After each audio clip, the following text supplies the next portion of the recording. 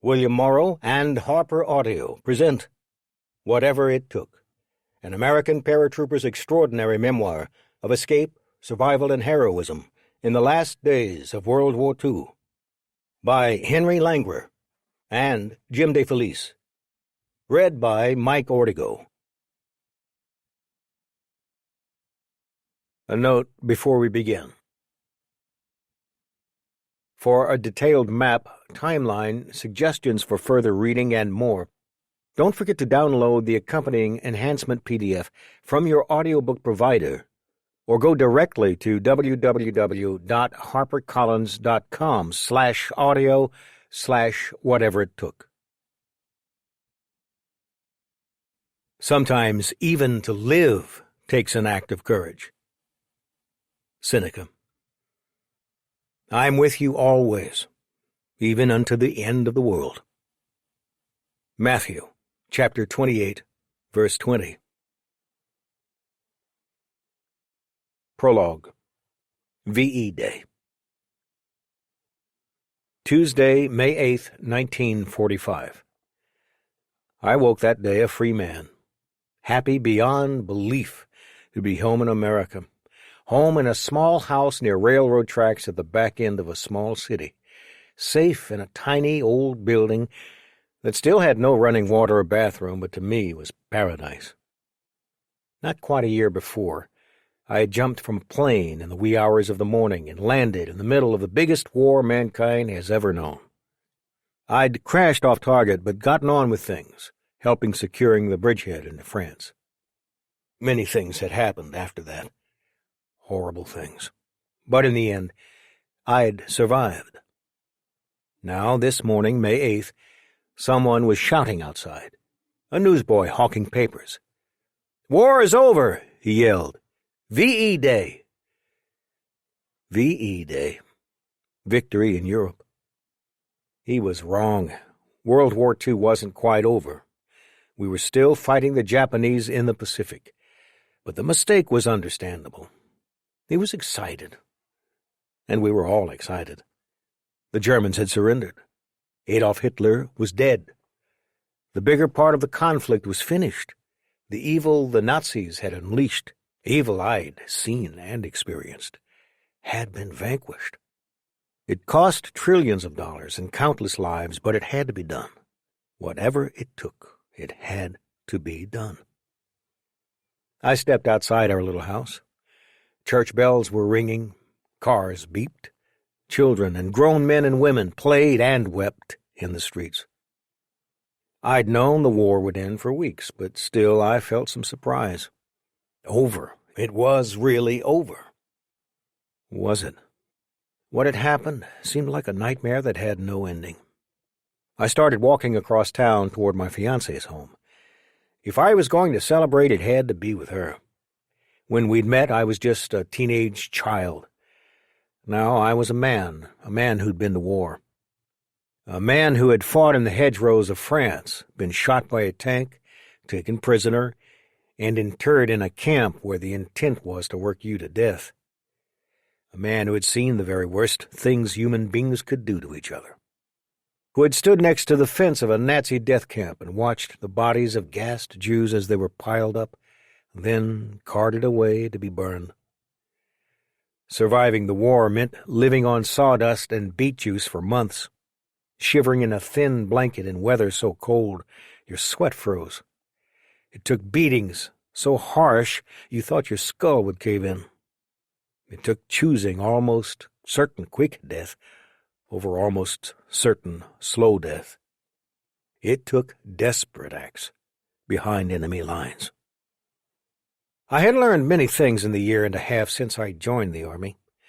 I learned how to fall out of planes and land without breaking my neck or wrenching my knee. I learned how to blow up bridges and detect booby traps and mines. I learned how to navigate in the dark, using stars and dead reckoning.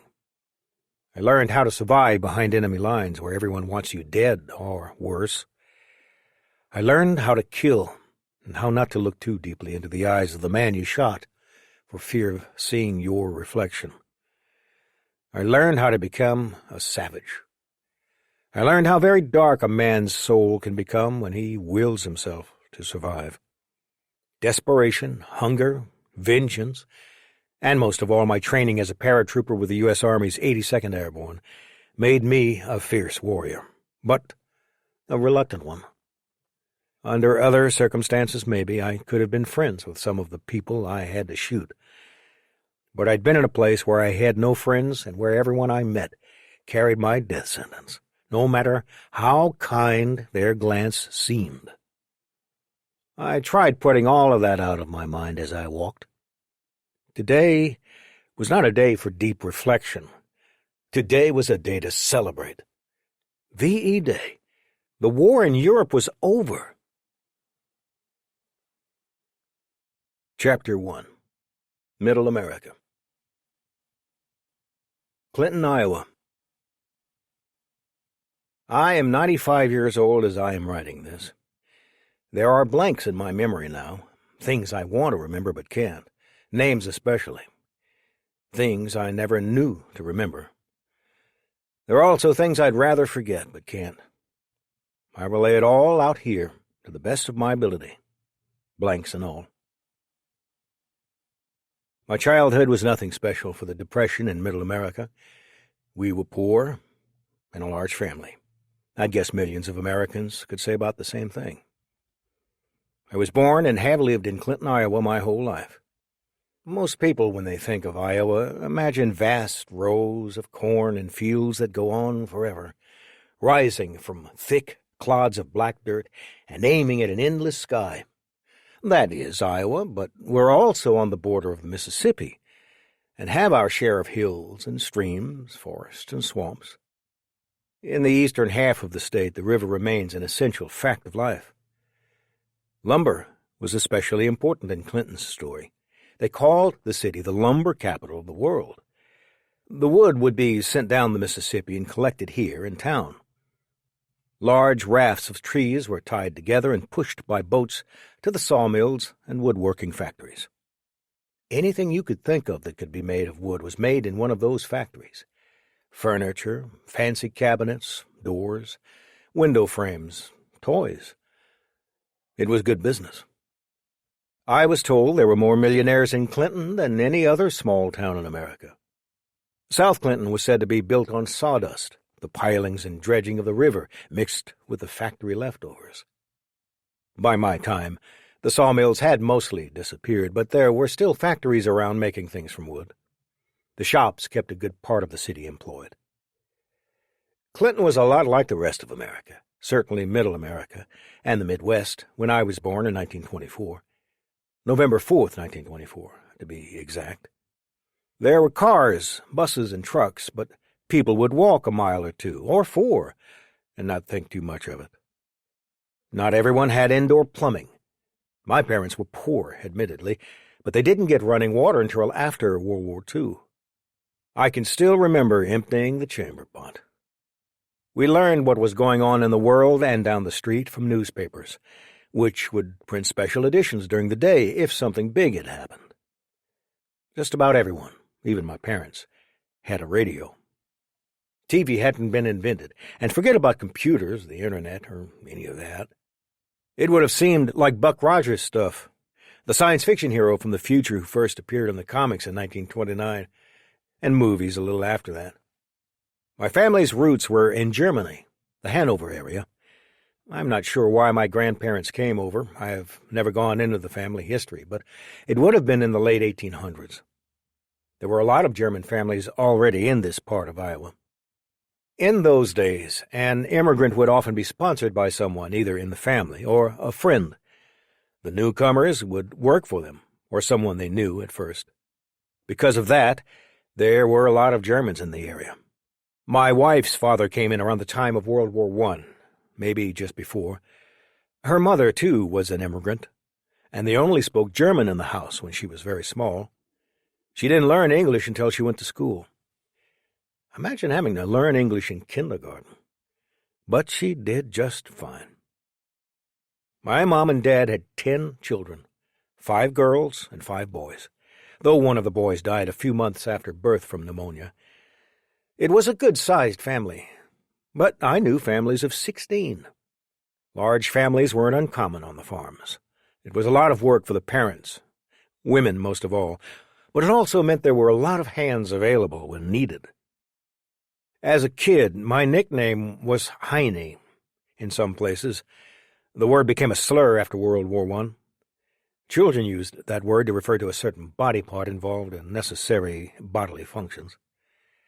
But Heine was a shortened version of Heinrich, a very common German name, our Henry. It had been the nickname of an uncle, and for some reason I don't recall, I inherited it. My father was a farmhand, and we lived in a small house on the farm. All the kids had chores even when young. The most important ones were carting water in and cutting timber for the kitchen stove, which was the only source of heat in the home. Marbles were our version of video games.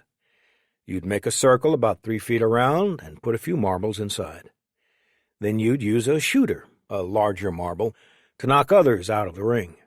You'd flick the shooter with your thumb, holding it against your forefinger. Practice and you'd get pretty good at getting it to go where you wanted it to go. If your shooter hit a marble out of the circle, you kept that marble and went again. The person with the most marbles, when all were out, was the winner. When I was 12, the city had a summer-long marble competition. Kids all across town competed. Week after week I played and won, filling up bag after bag of marbles. It was quite a collection. Finally, it came down to just 2 of us. The championship was a big event. The city newspaper even sent a reporter. I won. My first and only brush with fame, such as it was. But I have to confess that I was a bit disappointed when the prize turned out to be a baseball bat and ball. Having spent the entire summer playing, I guess I thought there'd be a bigger prize. There was probably a lesson there, but I was too young to learn it. A lot of our spare time was outside, even during the winter. We'd skate, even play ice hockey on the frozen ponds and river inlets that froze over. We'd make our own fun. If you've ever seen the movie A Christmas Story, based on Gene Shepard's books about his childhood, you probably remember the scene where Ralph's friend gets his tongue stuck on a metal pole thanks to a triple dog dare. The fire department comes to the rescue, but the boy's tongue is quite a bit worse for wear. Change a few of the circumstances around?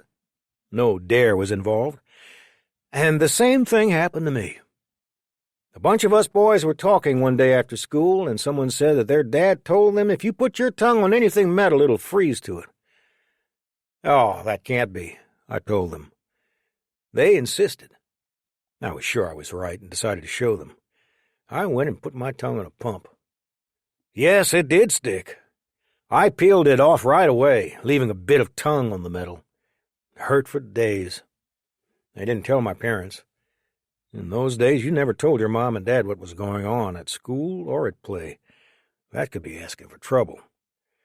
And there wasn't much to be done about my tongue, really. Just let it heal. They probably would have laughed their heads off and told me it served me right. Another lesson. That one I learned. Depression. Most people have heard about Black Friday, the crash of the New York stock market that marked the start of the Great Depression. For my family, the Depression began with a local bank failure a little afterward. The collapse of the bank completely wiped out my father's savings. $1,200. Right alongside that, jobs suddenly became hard to find. Those there were paid less than they had. Everybody was hurting. Farms went under. People lost their houses. With no farm work, my family moved to a house near the railroad tracks where the rent was lower. We were about 20 feet off the tracks. Everything rattled and shook when the big trains came through. But at least one good thing came out of that. I can sleep like a baby no matter what's going on around me. For 10 years in there, we didn't have money for much of anything except rent and food, maybe, and sometimes not even that. It's hard for people to realize how bad it was. You worked as much as you could. Large families had many people to contribute, but that also meant more mouths to feed. Going to bed hungry was not unusual. We spent one summer living in a tent, I suppose to save on rent. I've always figured that God brought that depression because he knew in the end it would be a good training for us. We could do hardship. My father started a business collecting what some might call junk, old tractors and whatnot, most of which didn't work. He'd fix the tractors up and sell them. He must not have made much from that, since there wouldn't have been many people who could buy anything, even used equipment. But he made do. The tractors I remember were big contraptions, steam-powered. There was a thresher or two as well. My father would also make money by taking the scrap metal over to Morris Turner at Turner Iron and Metal, who'd weigh it and pay by the pound. A few cents and dollars meant the family could eat for another week. I did that job when I got a bit older. I'd take one of my younger brothers, I was the second oldest, and we'd drag a cart up to be weighed. Mr. Turner was a nice old fellow, and if he realized my little brother was sneaking onto the scale to add a few pennies to our haul, he never mentioned it. Franklin Delano Roosevelt was elected in 1932, promising to start some programs to get people back to work. My father got a job on one. It was good, honest work, and you can still see some of the results. He helped build a few buildings, worked on stone walls, and was part of the crew paving Highway 67, which is still an important road in the area. Things were a bit better for our family while the work lasted. We didn't starve. Still, the winters were cold, and the nights long. The days often weren't too much better. We had to move a few times because we couldn't pay the rent, but we always seemed to end up near the railroad tracks. One of our homes was across from the county jail. Most of the people in there at the time were drunks who were drying out. You'd hear them singing in the summer when the windows were open, and see them on work duty cutting grass around town or doing other odd jobs. We'd play in the empty lot, sneaking glances at them. Curious, but not wanting to be like them either. I don't know that they were the reason that I never drank much, but if I needed an example of what alcohol could do to you, there they were. Baseball was a favorite of ours, and probably with most of the boys across the country. It really was the national pastime then. I played when I could, but as I grew older, that was less and less. I was too busy working to try out for the school team and gradually lost interest.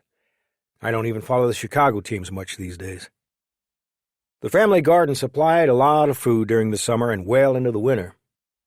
Even the littlest kids would have chores to do in the garden, raking in the spring to break up the soil, weeding and watering as the plants grew. Come last summer and early fall, my mother would put up vegetables.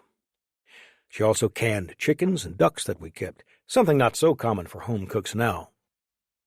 One winter, I remember something went wrong with the canning and all the chicken spoiled. A bitter, hungry loss. Kids would walk along the railroad tracks looking for coal that had fallen from the trains passing through. A lot of that coal had help falling. Older kids and even young men would climb on the train cars as they slowed through town, then kick as much coal off as they could. We'd run and grab some before they hopped off and came to collect it themselves. You didn't want them to catch you doing it. We were a lot more afraid of them than the railroad people. There was also a gasworks in town which made gas from the coal. They would throw the ashes in the town dump. You could scavenge through the refuse and find a few unburned lumps of coal or coke. Anything to stay warm. When I was 12 years old, I bought a 6-shot Ranger shotgun from Sears. It was $11, and the shells were 22 cents apiece. Big money back then, but it was a good weapon. I still have it today. It was 16 gauge, not so common anymore. That was my first gun. I taught myself to use it, and hunted up in the fields above town where the dam is now. There were farms in there before the dams were built, and they had ponds on them where the ducks and geese congregated. I'd go with my friends and get so many ducks you could hardly carry them home. Rabbits and even raccoons that came along. All food. We'd fish, too. It was all a matter of feeding the family. We didn't have the fancy gear they have now, just a cane pole, a hook, and line. But there were so many fish in the shallow backwaters that we just wade out with a net, wade out and get all kinds of fish. Either there were more fish, or maybe they were just dumber back then. There was also a time when they were paying 25 cents a pelt for raccoons, so hunting was food and money, and a little fun. There was a hobo camp in the woods north of the city, near a railroad bridge that wasn't far from our house. We kids would go up sometimes and see what was going on. Usually not much. The men would hop off a train, look around town for work or food, maybe stay a few days, and then be off. They were even more desperate than we were. One time a friend was having a birthday party and invited me. I didn't have anything to give as a present. He said that was all right, just come. It turned out he liked to box, and his father did too. They had a ring set up. They had invited me to fight. I guess they thought I'd be an easy mark. I didn't want to fight. They kept pushing me. I didn't want to be a sissy, so finally I fought. I bloodied my friend's nose. His father sent me home, angry, I guess, because I'd beaten him. I hadn't wanted to fight in the first place. It wasn't who I was. At 14, I started looking for more formal work outside the house, beginning by cutting grass with a small push mower. I had two prices, 10 cents for a small lawn, 25 for a bigger one. Trimming the hedges cost another 20 cents. If you wanted the debris hauled to the city dump rather than dumped in the alley or backyard, we'd negotiate a price. That went for hauling ashes and other items as well. In the winter, a good snow could net me 50 cents when I cleared a walkway. That was for a large stretch of anything over 5 inches deep. Lesser storms and smaller paths paid less. Whatever I got went straight to the family. At times, my father was making no more than $6 a week, with rent running $12 a month. On such a budget, a large snowfall could be a godsend. Understanding how poor you are is a strange thing. As a young kid, I had little to judge myself against. My friends all ran barefoot in the summer. It felt good, free even. If it was necessary to save on shoes, that wasn't the sort of thing that a kid quite understood. But there were times when circumstance and people's prejudices came together to make it clear that not only didn't we have money, but that others looked down on us. My 8th grade graduation was one such time. Grammar school graduation was a very formal and important affair. The end of 8th grade meant the end of schooling for a lot of people. We were supposed to wear our best clothes to the ceremony, white dresses for the girls, dark pants, and white shirts for the boys. I had no white shirt, nor what would be considered a good pair of pants. The teachers told me I couldn't take part in the ceremony. I watched from the audience. Lacking good clothes didn't keep me from going to high school, or from working. The summer after 10th grade, I applied at a local toy factory. They told me I was too young. I kept going back, and finally they decided to give me a job sweeping up sawdust, hauling trash, and the like, as long as I kept away from the saws and other heavy machinery. The following year, those restrictions were lifted. I also got a job working as an usher in a movie theater. There were 3 in town. So I'd go to school, go to the theater, and then on to the factory.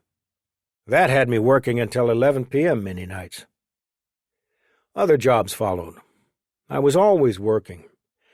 I remember getting 25 cents an hour at a food processing company, loading refrigerator train cars with butter and eggs. I was happy for the work, and happier still that I was helping the family survive. Religion didn't play a big part in my life. In fact, it played no part. While both of my parents were German, they had come from different branches of Christianity. My dad, Lutheran, my mom, Catholic. Maybe because of that, they didn't take us to church. And I can't say that I knew much about God. In fact, I only remember going to church once as a child, when I was around 10. A friend said that his church gave out candy and fruit after the Christmas service. Naturally, I accepted his invitation to tag along. I can't remember a word the pastor said, but the sweetness of the apples, oranges, and candy remains fixed in my memory. Though I was working hard, my grades didn't seem to suffer. I did okay in class. The economy was slowly improving. Things seemed headed in a good direction. Then came a shock that changed my future, and that of everyone around me. Infamy and love. The world had been at war both in Asia and Europe for several years. Japan attacked Manchuria, China, in 1931. In 1937, the Japanese launched a full-scale invasion of north-central China, quickly taking over Beijing. Shanghai fell a few months later. While the Japanese occupied much of the coast and the area of Vietnam, guerrilla resistance and regular fighting continued. Meanwhile, in Europe, Adolf Hitler and the Nazis rose to power. Germany annexed Austria, marched into Czechoslovakia, and in 1939 invaded Poland. France and Great Britain, allies of Poland, declared war. Germany invaded France in 1940, quickly taking over the country. A bombing campaign targeting British cities as well as military bases followed. Isolated by two large oceans, most Americans felt the wars were distant. They were too far away to ever affect us. Certainly, as a high school student, I paid very little attention to the conflicts. And then the Japanese bombed Pearl Harbor.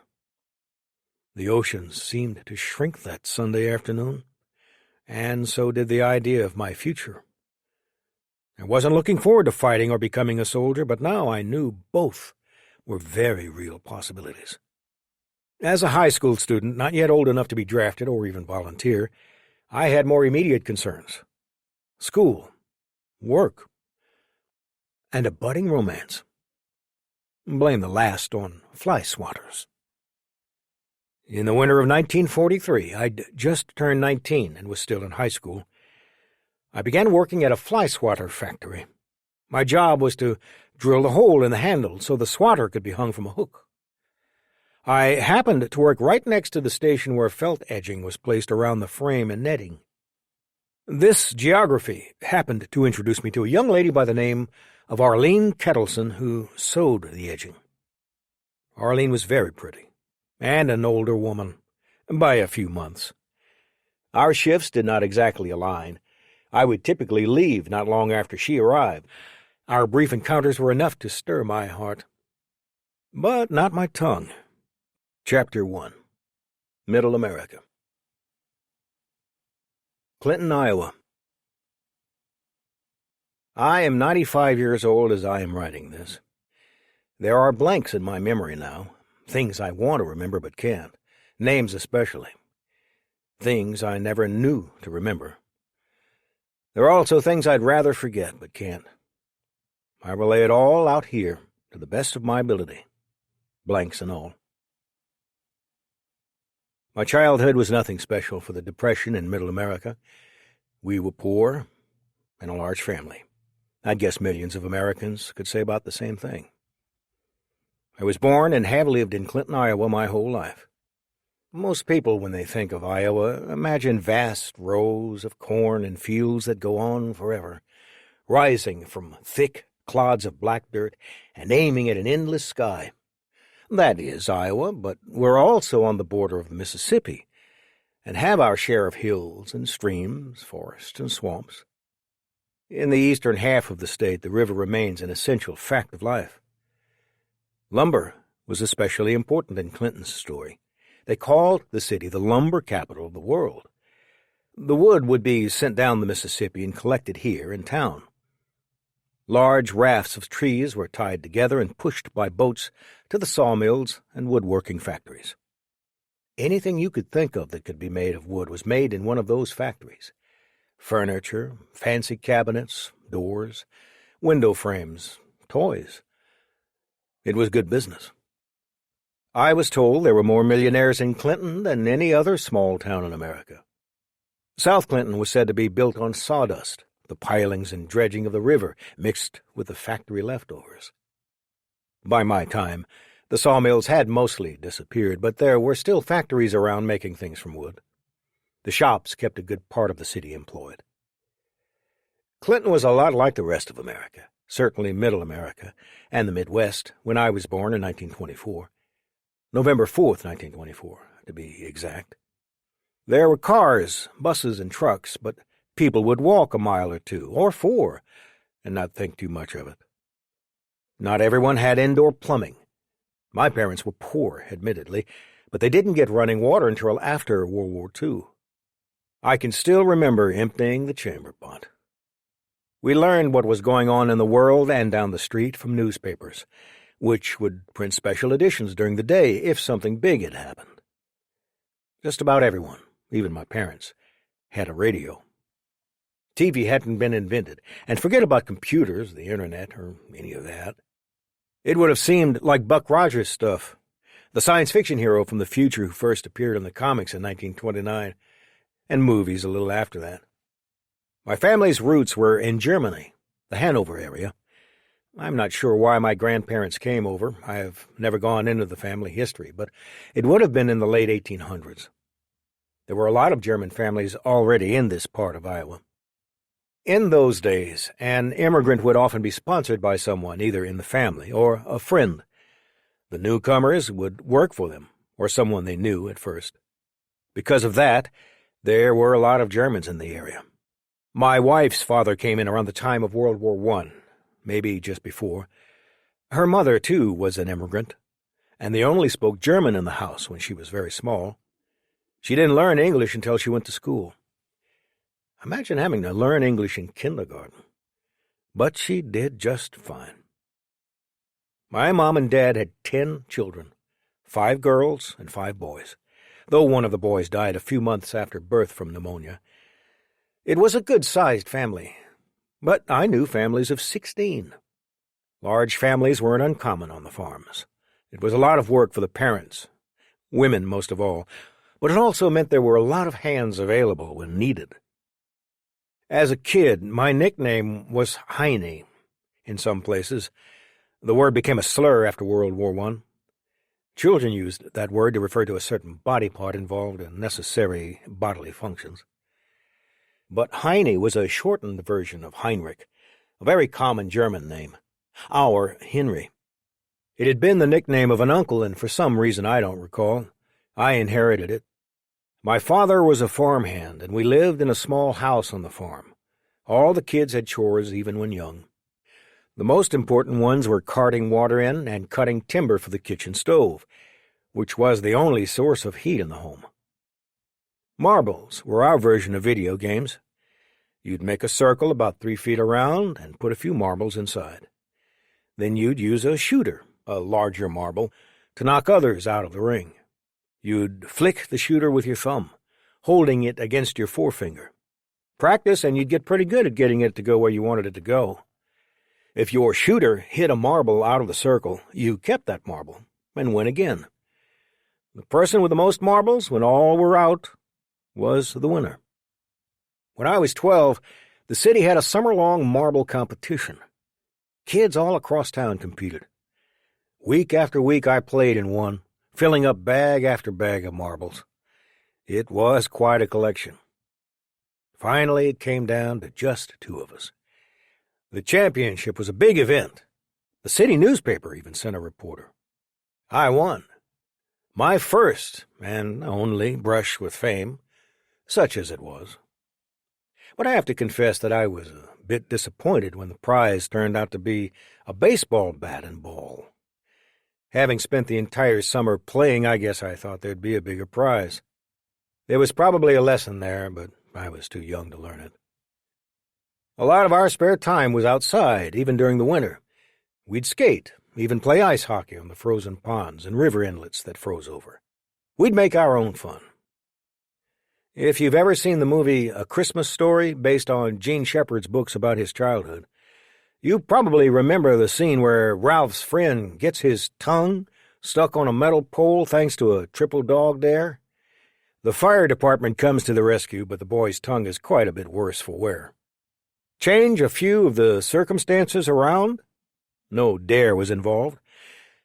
Chapter 1. Middle America. Clinton, Iowa. I am 95 years old as I am writing this. There are blanks in my memory now, things I want to remember but can't, names especially, things I never knew to remember. There are also things I'd rather forget but can't. I will lay it all out here to the best of my ability, blanks and all. My childhood was nothing special for the Depression in Middle America. We were poor and a large family. I'd guess millions of Americans could say about the same thing.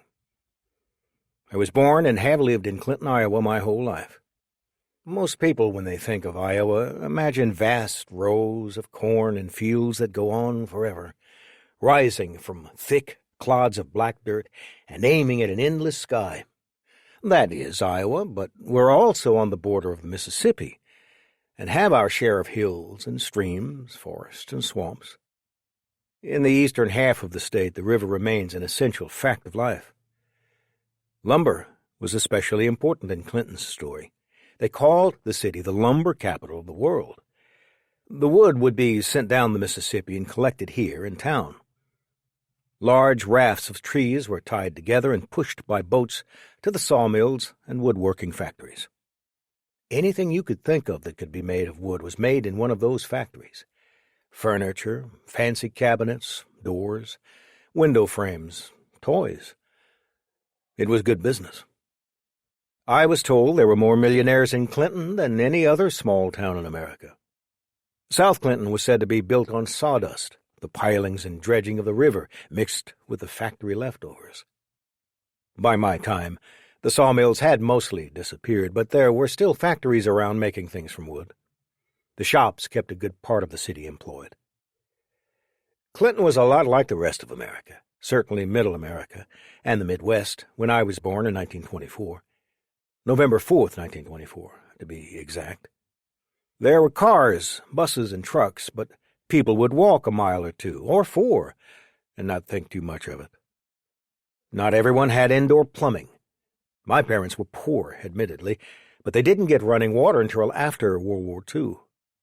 I can still remember emptying the chamber pot. We learned what was going on in the world and down the street from newspapers, which would print special editions during the day if something big had happened. Just about everyone, even my parents, had a radio. TV hadn't been invented, and forget about computers, the internet, or any of that. It would have seemed like Buck Rogers stuff, the science fiction hero from the future who first appeared in the comics in 1929, and movies a little after that. My family's roots were in Germany, the Hanover area. I'm not sure why my grandparents came over. I have never gone into the family history, but it would have been in the late 1800s.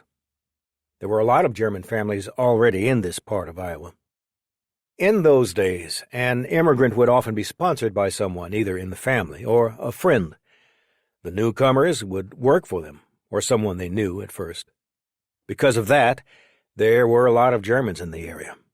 My wife's father came in around the time of World War I, maybe just before.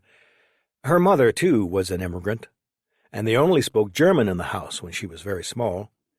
She didn't learn English until she went to school. Imagine having to learn English in kindergarten. But she did just fine. My mom and dad had 10 children, 5 girls and 5 boys, though one of the boys died a few months after birth from pneumonia. It was a good-sized family, but I knew families of 16. Large families weren't uncommon on the farms. It was a lot of work for the parents, women most of all, but it also meant there were a lot of hands available when needed.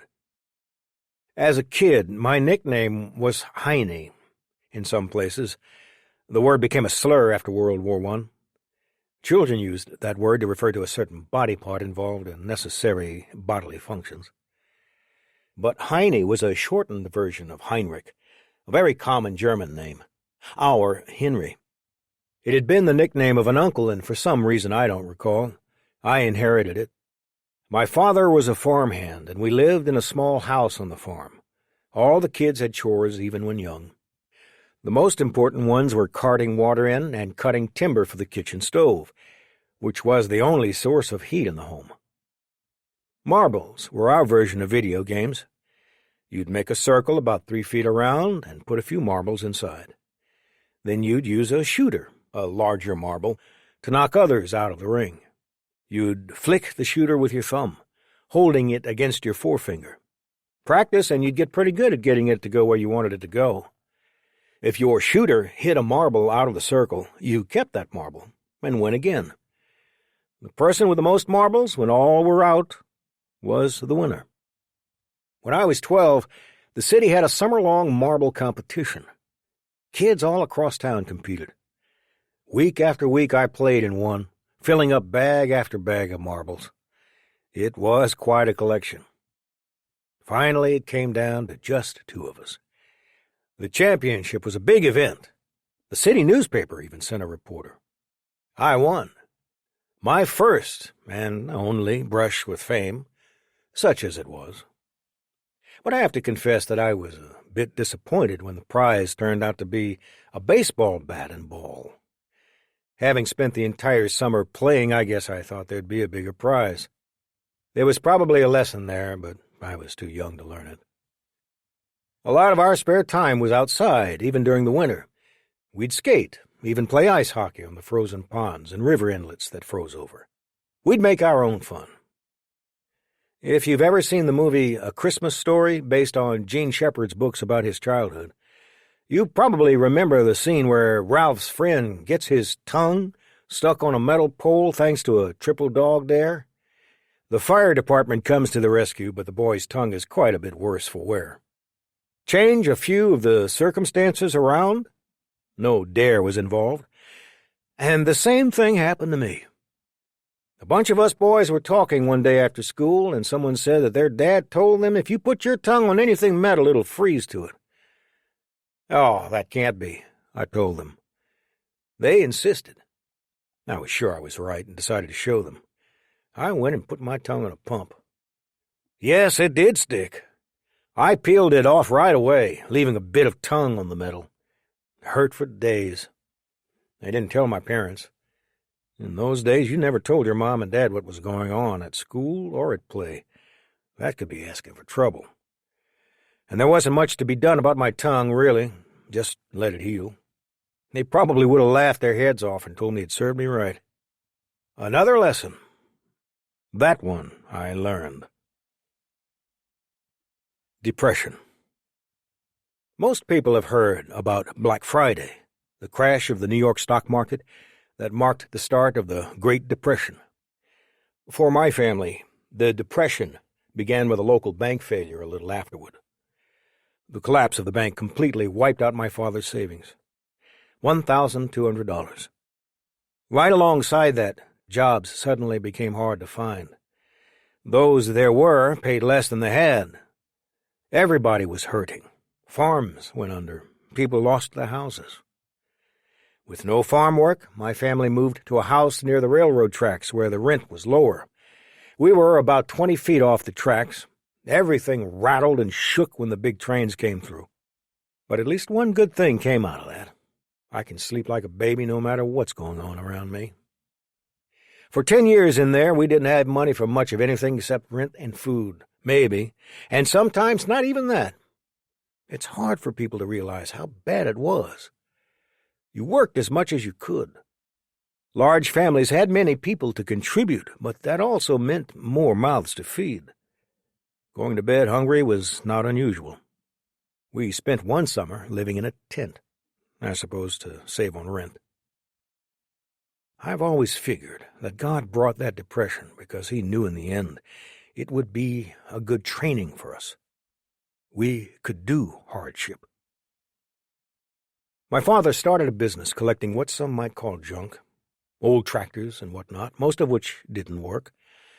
He'd fix the tractors up and sell them. He must not have made much from that, since there wouldn't have been many people who could buy anything, even used equipment. But he made do. The tractors I remember were big contraptions, steam-powered. There was a thresher or two as well. My father would also make money by taking the scrap metal over to Morris Turner at Turner Iron and Metal, who'd weigh it and pay by the pound. A few cents and dollars meant the family could eat for another week. I did that job when I got a bit older.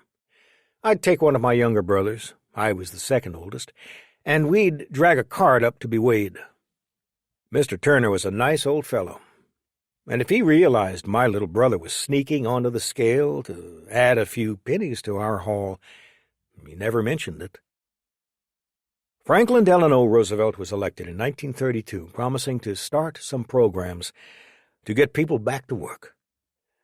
My father got a job on one.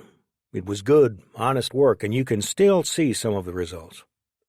He helped build a few buildings, worked on stone walls, and was part of the crew paving Highway 67, which is still an important road in the area. Things were a bit better for our family while the work lasted. We didn't starve. Still, the winters were cold and the nights long. The days often weren't too much better. We had to move a few times because we couldn't pay the rent, but we always seemed to end up near the railroad tracks. One of our homes was across from the county jail. Most of the people in there at the time were drunks who were drying out. You'd hear them singing in the summer when the windows were open, and see them on work duty cutting grass around town or doing other odd jobs. We'd play in the empty lot, sneaking glances at them. Curious, but not wanting to be like them either. I don't know that they were the reason that I never drank much, but if I needed an example of what alcohol could do to you, there they were. Baseball was a favorite of ours, and probably with most of the boys across the country. It really was the national pastime then. I played when I could, but as I grew older, that was less and less. I was too busy working to try out for the school team and gradually lost interest. I don't even follow the Chicago teams much these days. The family garden supplied a lot of food during the summer and well into the winter. Even the littlest kids would have chores to do in the garden, raking in the spring to break up the soil, weeding and watering as the plants grew.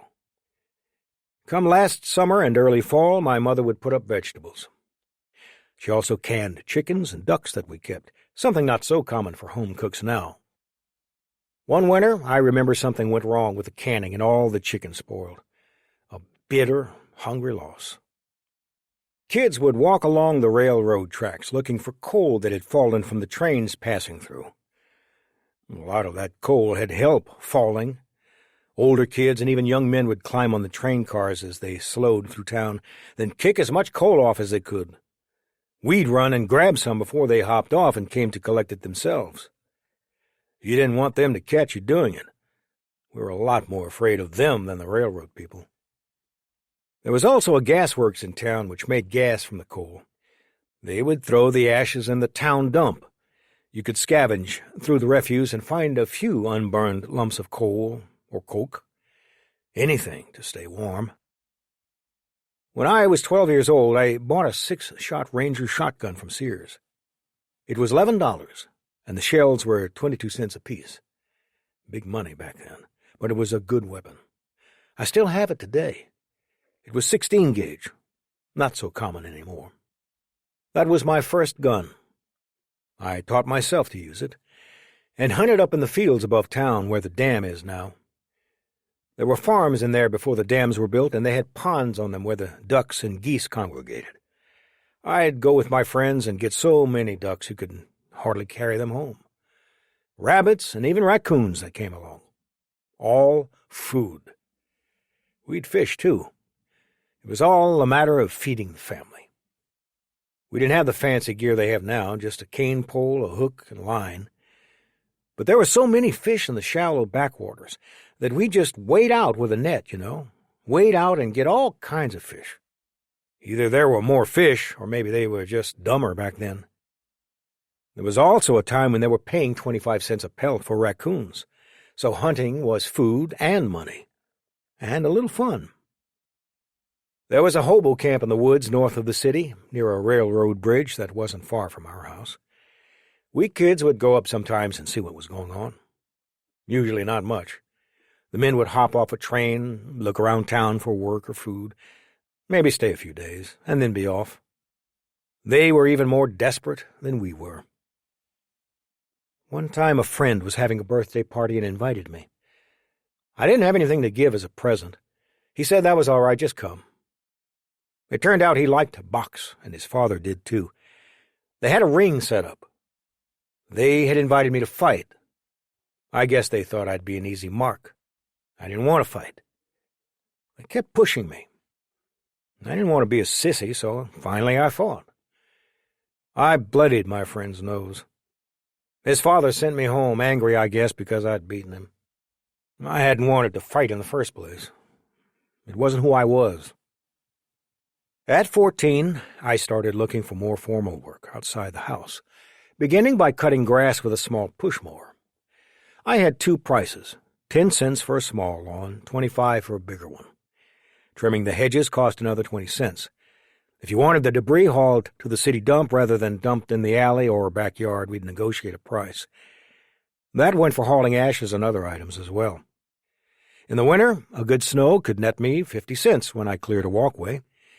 That was for a large stretch of anything over 5 inches deep. Lesser storms and smaller paths paid less. Whatever I got went straight to the family. At times, my father was making no more than $6 a week, with rent running $12 a month. On such a budget, a large snowfall could be a godsend. Understanding how poor you are is a strange thing. As a young kid, I had little to judge myself against. My friends all ran barefoot in the summer. It felt good, free even. If it was necessary to save on shoes, that wasn't the sort of thing that a kid quite understood. But there were times when circumstance and people's prejudices came together to make it clear that not only didn't we have money, but that others looked down on us. My 8th grade graduation was one such time. Grammar school graduation was a very formal and important affair. The end of 8th grade meant the end of schooling for a lot of people. We were supposed to wear our best clothes to the ceremony, white dresses for the girls, dark pants, and white shirts for the boys. I had no white shirt, nor what would be considered a good pair of pants. The teachers told me I couldn't take part in the ceremony. I watched from the audience. Lacking good clothes didn't keep me from going to high school, or from working. The summer after 10th grade, I applied at a local toy factory. They told me I was too young. I kept going back, and finally they decided to give me a job sweeping up sawdust, hauling trash, and the like, as long as I kept away from the saws and other heavy machinery. The following year, those restrictions were lifted. I also got a job working as an usher in a movie theater. There were 3 in town. So I'd go to school, go to the theater, and then on to the factory. That had me working until 11 p.m. many nights. Other jobs followed. I was always working. I remember getting 25 cents an hour at a food processing company, loading refrigerator train cars with butter and eggs. I was happy for the work, and happier still that I was helping the family survive. Religion didn't play a big part in my life. In fact, it played no part. While both of my parents were German, they had come from different branches of Christianity. My dad, Lutheran, my mom, Catholic. Maybe because of that, they didn't take us to church. And I can't say that I knew much about God. In fact, I only remember going to church once as a child, when I was around 10. A friend said that his church gave out candy and fruit after the Christmas service. Naturally, I accepted his invitation to tag along. I can't remember a word the pastor said, but the sweetness of the apples, oranges, and candy remains fixed in my memory. Though I was working hard, my grades didn't seem to suffer. I did okay in class. The economy was slowly improving. Things seemed headed in a good direction. Then came a shock that changed my future, and that of everyone around me. Infamy and love. The world had been at war both in Asia and Europe for several years. Japan attacked Manchuria, China, in 1931. In 1937, the Japanese launched a full-scale invasion of north-central China, quickly taking over Beijing. Shanghai fell a few months later. While the Japanese occupied much of the coast and the area of Vietnam, guerrilla resistance and regular fighting continued. Meanwhile, in Europe, Adolf Hitler and the Nazis rose to power. Germany annexed Austria, marched into Czechoslovakia, and in 1939 invaded Poland. France and Great Britain, allies of Poland, declared war. Germany invaded France in 1940, quickly taking over the country. A bombing campaign targeting British cities as well as military bases followed. Isolated by two large oceans, most Americans felt the wars were distant. They were too far away to ever affect us. Certainly, as a high school student, I paid very little attention to the conflicts. And then the Japanese bombed Pearl Harbor. The oceans seemed to shrink that Sunday afternoon, and so did the idea of my future. I wasn't looking forward to fighting or becoming a soldier, but now I knew both were very real possibilities. As a high school student, not yet old enough to be drafted or even volunteer, I had more immediate concerns. School, work, and a budding romance. Blame the last on fly swatters. In the winter of 1943, I'd just turned 19 and was still in high school. I began working at a fly swatter factory. My job was to drill the hole in the handle so the swatter could be hung from a hook. I happened to work right next to the station where felt edging was placed around the frame and netting. This geography happened to introduce me to a young lady by the name of Arlene Kettleson, who sewed the edging. Arlene was very pretty, and an older woman, by a few months. Our shifts did not exactly align. I would typically leave not long after she arrived. Our brief encounters were enough to stir my heart. But not my tongue. I was too shy to ask her out, even after confessing to a friend and coworker that I was a bit interested in her. When my friend suggested I take her on a date, I found an excuse. After a few such mumbles, he decided to play Cupid himself. He tricked me into going to the movies, arranged for Arlene to come, and somehow we ended up on a double date. Best little trick anyone ever played on me. Here was another little trick, this one not so pleasant. Though it's funny to think back on it now. I knew Arlene's address, and I knew the street where she lived. What I didn't know was that the houses were numbered in an odd way on the street, a bit out of order, and if you weren't looking very hard for the house, it was easy to miss. In fact, even if you were looking hard, you might miss it. Which is what happened to me the first time I went to meet her at her house. I walked down the street checking off the numbers in my head as I went. No luck. Must have missed it. I went back, counting again. Nope. I must have walked back and forth a dozen times before I finally found the house, hiding in plain sight. What I didn't know was that Arlene, alerted by one of her brothers, was watching the whole time. She won't admit this now, but I think my determination to find that house was one of the things that attracted her to me. Arlene's family was also German. Her father, Karl, had come to America as a young man. He'd worked out west as a cowboy on a ranch, then moved eastward, and eventually to the Clinton area as a farmhand. During Prohibition, they grew corn and turned it into whiskey, selling to fellas from Chicago in big cars who paid in cash money. And, well, we think that means he was a bootlegger and part of the famous mobster Al Capone's network. But who knows? Carl put down roots in Clinton, marrying and raising a large family with his wife, Amanda, a local girl. But the Depression was as tough on them as it was on our family. The farm Carl worked on failed. The family moved into town, where he bought enough land to grow vegetables and raise chickens. With 7 kids to keep warm during the long Iowa winters, Carl put a back room on his 2-room house and set a heating stove inside.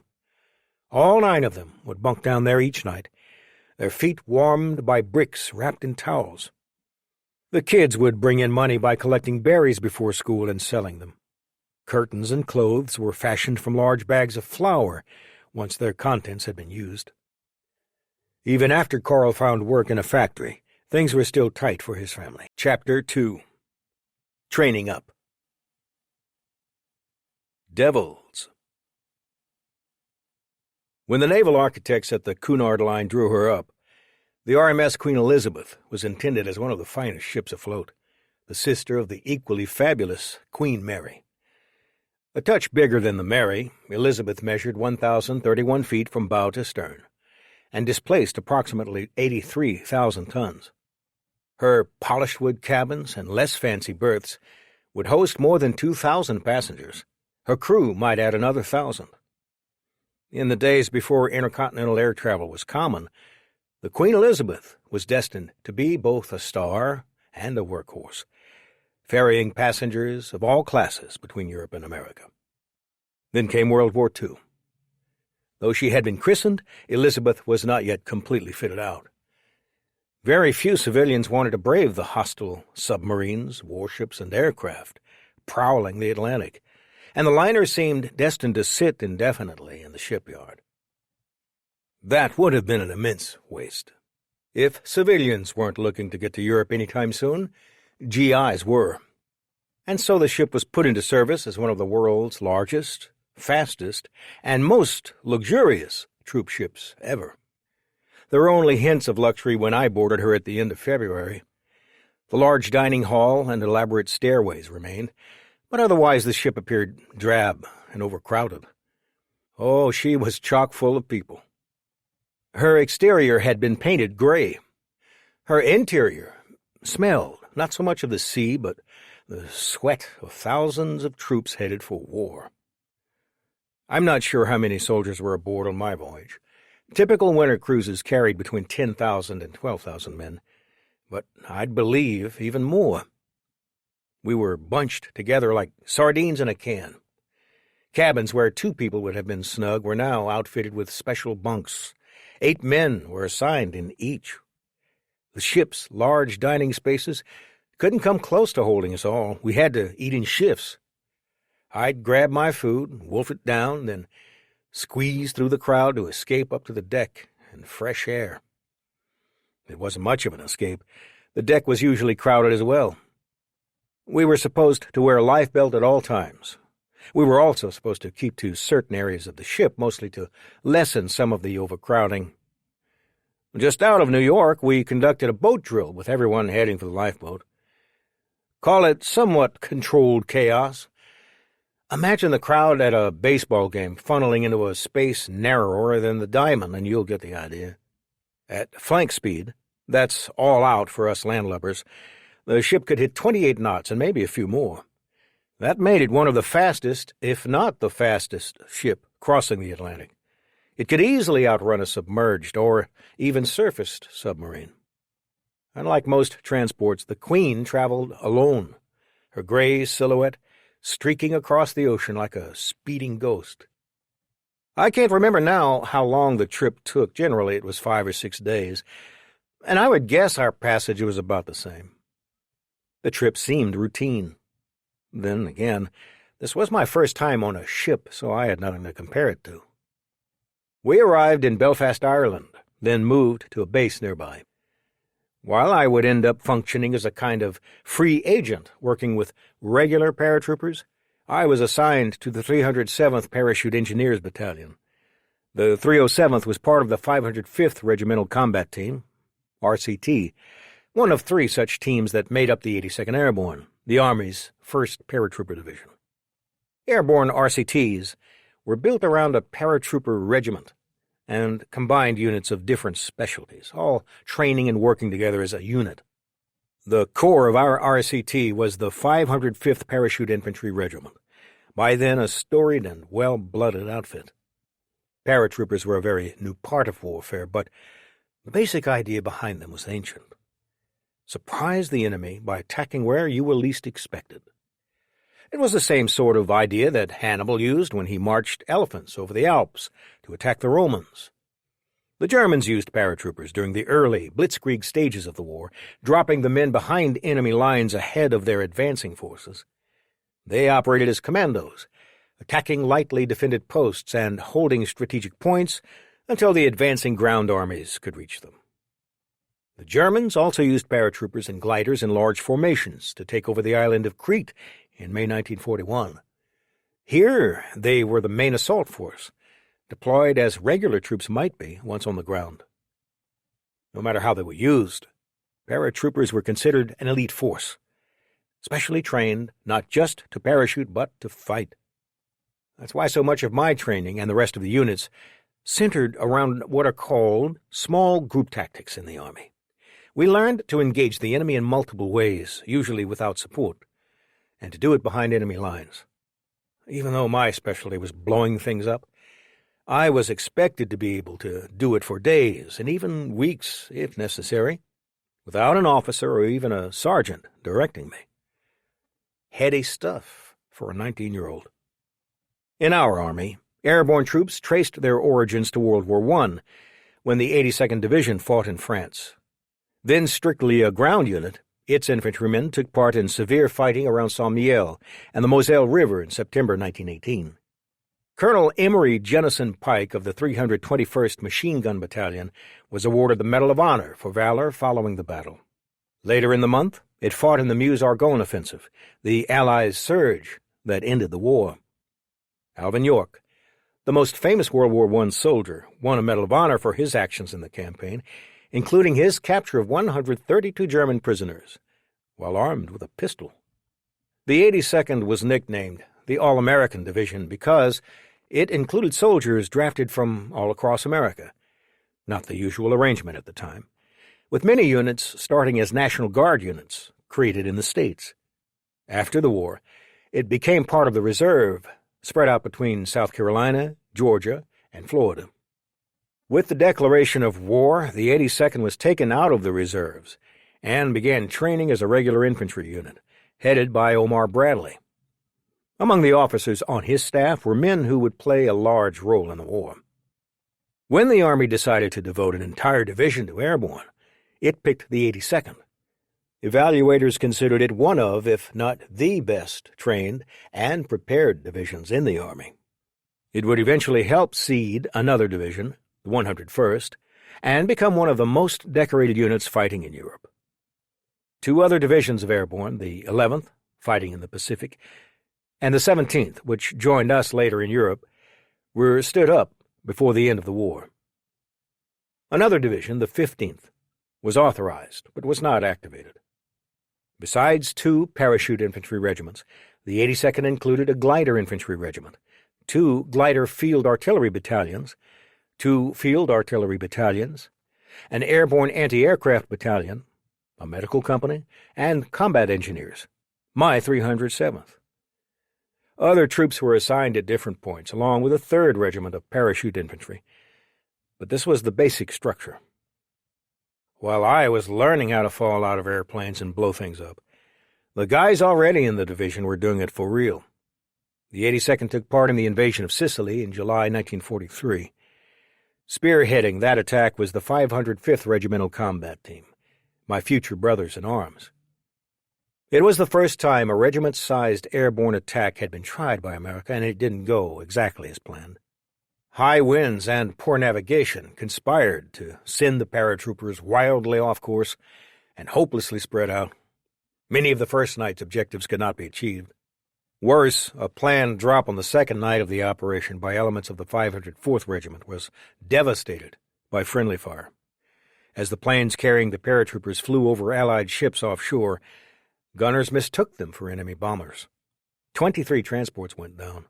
81 men died, including Brigadier General Charles Kierans, who was the division's assistant commander. Despite all this, the 82nd's paratroopers played an important role in the early stages of the Sicily campaign.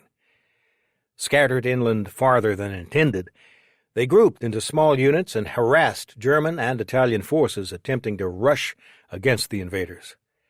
This allowed the American troops in the seaborne invasion to gain a better foothold and move farther inland. The ability to improvise and fight in small groups would remain a trademark of airborne soldiers for the rest of the war. The 505th had jumped in a few minutes ahead of schedule on Sicily, earning itself the nickname H-. Being early to battle was a badge of honor and became the unit motto. H-hour is the hour of a planned attack. It does for hour what D-Day does for the date. At the time of the Sicily invasion, D-Day was still a general term for the launch of an assault. It wasn't until June 1944 that it became something much more. The 505th jumped into Paestum, Italy in September 1943, helping the American forces that had attacked nearby Salerno. Far more accurate than the jump on Sicily, the operation's success was at least partly due to the use of newly created Pathfinder companies. These soldiers would jump ahead of the main airborne units, guiding those who followed to the proper DZs, or drop zones. The accurate jump allowed the 505th to act as a more coherent force, engaging the Germans who had counterattacked the invasion force and relieving pressure on the American troops who'd landed by sea. The 82nd Airborne continued to fight in Italy, entering Naples on October 1st. The 82nd's 504th Parachute Infantry Regiment took part in the bloody Anzio landings. Instead of landing by parachute, they were brought in by sea in landing craft. Though they fought bravely, the Anzio campaign was a fiasco. The paratroopers were forced to dig foxholes and fight on the defensive, rather than being used as offensive force multipliers. The 504th remained in the battle for roughly 2 months, fighting so ferociously that one German officer called them devils in baggy pants, a nickname the unit adopted as its own after finding his diary after a battle. The 82nd pulled out of Italy and northern Africa in the winter of 1944, traveling to bases in Great Britain to prepare for the invasion of France. That was where I joined them, a replacement for men who had been killed in those earlier battles. The veterans treated me and the other newcomers well, but there was a bit of distance between us and them. The tight binds that combat forms between fighters, the danger and emotion that welds them into a band of brothers, hadn't wrapped us in yet. I would imagine that there was also a bit of reluctance to make friendships too quickly. These guys already knew what war was about, how close ties can be severed in a half-breath. Roman candles. What we knew about war was still theoretical, the parts that could be taught by maneuvers and training. We trained a few weeks in Ireland, and then moved on to England near Nottingham, where we'd spend time in a number of bases, though always in the same general area. There weren't enough tents for us at first, and I lived with a family for about a week. They seemed pretty happy to have us. I gave the kids the candy bars I had. That might have helped.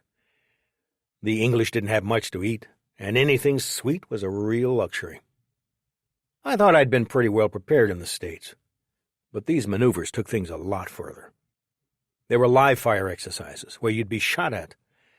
It was said that the gunfire was well over our heads, designed to get us used to the sound of combat without actually doing us harm, but a lot of those rounds felt close.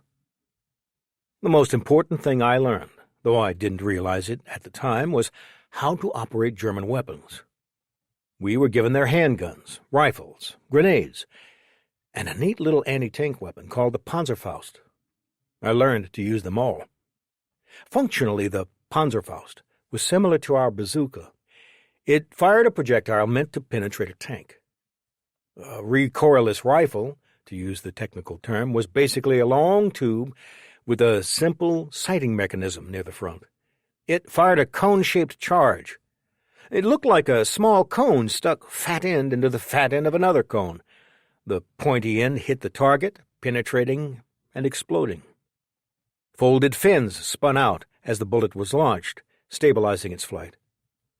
Once loaded, shooting the weapon was relatively simple. There was a lever directly behind the sight. Press down and whoosh! The shell flew at the target. Like our bazooka, which fired differently, the weapon didn't pack enough punch to take out a main battle tank head-on, but its shaped charge could penetrate weak spots like those at the back of the tank. And the charges were effective against softer vehicles like trucks and even light armored personnel carriers, such as the half-tracks the Germans liked. You could even punch a good hole in a building with one. Knowing how to use the enemy's weapons was important, because we expected to be fighting behind the lines, maybe for an extended period of time. We couldn't be sure of resupply, and could only carry so much ammo.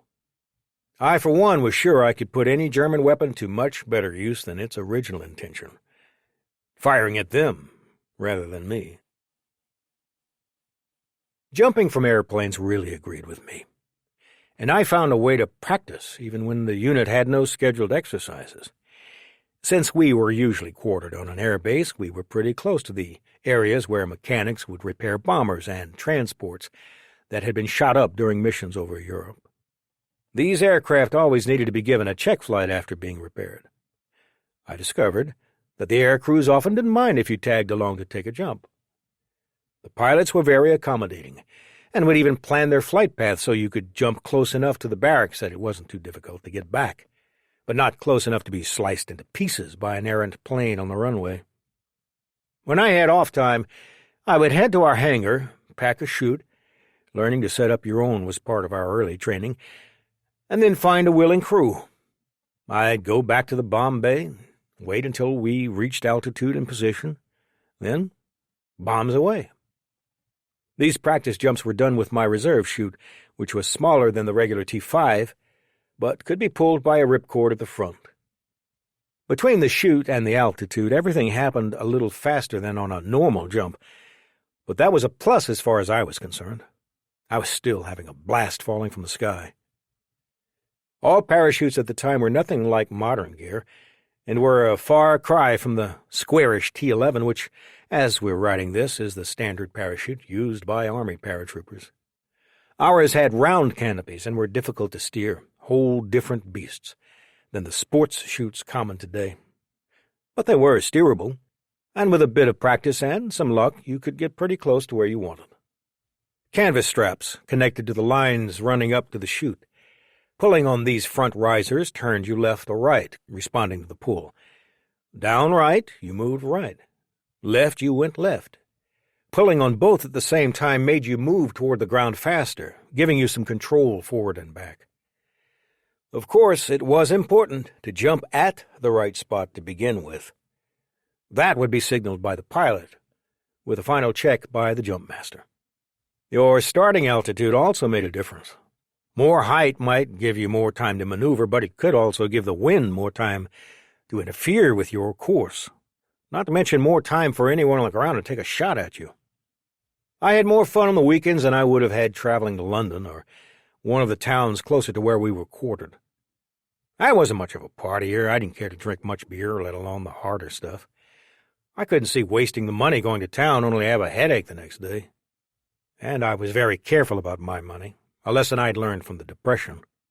Jumping, or more accurately falling, if we're talking about going out from a bomb bay, from a plane, isn't without its dangers and adventures. One time, on a jump from a C-47 with my team, my chute managed to get itself tangled around the static line as it deployed. We called this a Roman candle. You spun and fell fast. Fortunately, my reserve opened fine when I pulled the cord. I landed a little fast, but without getting hurt. Another time, 2 of the cells in the canopy collapsed, causing me to come down harder than I liked. Still, it wasn't so hard that I didn't go back for more. Did I ever get used to jumping out of planes? Heck no. That was the fun of it. Every time was as exciting as the first. Of course, you do remember some jumps mostly for what happens afterward. We were on a maneuver over the English Midlands, near Leicester in Nottinghamshire, when I went out. It was a pleasant English afternoon, but for some reason, the wind currents insisted on carrying me away from the intended landing point. I stopped into a large yard with my commander, who'd gone out around the same time. We were gathering our chutes and preparing for a long hike back when a group of nuns hailed us from a nearby building. We'd landed on the property of a convent. Before we could apologize, the ladies invited us inside for some tea and cookies. You can't refuse an offer like that, especially in wartime. The only jumps I hated were night jumps. It wasn't the falling I minded, it was the landing. Jumping at night meant you couldn't see the ground, or anything between you and the ground. Like the tree I landed in the first and only time I did a night jump in England. I got scratched up pretty bad. That was better than breaking my leg or my neck, but I worried about what would happen if I had to jump at night in combat. Land in a tree, and even conscious I would be a sitting duck, maybe even helpless. Getting out of a parachute harness is one thing. Getting out of it in the dark when you're hanging from a tree and weighed down by all your equipment is quite another. Simply jumping down may be the best option, but that's hard to gauge in the dark. Letter home. The night jump in England was one signal that we were getting closer to the invasion. I'd known since I left the States that attacking France was our goal, or at least I hoped it was our goal. I wanted to see action. All this practice had to mean something, and kicking the Germans out of France would mean a lot. Our practice assignments became a lot more specific. We were tasked with blowing up bridges, very specific kinds of bridges, and we kept at it. It wasn't exactly hard to figure out that our job was probably going to involve something like that. But when? As the weather warmed, so did my anticipation. I have to admit that I enjoyed the exercises, especially the ones pitting, say, one company against another. The company commander would lay out a plan and we'd be off, generally for a day and a half.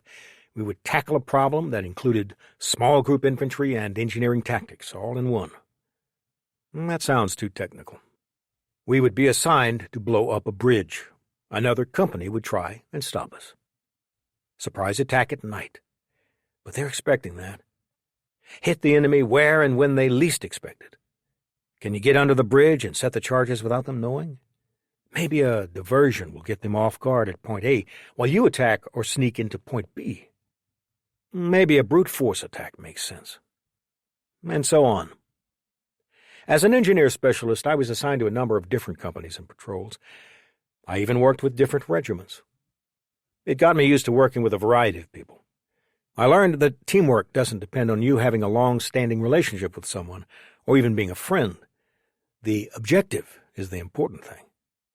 I don't remember much about most of the men I was working with then. They've faded beyond very hazy blurs. I can't even call up most of their names. First Sergeant Jim McKenzie, there's an exception. McKenzie, I hope I have his name right after all these years, was a real stiff guy for regulations. He wanted you to be very well ordered, what the present-day soldiers call squared away. Your uniform had to be just so. You didn't just march, you marched with gusto. Sometimes that kind of sharp discipline can be a bit much. But let me say this for my first sergeant. He was an all-around good soldier. I think his attitude in England was along the lines of, let me have these guys toe a line here, so they'll be sharp in France. And it worked. We had some very good sergeants, non-commissioned officers, or non-coms as we call them. Non-com leadership is critical for paratroopers. McKenzie had been in the Civilian Conservation Corps before the war, something he credited with shaping him as a leader. But a good number of our sergeants had been in the regular Army. So they had a head start not only in the Army's ways, but on discipline, tactics, and, most of all, leadership. Not to get ahead of myself, but McKenzie was one of the first killed when we hit Normandy. You could say that for a lot of my stick. I didn't witness most of those deaths, but the memory of loss remains after all these years, even as the names have faded. I was writing letters home to Arlene and my family as often as possible, squeezing my sentences across the thin paper, trying not to compromise readability for space. At the same time, I couldn't say much about the war and what we were up to. Censors went through all the mail and would cut out anything that might hint at strategy or tactics if it fell into enemy hands. Mundane daily life was the only thing I could mention, and even then I had to be vague. But I felt like I needed to keep up the connection home, and that meant writing letters. May 19th, 1944. Dearest Mom and Dad, I know it is about time for me to write because I haven't written to you for almost 6 days, but I have been awful busy. I received 3 letters from you this week, and I sure was glad to get them. I am really terribly sorry to hear about little Larry dying. He was such a nice little fellow. I know that Clark boy that was killed. I believe he was the one that went to school with Ray, and he was really a swell fellow. I'm glad to hear that we have a nice garden at home. Tell Dad to take it easy and not to work too hard. Thanks a million for the candy you're sending, but you really should save the money because you can use it in a better way. It won't hurt me to forget candy for a while, but when I come home, I will really make up for it. But it will really taste good now. How is Ed doing at work? And tell him to keep saving his money. He will soon have much more than I have. How is Elena doing? Tell all of the kids hello for me and to write soon. How is Dorothy and Roy Jr.? Fine, I hope. Boy, I really wish I could be there and have some of that cream pie you were talking about. I received a letter from Leroy the other day. He can't get away from his place either. But we are going to try to arrange a place for us to meet halfway between our camps, if I can even get a 24-hour pass. Have you gotten that $80 I sent to you? I hope you get it soon. Otherwise, I'll tell the company clerk about it. Glad to hear old Silver is still all right. It soon will be fun to take him hunting again. I never knew that Bob Simmons was over here. I would like to see him, too.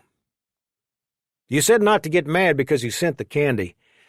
You know I would never get mad because I like the candy a lot. But you should really have saved the money instead of spending it on me. Glad to hear that all the folks back home will be behind us when the trouble starts over here.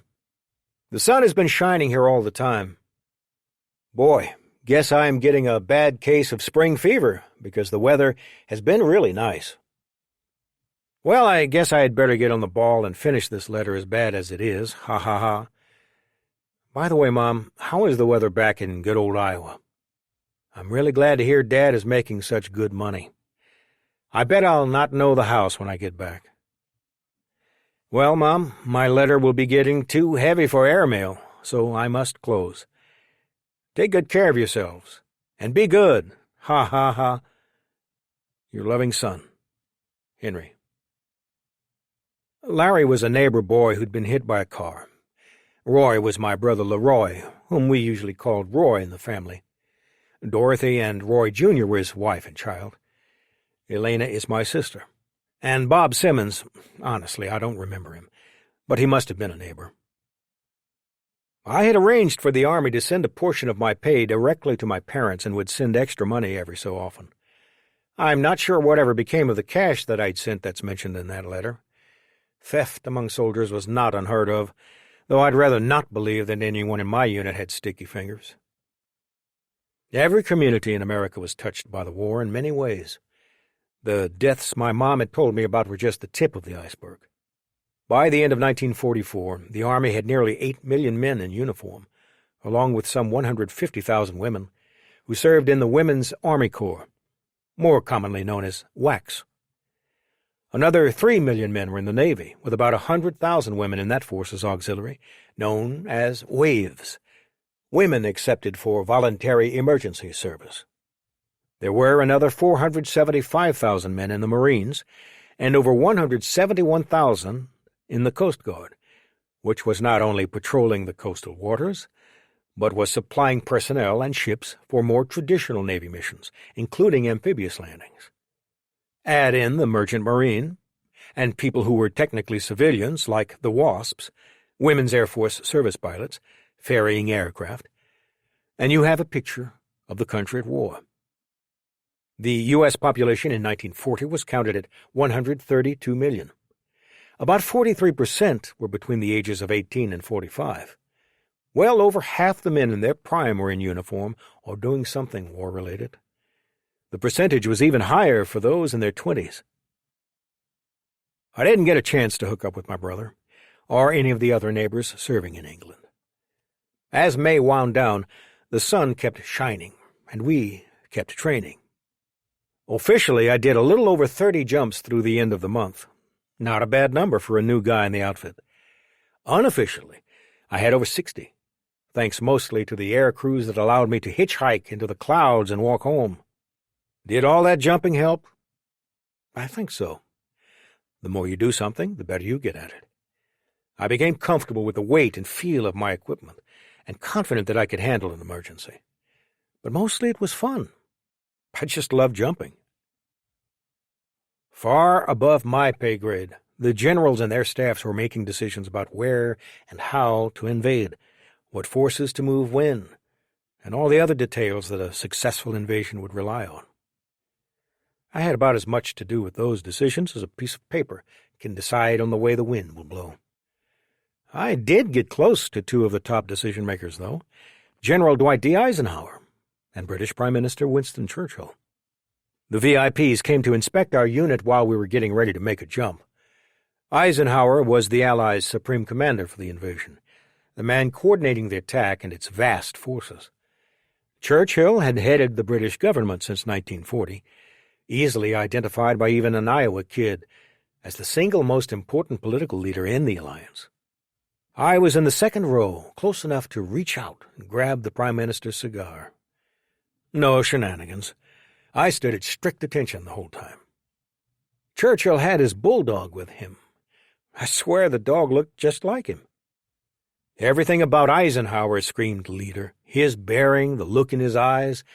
He was in a jovial mood that day and stopped often to talk to the men in the front row.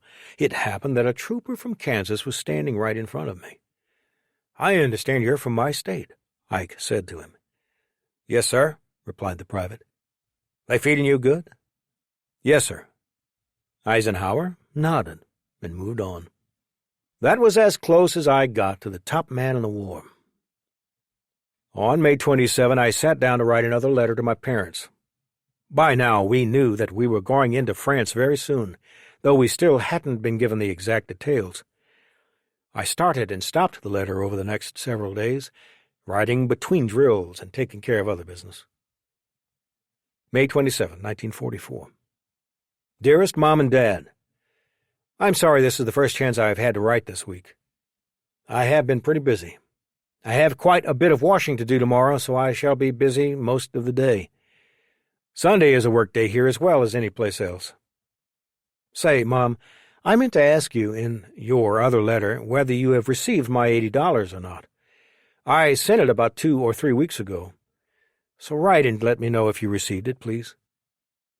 How is Dad coming along with the garden? And how is our garden? Everything must be well on the way of growing because it is almost June now. They will be having summer vacations at home next week, won't they? I'll bet all the kids will really like that. I know I always looked forward to summer vacation. Today is Sunday and the weather here is really fine. It could not be better. How are Dorothy and Roy Jr.? He must be a pretty big fellow by now. I'll bet Leroy sure would like to see him, and it probably won't be long before he does. I just finished my washing a few moments ago. I always have to wash on Sunday because that is the only time I have time enough. We're going to have chicken for dinner today. That's something that is rather rare over here. I still haven't had a chance to see Leroy yet, but I hope to very soon. I have been on this letter for 2 days so far. I finished 1 page yesterday and writing the rest on Sunday. I'm sorry I have to use such large envelopes, but they are the only ones I have. I am saving coins now, some from Sicily, Italy, France, and England, and some good old American money for luck. Well, Mother, time is getting short, so I must close now, but I shall write you again soon. Your loving son, Henry. It was the last letter they'd get from me. Not long after finally finishing it, I was told to grab my gear and board a truck for a new base. There was something in the tone of our officers and NCOs that we weren't going on another maneuver. The next time we jumped, we would be landing in France. Chapter 3. At Home. Looking back 75 years, the end of the war seems guaranteed by the spring of 1944. Russia had gone on the offensive east of Germany, beginning to take back territory it had lost in the German Blitzkrieg of 1941. Fighting in Ukraine and Crimea, the Red Army battered the Germans. They took great losses of their own, but their bigger population and ability to supply their army from factories beyond German reach gave them unstoppable momentum. In Italy, American troops were breaking free of Anzio, pushing the Germans farther north in heavy fighting. In the Pacific, Allied forces were fighting the Japanese in Burma, and the United States was staging for an attack on Saipan and the Mariana Islands, an offensive that would lead to air bases within range of the Japanese mainland. American and British bombers were flying around the clock, striking tactical targets in France as well as strategic ones in Germany. Anything that might help the Germans respond to an invasion was bombed, then bombed again. Meanwhile, the villages and towns of southern England were overflowing with troops waiting to take part in that invasion. But on the ground at that moment, with those troops back in the States, there was no sense of inevitable victory. We were confident we would win, but we had no way of knowing when the ultimate victory would come. And we didn't know the cost. Our leaders had agreed that they would accept only unconditional surrender, and surely that meant there would be ferocious fighting ahead. Back home, Franklin Delano Roosevelt had run for a third term as president in 1940, breaking the historical precedent set by George Washington that a president would only serve 2 terms. Roosevelt had named Secretary of Agriculture Henry Wallace to run as his vice president, itself a controversial decision because he had been a Republican earlier. Despite the fact that Wallace was from Iowa, Roosevelt lost in my home state. It was the reverse of 1932 and 1936 when he'd won easily. There were a lot of reasons for that loss in 1940. One was history. Republicans usually won in Iowa, and a lot of people didn't like the idea of a 3-term president. But another was opposition to war, and a lot of people thought Roosevelt was more likely than his opponent, Wendell Willkie, to get us involved. People forget that now. America didn't want war. We didn't want to be involved. Before Pearl Harbor, of course. Willkie's argument that Roosevelt would involve the United States in the European conflict found a lot of favor throughout the states and not just in Republican areas like Iowa. Roosevelt won the election with about 55% of the popular vote and 449 electoral votes to Willkie's 82. But the results were not as big as the landslides he had enjoyed in 1932 and 1936. Now, in 1944, he decided to run for a 4th term. Many in the Midwest, including Iowa, would oppose him for reasons that included the New Deal. There is a saying, "Don't change horses in midstream," and a lot of others about staying with the winning hand. Those applied to the war and the economy, but people were looking at other things too. And while Roosevelt would win, his totals were the lowest of his 4 elections. Roosevelt was my commander-in-chief, but I couldn't vote for him. Or against him, for that matter. The voting age back then was still 21. I could die for my commander, but not vote for him. Well, and I guess the truthful thing to say is that being 19, I wasn't much keyed into politics. The war was important to people, but it wasn't the only thing they thought about. Economically, though, the United States was all in. War mode ruled. Factories ran night and day. My little city of Clinton had not quite returned to its lumber glory days, but the factories were doing well, and there was plenty of work all around. My father had found a good-paying job at the railroad as a car maintainer. He would hold that job until he died years later. Arlene was working in a local factory making the stands for machine guns. She'd gotten her mother a position there, too. They would work a 12-hour night shift, coming home in time to get the younger boys off to school, handle the laundry, and cook some food for Arlene's dad and the kids. A little rest, and they'd be back at it again. Sometimes 7 days a week. It was a half-mile to work. They walked it every day. The money was one reason they worked, of course, but alongside of that, they felt good about helping the war effort. A lot of people, women especially, felt exactly the same. Maybe they couldn't be on the front lines with us, but they could at least do something. The feeling wasn't unanimous, though, and not everyone wanted to fight. The draft continued. Many of our younger brothers and friends were in the military or would soon be drafted. Even so, the Army feared a manpower shortage. Part of this had to do with organization, having the right sort of fighting men doing the right sort of things, like manning anti-aircraft units or armor. Projections made at the beginning of the war could become obsolete while a new division was still in training, or worse, had just taken the field. It took time to reorganize divisions and train men to do different tasks, let alone to equip them. And the introduction of a new weapon could set off a whole chain of reorganization. A new bomber meant new pilots and crew, possibly new airfields and new procedures. Projections on the number of infantrymen needed in Europe were especially low, and a whole range of adjustments were needed to fix this. But the manpower shortage was also due to shortfalls in volunteers and the draft. Besides deferments for men doing work critical to national defense, the Selective Service was originally reluctant to draft men with young children. This changed as the war went on until 1944, when about half of the men who had young families were being selected. People thought about the war. Most were very patriotic. But the war was neither one nor the only thing on their minds every minute of every day. June 1944. Overlord. Plans to invade France, codenamed Overlord, went through many variations before they were finalized in mid-May. But there were always some common features. A large-scale landing by multiple armies, with the bulk of the fighting to be done by American, British, and Canadian troops. It would be launched with complete control of the sea and the air, and would follow a concerted effort to soften defenses inland as well as on the beaches. Once Normandy was chosen for the landing, the general shape of the assault was set. An area of 50 miles was selected for the seaborne assault, stretching from Colville-sur-Orne, west of Caen Canal, to the area in front of Saint-Martin-du-Vaureville on the Cotentin Peninsula. The assault was divided into two forces.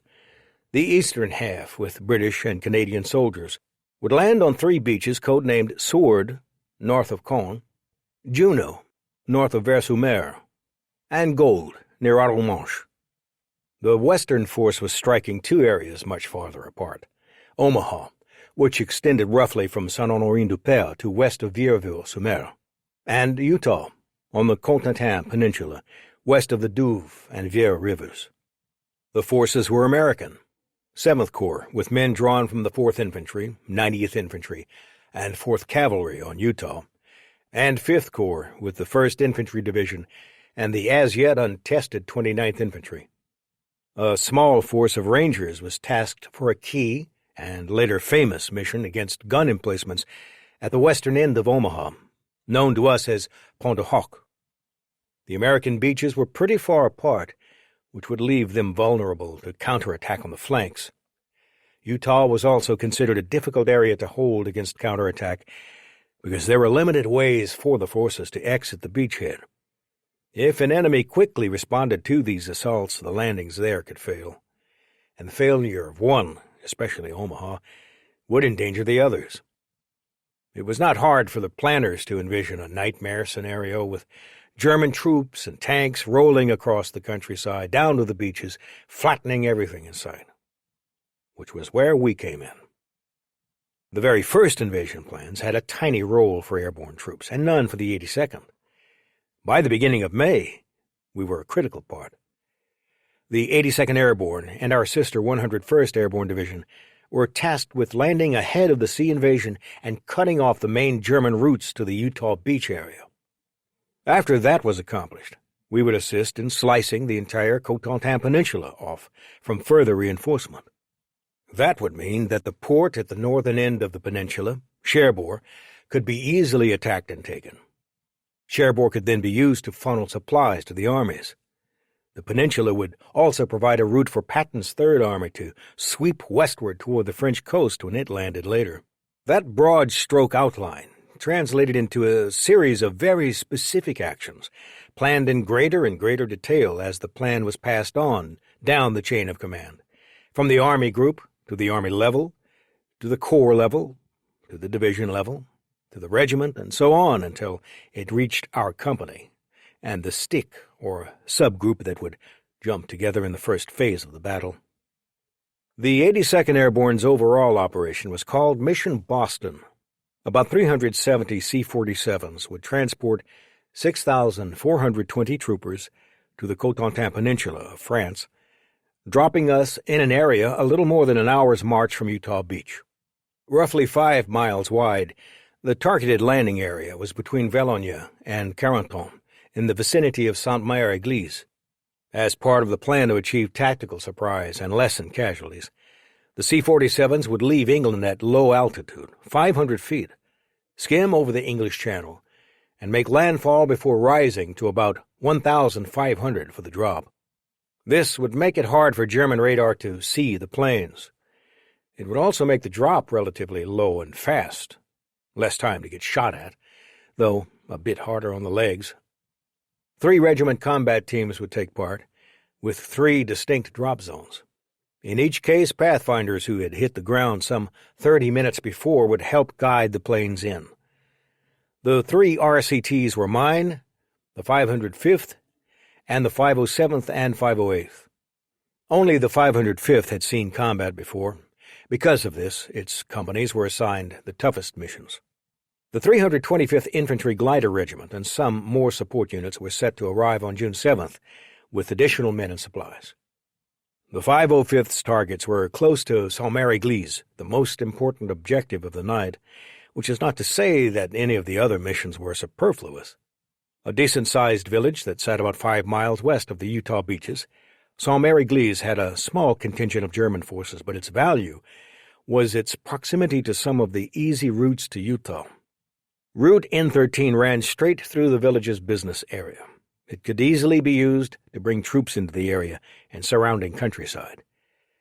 There was also a nearby train line, which potentially might be used, despite the severe attacks on German rail in the lead-up to the battle. The problem for the Germans using that route on D-Day, though, would be to get from Saint-Mary-Église eastward to where our guys were coming off the landing craft. While there were a few nearby roads heading in that direction, they had a common problem. If you started from Saint-Mary-Église, you had to cross the Memoir River, which meant using a bridge. That's where I came in. Some area bridges were to be blown up. Others looked useful for our future operations. The specifics on what to do with each varied. Ideally, the men from the 505th Regimental Combat Team assigned to land near the village would take control and capture the bridges nearby. Ideally, these bridges would be kept intact and used by our forces at some point after the initial landing. But if this couldn't happen, if the Germans mounted such a massive counterattack that we were overwhelmed and they regained or held the bridges, then the job would be to blow them up. My bridge was at Chef du Pont, about 1.5 miles south of Saint-Mary-Église. It was a tiny bridge, almost a culvert over a narrow creek outside of the hamlet. The Germans had flooded the area, making the area look like a lake. The bridge and its causeway were the only raised land and the only way across the bending river in that area. 6 of us combat engineers were selected to work with regular paratroopers assigned to Chef du Pont. I was the lone engineer in a stick that would be dropped in an area to the west of Saint-Mary-Église. We were to hook up after the jump and work together on our objective.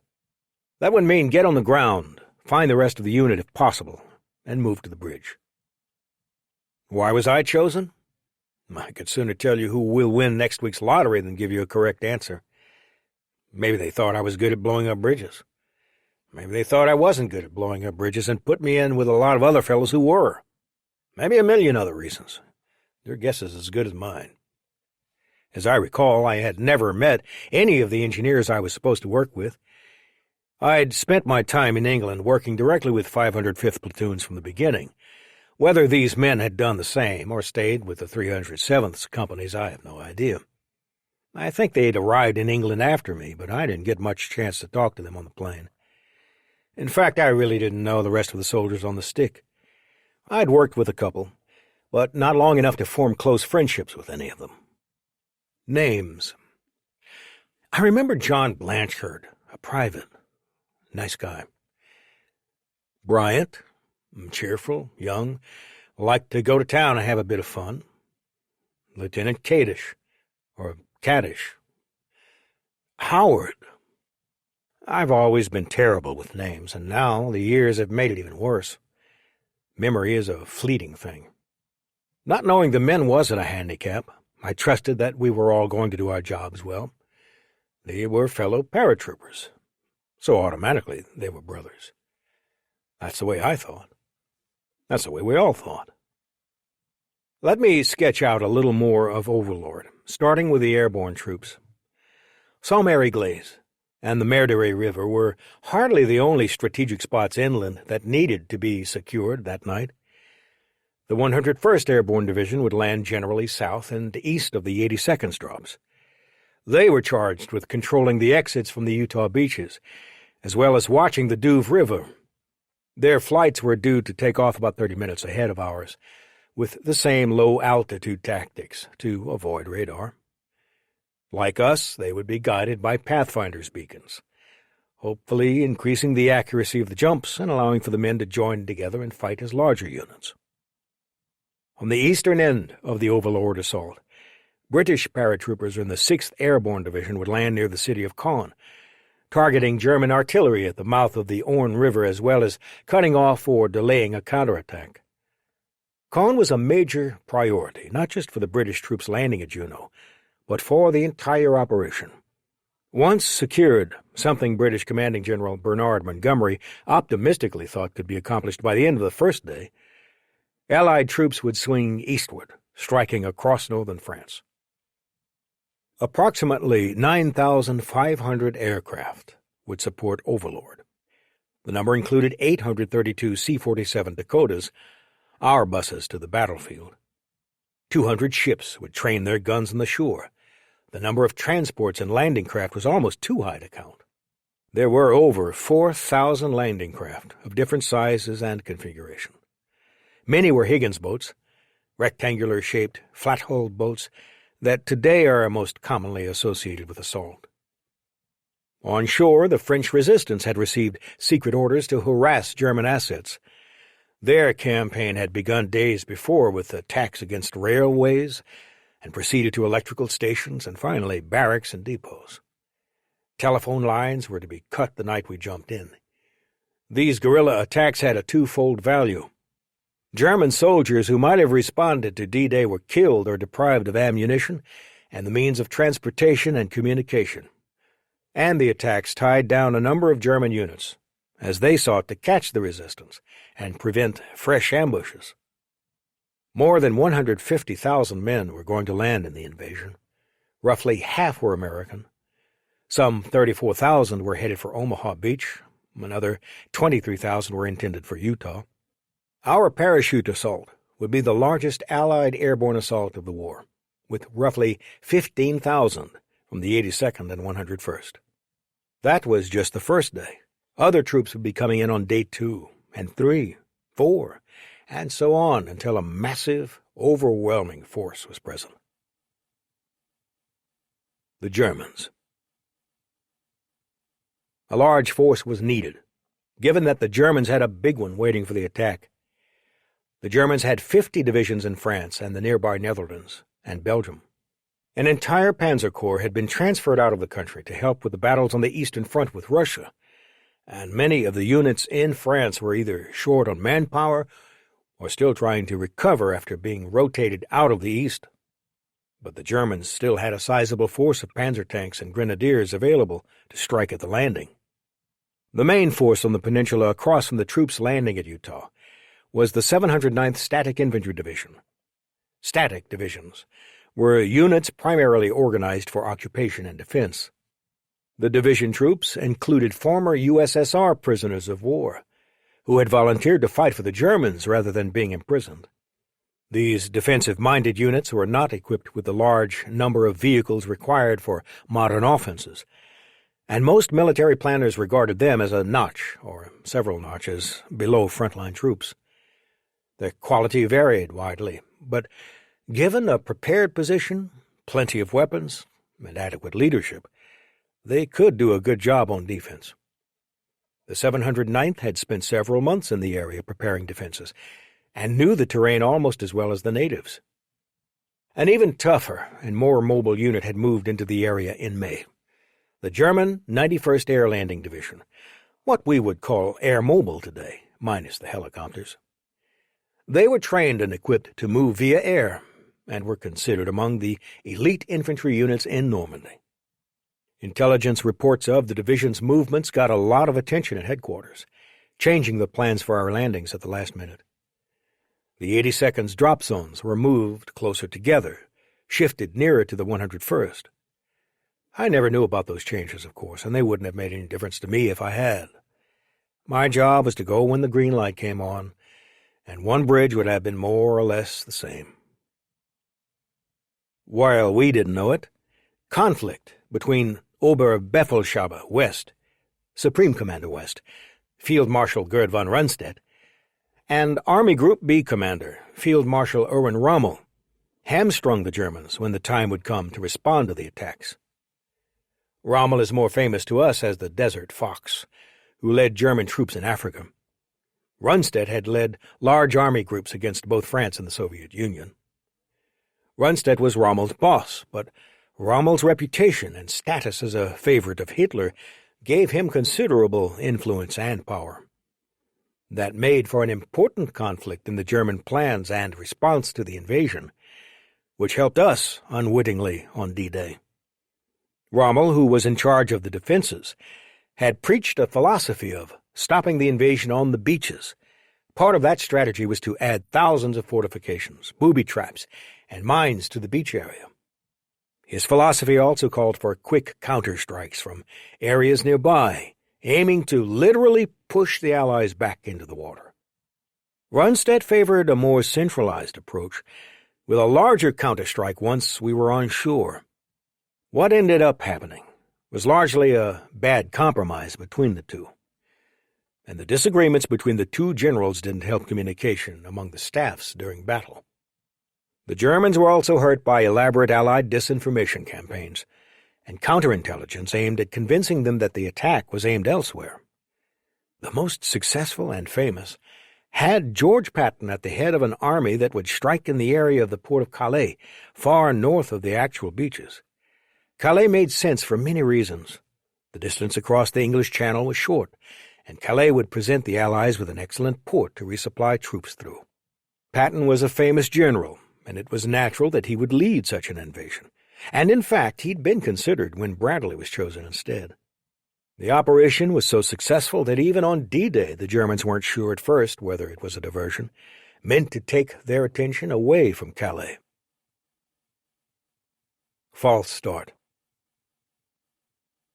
At the very end of May, we were taken to quarantine, a barbed wire camp at Spano Airfield in Northamptonshire, England, about 80 miles north of London. Not only were we behind the wire, but armed MPs patrolled the area. They were as much to keep us in as keep spies out. We weren't allowed to talk to anyone, including the MPs. The commanders started going over the plan with us using sand tables, three-dimensional mock-ups that gave you a rough idea of the elevation and layout. Key features were prominent. One of the important ones was the church and village of Saint-Mère-Église. The church spire was the sort of landmark you could use to orient yourself even from a few miles away. I quickly memorized it. The town of Saint-Mère-Église had existed for hundreds of years, centered on a church nearly as old. The houses clustered in a cross, almost an X if you looked at it from the right angle. The place had known plenty of blood in its long history, having been a focal point during the 100 Years' War. Not one of the briefers mentioned that history. Even if they knew it, I'm sure none of us who would be parachuting there would have cared. We were more interested in how the city might be defended, and the fields nearby, which seemed to promise easy landings. Not easy, but manageable. 3 drop areas were designated, with the village roughly in the middle. Each unit had a different task, from taking control of the town to getting a hold of the bridges. Talking among ourselves, some of the veterans thought the plan was good, and that we'd have an easy time, if we were not spread out when we jumped. On June 3rd, we got the word. We'd board our planes late the next day and jump into Normandy after 01 June 5th. Once again, everything was laid out on the sand tables. At the last minute, I was tasked to work with an infantry unit from the 505's Company F, one of the units assigned to capture the bridge at Chef de Pont. I was ready. My job was simple: help capture the bridge, and if the men I was with couldn't do that, I'd blow it up. Easy. Briefing done, we went back to what we'd been doing. New equipment was issued, including a pocket-sized Bible. I wasn't much on religion, but I thought, why not take it? It's free. I read it as history, and I read quite a bit over the next few days. There wasn't that much else to do, really. I wrote letters to my mother and Arlene that would be sent after the invasion. I checked and rechecked my gear. Other guys cleaned their weapons for the umpteenth time, There were card games and dice. There were always card games and dice. A few guys read books or comics or whatever they had. Still, more just waited. And waited. Church services were offered that night. I wasn't a real believer. Closer, I think, to an atheist, even if they say there are none in war. But I went to the service anyway. Maybe I sensed there was something more to life than I'd known until then. Maybe I was just bored. One thing the minister said stays with me today. You're fighting for what is right. On D-Day, paratroopers generally carried some 70 pounds of gear into combat. Because of my equipment as a combat engineer, I carried a bit more. Not only in my ruck and other gear on my body, but in a satchel attached to my leg. What did I have? Well, there was the main chute, of course, along with a reserve. My Thompson submachine gun and 8 magazines. We usually called them clips, though that's not technically correct. Of ammo, with each mag holding 30 rounds. I also had 5 mags for my .45. I had a long rope I could use for climbing out of trees or off a building if I got stuck landing. Then there was my trench knife, whose handle was molded as brass knuckles. I carried a gas mask. We weren't sure if the Germans might use gas against us. A trenching tool. Picture a short-handled folding shovel. Compass, flashlight, K-rations. Can't forget those. About 3 days' worth. D-bars, not-so-sweet-tasting chocolate bars for energy on the run. 2 concussion grenades. 4 fragmentation grenades. Canteen, first aid packet, pocket knife, sulfur bandage, toothbrush, razor, soap, foot powder, small oil can to clean my weapons. I also had a fighting knife in my boot, just in case. No change of clothes aside from a pair of socks, and if there had been room for anything else, it would have been ammo, not underwear. I carried one other thing that most other paratroopers didn't: dynamite in the package that would be strapped to my leg when I jumped. There were 15 or 16 blocks of TNT, along with some Composition C, another explosive. Think of it as a plastic explosive whose modern counterpart is C4. I had 4 caps and some cord to set it all off. I also had a little plunger, just like you've seen in the movies. TNT takes a bit to explode, as did Composition C. The caps were a different story. I carried them surrounded in cotton, and to the extent I could, kept them separated from the primer cord, and everything else, for that matter. Having spent much of my childhood living by railroad tracks, where the rush of trains was my lullaby, I've always been able to sleep well, no matter what else is going on around me. The night of June 3rd was no exception. But when I got up, I found it was raining. The wind blew something fierce. Bad sign. We waited, but most of us probably knew, and maybe hoped, that the invasion would be put off because of the conditions. Our mission was critical to the invasion's success, and there was no way to jump in this weather. After all this preparation, we didn't want to miss the action. Word soon came to stand down. These days they have computers, satellites, and fancy radar to predict the weather. Back then, let's just say, meteorology was more art than absolute science. At his secret headquarters in a trailer in Southwick, England, Eisenhower was faced with a huge dilemma. Not only was the weather for June 5 bad, the weathermen were concerned that it would remain that way through June 7 and maybe beyond. Many factors had gone into the decision to set the invasion for June 5, among them were the position of the tides and depth of water at the beaches. That made for narrow slots when the attack could be launched. In this case, if the invasion didn't go off on June 6, it would have to be delayed at least 2 weeks. Rescheduling the attack might have been an easy task a few months before, when the operation was still a matter of paper maps and thick reports. Now, though, there were 175,000 men aboard troop ships, or waiting nearby in ports. There were 7 battleships in cruising distance of Normandy. There were 1,000 things, small and large, that could tip the enemy off to our targets, giving him time to rush fresh troops to the area and meet our armies as they came off their boats. So much had been set in motion that stopping it now was barely possible. On the other hand, launching without proper air cover, without paratroopers behind the lines to cut off counterattacks, with the seas so high and wind so fierce that a good portion of the invasion force would drown before reaching the rocks and sands of Normandy. That, too, might spell disaster, not just for the operation, but the war itself. Eisenhower had been sorting through the problem since Friday, when the conflicting views among the meteorologists nonetheless pointed toward stormy conditions. Full of menace was the way the chief weatherman described the forecast. The briefing got worse from there. Eisenhower pressed the meteorologists for answers Saturday. Would things clear up in time? They could only guess, and guesses weren't good enough. Those ships had already sailed, and we were ready to go. The invasion was put off for 24 hours. More card-playing, more dice, more praying. Eisenhower spent a restless night. Forget the logistical nightmare and the potential loss of surprise. What would a delay do to morale? There was one unexpected benefit to the bad weather. The Germans had forecasters, too, and they made the same dire predictions our guys had. Their conclusion was that the weather would remain poor. The High Command relaxed. Rommel went home to Germany to celebrate his wife's birthday. It was a slight moment of inattention, but those sorts of slips can mean everything in war. The sun smiles. I woke up June 5 to a full, smiling sun and a gentle breeze. I knew instantly this was going to be the day. No, it didn't happen that way.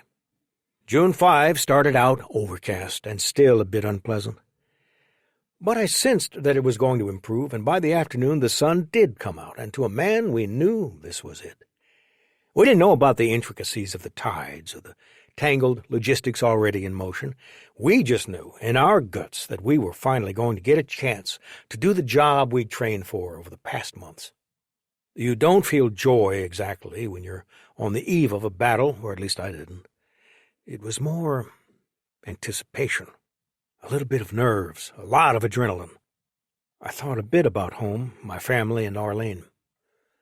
Would I marry her? Absolutely. She'd already said yes. I'd bought an engagement ring soon after arriving in England to seal the deal, though for some reason I couldn't find it now. An omen? More likely theft or maybe carelessness, or maybe it was somewhere at the bottom of the gear tucked away at the bottom of my barracks bag in the barracks. Not likely. I suspected a thief. Unfortunately, even an elite group like the 82nd had fellows with sticky fingers. We weren't all saints and heroes. Or maybe we were, just depended on the circumstances. People can be thieves as well as heroes. You had to trust that the one next to you was more hero than thief on the battlefield. There were other things to worry about that night. The location where we were jumping, the wind, the Germans. I'd never shot a man before. I didn't worry too much about that. I checked my gear, my gun, and read my Bible. I used Arlene's photo as a bookmark, slowly turning the pages. I joined the rest of my stick under the wing of our plane as the sun edged down. A few of us chatted about different things, none of them really important. Food, girlfriends, possible girlfriends. A few didn't want to talk at all, keeping to themselves, probably thinking about some of the things I had. Finally, we got the word and climbed aboard the C-47. The big cargo planes had seats running along each side. Depending on the version, they might be a straight bench or bucket seats. Ours had the buckets. We were going in style. You sat in the order you went out, usually one row standing and jumping, with the next side following. Ordinarily, the officer or a senior NCO in charge went out first, but that night I was next to the door, first up, first out. This wasn't an honor I got for being terrifically skilled, let alone for being the highest-ranking or oldest on the plane. The oldest man in my stick would have been around 23. I may have been the youngest at 19, still a few months shy of my 20th birthday. I was gifted the position next to the door and first one out because I was carrying the explosives. I think it was meant to give me the highest possibility of landing on target, Or maybe it was because the jump master feared my bundle would trip someone or get tangled in the gear. On the other hand, he may have been thinking that if we caught fire, it would be smart to get the explosives out first. The door to the plane had been removed, and sitting next to it gave me a good view outside. I craned my neck around, watching as the aircraft's 2 engines came to life. We vibrated slowly across the field, joining a line of similar transports, each undoubtedly as overloaded as ours. Eisenhower visited some of the paratroop units before they took off. I don't recall seeing him, but I do remember his speech, which was to be broadcast or read to everyone taking part in the invasion. What stuck with me was the frank reality of his message. Our enemy is well armed and prepared. Soldiers, sailors, and airmen of the Allied Expeditionary Force, you are about to embark upon the great crusade, toward which we have striven these many months. The eyes of the world are upon you. The hopes and prayers of liberty-loving people everywhere march with you. In company with our brave allies and brothers in arms on other fronts, you will bring about the destruction of the German war machine, the elimination of Nazi tyranny over oppressed peoples of Europe, and security for ourselves in a free world. Your task will not be an easy one. Your enemy is well-trained, well-equipped, and battle-hardened. He will fight savagely. But this is the year 1944. Much has happened since the Nazi triumphs of 1940-41. The United Nations have inflicted upon the Germans great defeats in open battle, man to man.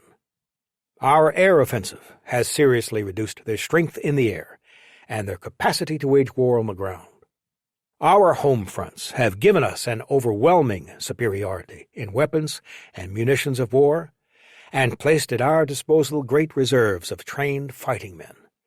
The tide has turned. The free men of the world are marching together to victory. I have full confidence in your courage, devotion to duty, and skill in battle. We will accept nothing less than full victory. Good luck, and let us all beseech the blessing of Almighty God upon this great and noble undertaking. Brigadier General James Gavin, the 82nd's second-in-command, gave his own speech. Remember, you are going in to kill, or you will be killed. We lumbered into the air. It was somewhere around 2 p.m., a little later. The Pathfinders were already en route, perhaps had even started to draw fire. The plane rose slowly, then began to circle the field, waiting for the other planes to join up in the formation. Somewhere in the Armada, forming around us, Major General Matthew Ridgway, the 82nd Commander, was aboard one of the lead planes, checking his gear, intending to jump with the first groups hitting France. His second-in-command, General Gavin, was in another aircraft. Airborne generals lead from the front. I could see the moon out the door, and the outlines of other planes, many still rising, others flying in from one of the other airfields. France was out there somewhere. Just an idea of a place, something I'd seen on a sand table, not real yet. The guys near me talked about their girlfriends, whose was prettier. Someone made a joke. There was some laughter, more jokes. We stopped circling. The moon shone bright in the sky. We may have been above the clouds. I may not have had much of an angle. I may just be misremembering after all of these years going by, but I swear I could see 1,000 ships on the English Channel. I swear I can remember feeling a great deal of pride, knowing that my country had managed to produce all of these forces. I swear I knew that with so many men, so many arms, surely victory lay ahead. I glanced at a watch. We were less than a half hour from war. Not 30 minutes from hell. Chapter 4. Drop Zone. Green light. The immense armada all around us filled me with pride. I was part of a vast undertaking, a huge force mustered to free people who'd been imprisoned by the Nazis now for 4 years. I'd heard America called the arsenal of democracy. Here was the evidence of that. That grandiose sensation passed as we got closer to land. The sky had been clear when the plane dipped low to get in under the radar.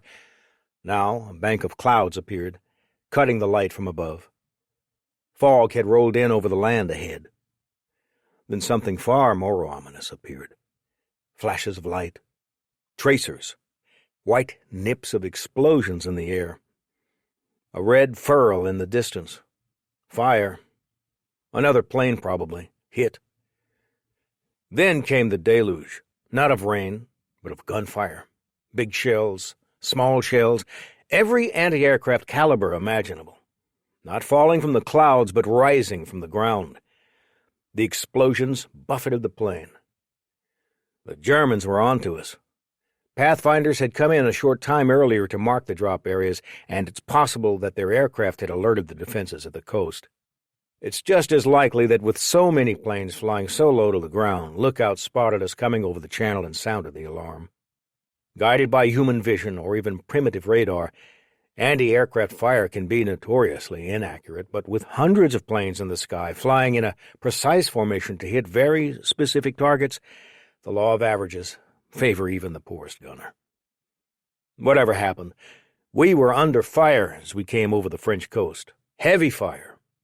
In my mind's eye, as I think back, I look again through the door, twisting around to see what was going on.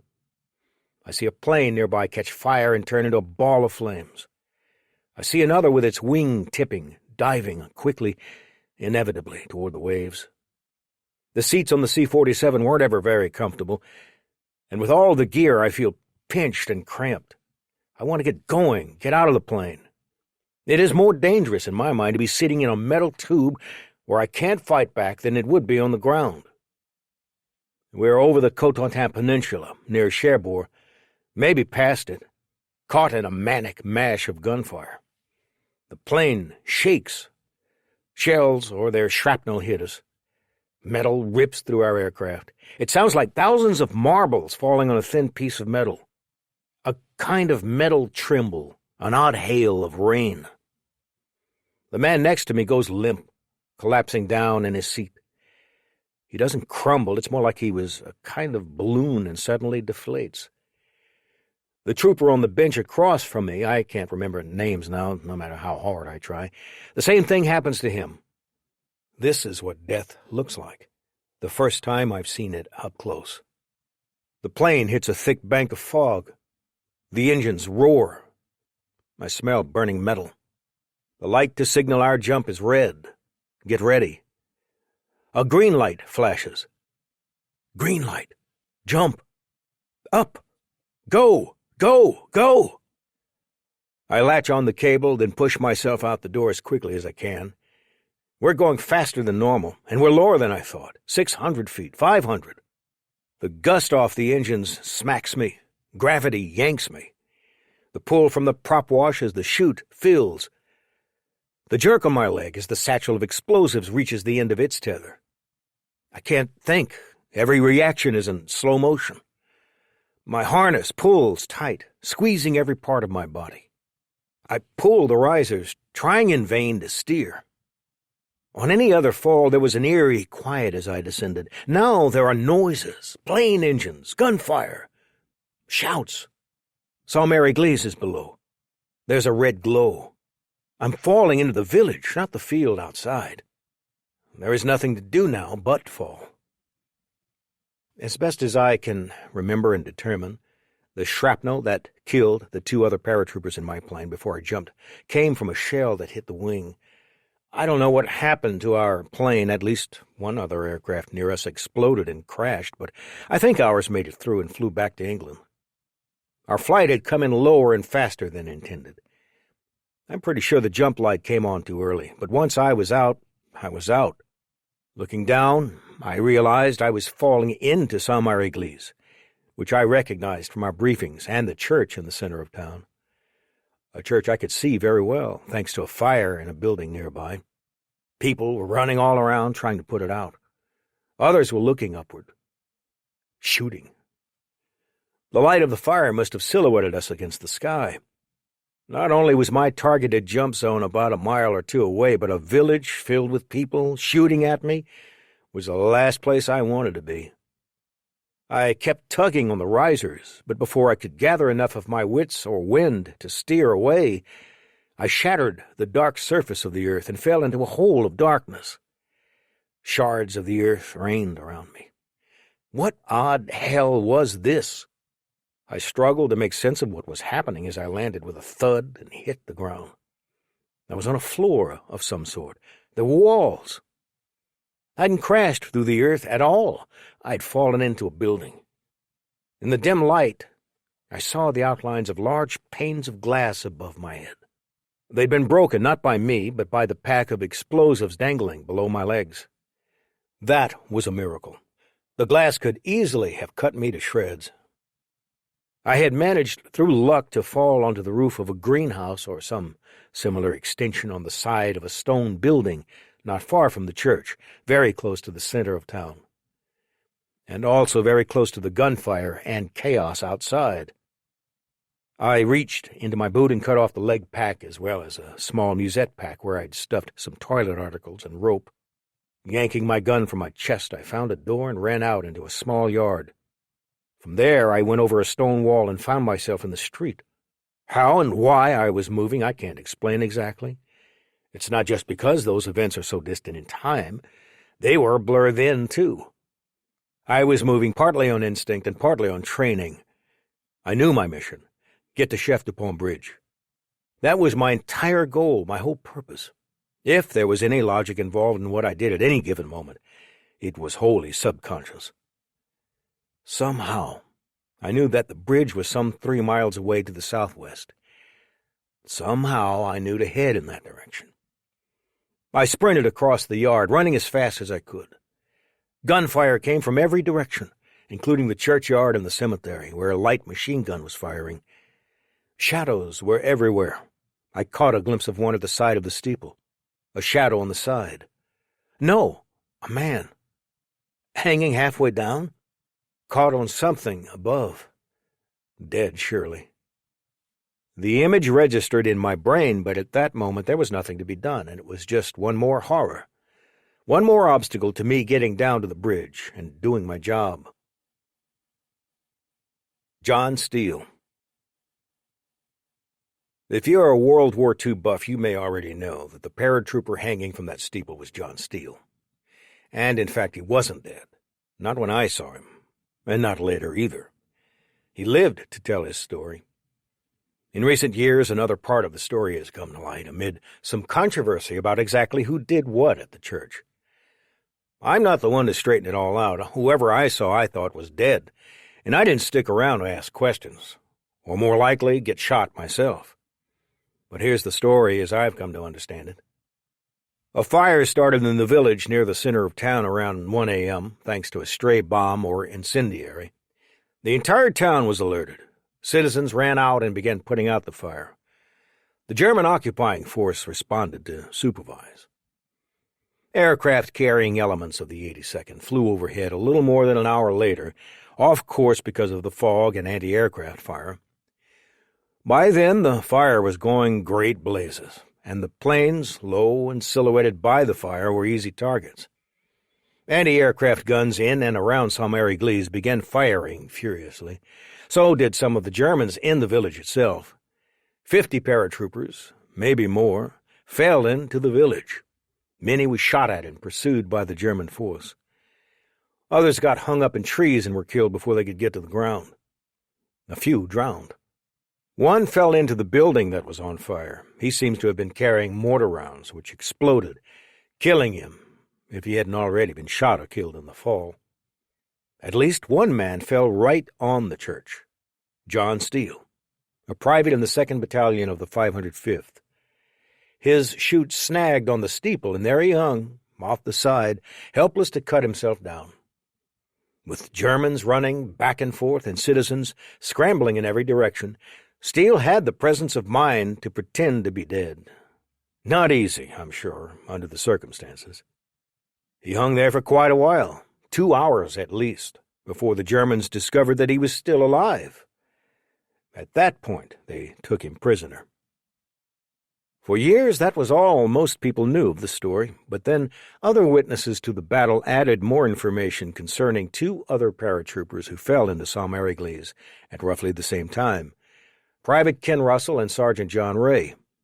Like Steele, they were members of F Company, and presumably would have jumped within moments of each other. Russell also came down against the church building, crashing so hard that he nearly blacked out. His chute, or the line, was caught in the decorative gargoyles below the church roof. The snag left him dangling about 20 feet from the ground. He saw another man dangling above him nearby, though the man appeared to be dead. The other man was presumably Steele, though in the darkness, and under the circumstances, neither he nor anyone could be sure. At roughly the same moment, Sergeant John Ray landed nearby. Ray was almost immediately shot by a German soldier and fell. The German then turned his attention to the church, where Russell and Steele were hanging. As he aimed his gun, he suddenly fell. Ray had managed to pull out his pistol and shoot the German. Grateful to be alive, Russell cut his lines. Hobbled by the fall, he found Sergeant Ray dead. Thinking his two fellow soldiers were both gone, he went off looking for others in the stick, or someplace to hide.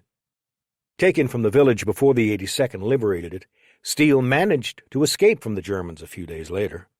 Though he told his story several times, and it became famous when Cornelius Ryan included it in his book about D-Day, The Longest Day, he apparently never mentioned either of the other two men. Russell seems not to have publicly shared his part for many years either. Chaos of battle. I can understand why there are different versions of what happened that night. It would be shocking if there weren't. My first few minutes in Somme-Erigles were total chaos, a mental struggle to gain control, or at least some bearings. People talk about the fog of war. I was in it, and the fog was very, very thick. If there was a gun battle taking place around me, I don't remember it. I can't visualize it when I close my eyes. I can remember running and the sounds of guns and the weight of everything, the sweat in my clothes, the sense that I didn't want to die before I completed my mission, my desire to do my job. I believe I ran through the street without being shot at. This may not be true since there were plenty of Germans around, though they seem to have been concentrated around the center of town. Whatever the case, I got out of the village without being hit, that much I know for sure. Looking back once again in my mind's eye, what I see as I head out of town are several other paratroopers stuck in trees, already dead, shot before they could get out of their chutes. How many I saw, where exactly they were, at the outskirts of the village, in the field below it, along the road to Chef du Pont, I can't say. The only thing that remains intact is the terror. I still feel the emptiness that comes with recognizing a fellow soldier, a buddy, is dead. I found a road and headed in the direction of the bridge. According to the map, the Chef du Pont bridge would have been about 3 miles from where I landed, beyond the little hamlet that gave the bridge its name.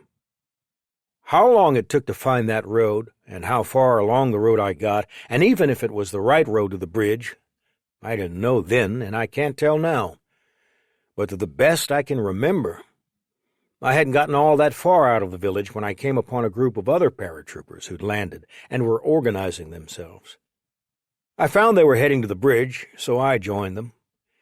There were between 30 and 50 of us all told. It was hard to tell in the dark. A lot has been written about the tin crickets we used to communicate that night, and the code words and such. The crickets were pieces of tin like a kid's toy, which made a clicking sound when you clicked it. We were supposed to click once from cover, then wait for the recognition signal, 2 clicks. Or if you lost your clicker, you could give the code word flash. Thunder was the right response. I didn't do any of that. Meeting this group was the only time it would have been necessary, and it was obvious who we were, and a few words would have made it clear anyway. We started moving toward Chef du Pont. The core of the group, or at least the leaders, were from Company F, but the rest was a real mishmash. I think there were soldiers from the 508th as well as the 505th, And it's even possible a man or two had jumped with the 101st Airborne Division, which would have put him very far off course. In the scramble of the drop, people landed in all sorts of places. You worked with whoever you could find, doing whatever needed to be done. We all knew that the bridges were among the main objectives. At some point, the group I was with split in half and began walking on the roadside and in the fields flanking the road. We were spread out to avoid being surprised and to make it easier to attack any Germans using the road. The fields were lower than the road, with mounds or underbrush dividing them from the pavement. The height varied, but the entire stretch was perfect for an ambush. We hadn't gone too far when we heard the sound of 2 or 3 vehicles heading in our direction. It took moments to get into position for an ambush. The little convoy included a couple of trucks and a Kettenkrad, a light towing vehicle. The trucks were moving slowly, easy targets, and within moments the drivers and the few passengers were dead. It was the first time I'd shot at someone for real. I don't know that I killed anyone. I don't even know for certain that I hit any of the Germans, though I certainly believe I did. That night was still speeding by, events all in a rush, too quick to analyze. I was still green, unused to it all, running on adrenaline. We took the Kettenkrad to use and piled some of the shells and explosives that had been in a truck into the back. They would be very useful for blowing the bridge. What's a Kettenkrad? You might describe the German vehicle as the bastard child of a motorcycle and tank. The front end had a single wheel like a motorcycle. The back was an open chassis on tank treads, just big enough for 2 men to sit in the back while another steered at the front. It did the job that today's soldiers use ATVs for. One of the paratroopers got in the front and began steering, tentatively, down the road. 4 or 5 of us walked along with him, spreading out once more. With the Kettenkrad, we were the ones who could be easily ambushed. I don't know why the Germans hadn't been more alert, why they didn't suspect there might be an ambush, why they thought they were safe. We had no illusions. The Kettenkrad moved slowly. I was on the right side of the road, alone, a few minutes later when we heard machine gun fire. It took another few seconds to realize bullets were flying in our direction. Everyone ducked for cover. The gunfire was coming from about 100 yards away. That may sound like a lot, but it was well within the range of a German machine gun. Fortunately, in the dark and the tangled vegetation, we weren't easy targets. I quickly realized that I was on the opposite side of the road from whoever was firing at us and began advancing, trying to catch a glimpse of what we were up against. I soon saw that we were not fighting a machine gun nest at all. It was a German tank. I wasn't thinking straight enough to be scared. I didn't feel anything, really. Not fear, and certainly not joy. I just started acting automatically, as I'd practiced in training. I moved in the direction of the tank, flanking it, somehow confident that I wasn't going to get shot at. A plan formed in my head. I'd run past the tank to the end of the road where it formed a T intersection. I'd cross and come up behind it. There I could shoot the man who was working the machine gun on the turret, and then either find some way to immobilize the tank or wait for my companions to help. The clatter of the machine gun would keep the Germans from hearing me. They probably wouldn't see me either. They'd be too busy trying to kill the men they'd pinned down. It was dark, and I was coming from an unexpected direction. Everything went perfectly until I reached the end of the road, rounded the corner, and promptly fell into a slit trench. There was a German soldier not 2 feet from me, looking down the road where my companions were trapped. He turned. That face I remember. Other details of that night, like so many details, I have forgotten or even distorted, but that face I will not forget. A young man, probably my age. Surprised, and yes, scared. I shot him. 2 bullets. I didn't, and don't know if I'd killed anyone earlier, but this man I know I killed. I'm not bragging. It was my job. It was war. I would soon kill many other men, some so close I could feel their breath. So many men that most would fade quickly or not even make an impression. But this man I won't forget. The soldier was a grenadier, and in his slit trench he had a Panzerfaust, the bazooka-like weapon that I'd learned to fire in England. I left him, but took his weapon, and moved across the road so that I was behind the tank, which was sitting on the side of the road a short distance from the T. I couldn't tell in the dark exactly what kind of tank it was. The Germans had both Tigers and Panzer IVs in Normandy, along with heavy Panthers and lighter, repurposed French Renaults. If I had to guess, I'd say Tiger. Whatever it was big and dark and shooting at my buddies. I crept closer. I was probably a bit too close as I think about it now, but the shell hit square in the back of the tank. It didn't destroy it or kill the crew. A few moments later, the hatchway popped open and they began climbing out. By then, I'd thrown down the Panzerfaust and grabbed my Thompson. The explosion had dazed them. They were close and disoriented, unsure what was going on. Within a few seconds, they lay on the ground, bleeding profusely or already dead. I didn't stop to check, running instead to get the rest of my guys. With the intersection cleared, I joined the others heading to Chef de Pomme. We reached a group that had dug in above the bridgehead, which was now in American control. I was told that we had the bridge, and there'd be no need for me to blow it up. Instead, I was ordered to dig a foxhole. Not long after I finished, the group I'd hooked up with was ordered to join other paratroopers who were rallying to take Saint-Mary-Glaise. It turned out that the bridge at Chef de Pomme was not taken that night. In fact, it would take 2 more days and a lot of blood before it was secured. But that is the fog of war. Information is at a premium, and good information is sometimes non-existent. The battle at Saint-Mary-Glaise had actually started a good hour or more before we landed, when the building I'd seen on fire had first begun to burn. The Frenchmen trying to put it out were stunned to see aircraft flying overhead, followed by the round circles of parachutes and the constant ack-ack of the nearby anti-aircraft guns. The Germans who controlled the town shooed the townspeople back to their houses and began gunning down the paratroopers.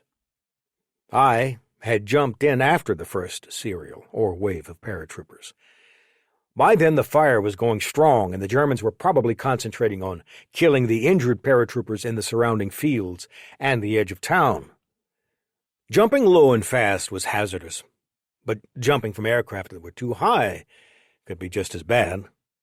If you lost a few panels on your chute, which could happen for different reasons, you fell even harder. The darkness made it close to impossible to prepare for your landing. A hard landing could mean a broken leg or hip. If you were stuck in a tree, odds were good that you'd be shot before you got out of the harness. But enough of our guys managed to group together outside of town to run out the small contingent of German defenders as the night wore on. And by the time I arrived, Lieutenant Colonel Ed Krauss had hung his American flag up at Town Hall. The colonel had hoisted it around 0430, hours ahead of schedule. He'd promised to get the flag up by nightfall. The colonel had flown the same flag in Sicily and Naples. He was another one of our lead-from-the-front guys. Seeing that flag made me feel pretty proud. There were other sights, though, that didn't. Paratroopers hung by their lines from trees, and bodies, American, German, and French civilians, were scattered around. At no point that first night or any of those nights did I ever feel safe. The history books may make it seem as if we were in a very secure position with a guaranteed win. I felt the exact opposite. I was constantly worried about having enough ammunition. I saw how tired and pressed other guys were and wondered if I looked the same. If the Germans managed to mount a large attack against the town or one of the bridges, we would be in big trouble. I knew I'd do what had to be done. I just worried it wouldn't be enough. There is no good way to die in war. But of all the horrible ways men failed that night, one of the worst had to be by drowning. As part of their defense system, the Germans had flooded fields throughout the region. The water was several feet deep in places. Beneath it, the ground was a mucky quicksand. A number of paratroopers died when they descended into the flooded fields around the peninsula and drowned. We knew that the Germans had flooded areas near the beaches, narrowing the usable terrain so much that the roads were like thin causeways, greatly restricting movement. We didn't realize how much they had flooded inland, too. Why not? One theory is that it was difficult to detect in the aerial photos at the time. Thinking back, flooding the fields probably hurt the Germans a lot more than us. If they hadn't turned some of the farm fields into swamps and shallow lakes, they might have been able to send tanks to ford the river and really given us headaches. Maybe we would have come up with another way to defeat them. There are many variables in war. There were other hazards besides the flooded lands. The Germans had planted fields with what became known as Rommel's asparagus. Wooden stakes or posts a few feet high with mines posted on top, placed to discourage glider assaults. Landing on one was a death sentence. Though I'd been trained to disarm mines, I didn't have to deal with any that night. That may just have been the luck of the draw, because there were plenty around. The Germans had a number of nasty devices, none more so than the Bouncin' Betty. This was an anti-personnel mine, typically buried in a field. It looked like a coffee can with a metal tube sticking out the top. The tube was part of the trigger mechanism, attached to a tripwire or pressure sensor. Once triggered, the mine shot upward, then exploded about groin high. Steel balls or scrap metal would shoot out, often catching its unlucky victims in the privates or nearby torso and legs. The mines were quite lethal. We'd been taught in training that the spray could wound or even kill at 450 feet. These mines had a simple safing mechanism. You stuck a small pin into a hole near the trigger at the top, and it could not go off. Finding them, though, could be hard. Without a metal detector, you would have to get down close to the ground and probe with a knife. While it was safer to be on the ground when one of the mines went off, in hopes that the exploding cloud of shrapnel would miss you, probing a field for the devices was as nerve-wracking as it was time-consuming. The Germans also had these wooden mines, the Schumann 42. They were geniuses with these. You couldn't find it with a metal detector. You had to use your eyes, look for signs in the terrain. Or maybe you'd know there were mines because of warning signs. Then you could poke around very, very carefully. You'd find one mine and start probing with a bayonet to find where it was at. Feel around to get the dimensions. Make sure there were no wires or anything to trip or connect it to another mine. But you had to be extra careful, because sometimes these mines were booby-trapped, one on top of the other. Move the top, and the bottom explodes. There were other hazards that night, though far less fatal, related to some humorous stories, though I'm sure they weren't very funny at the time.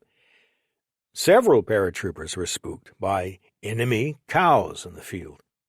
A few landed in odd but not life-threatening positions, though there, I guess my greenhouse probably takes the prize.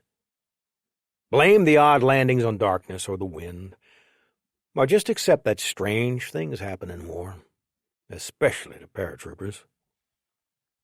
By daybreak on June 6, the men down at the beaches were dealing with much worse obstacles, especially on Omaha.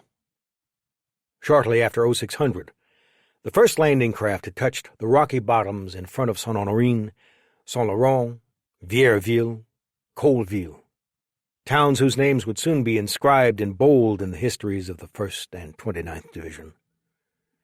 They'd been met with murderous gunfire, mortar shells, and artillery. It took hours and many deaths for the soldiers to reach the few cuts that led to the high ground above. Hand-to-hand fighting and sheer willpower finally gave the troops there enough of a foothold to consider the invasion a success by late in the afternoon. Things were easier on Utah, the beach closest to us.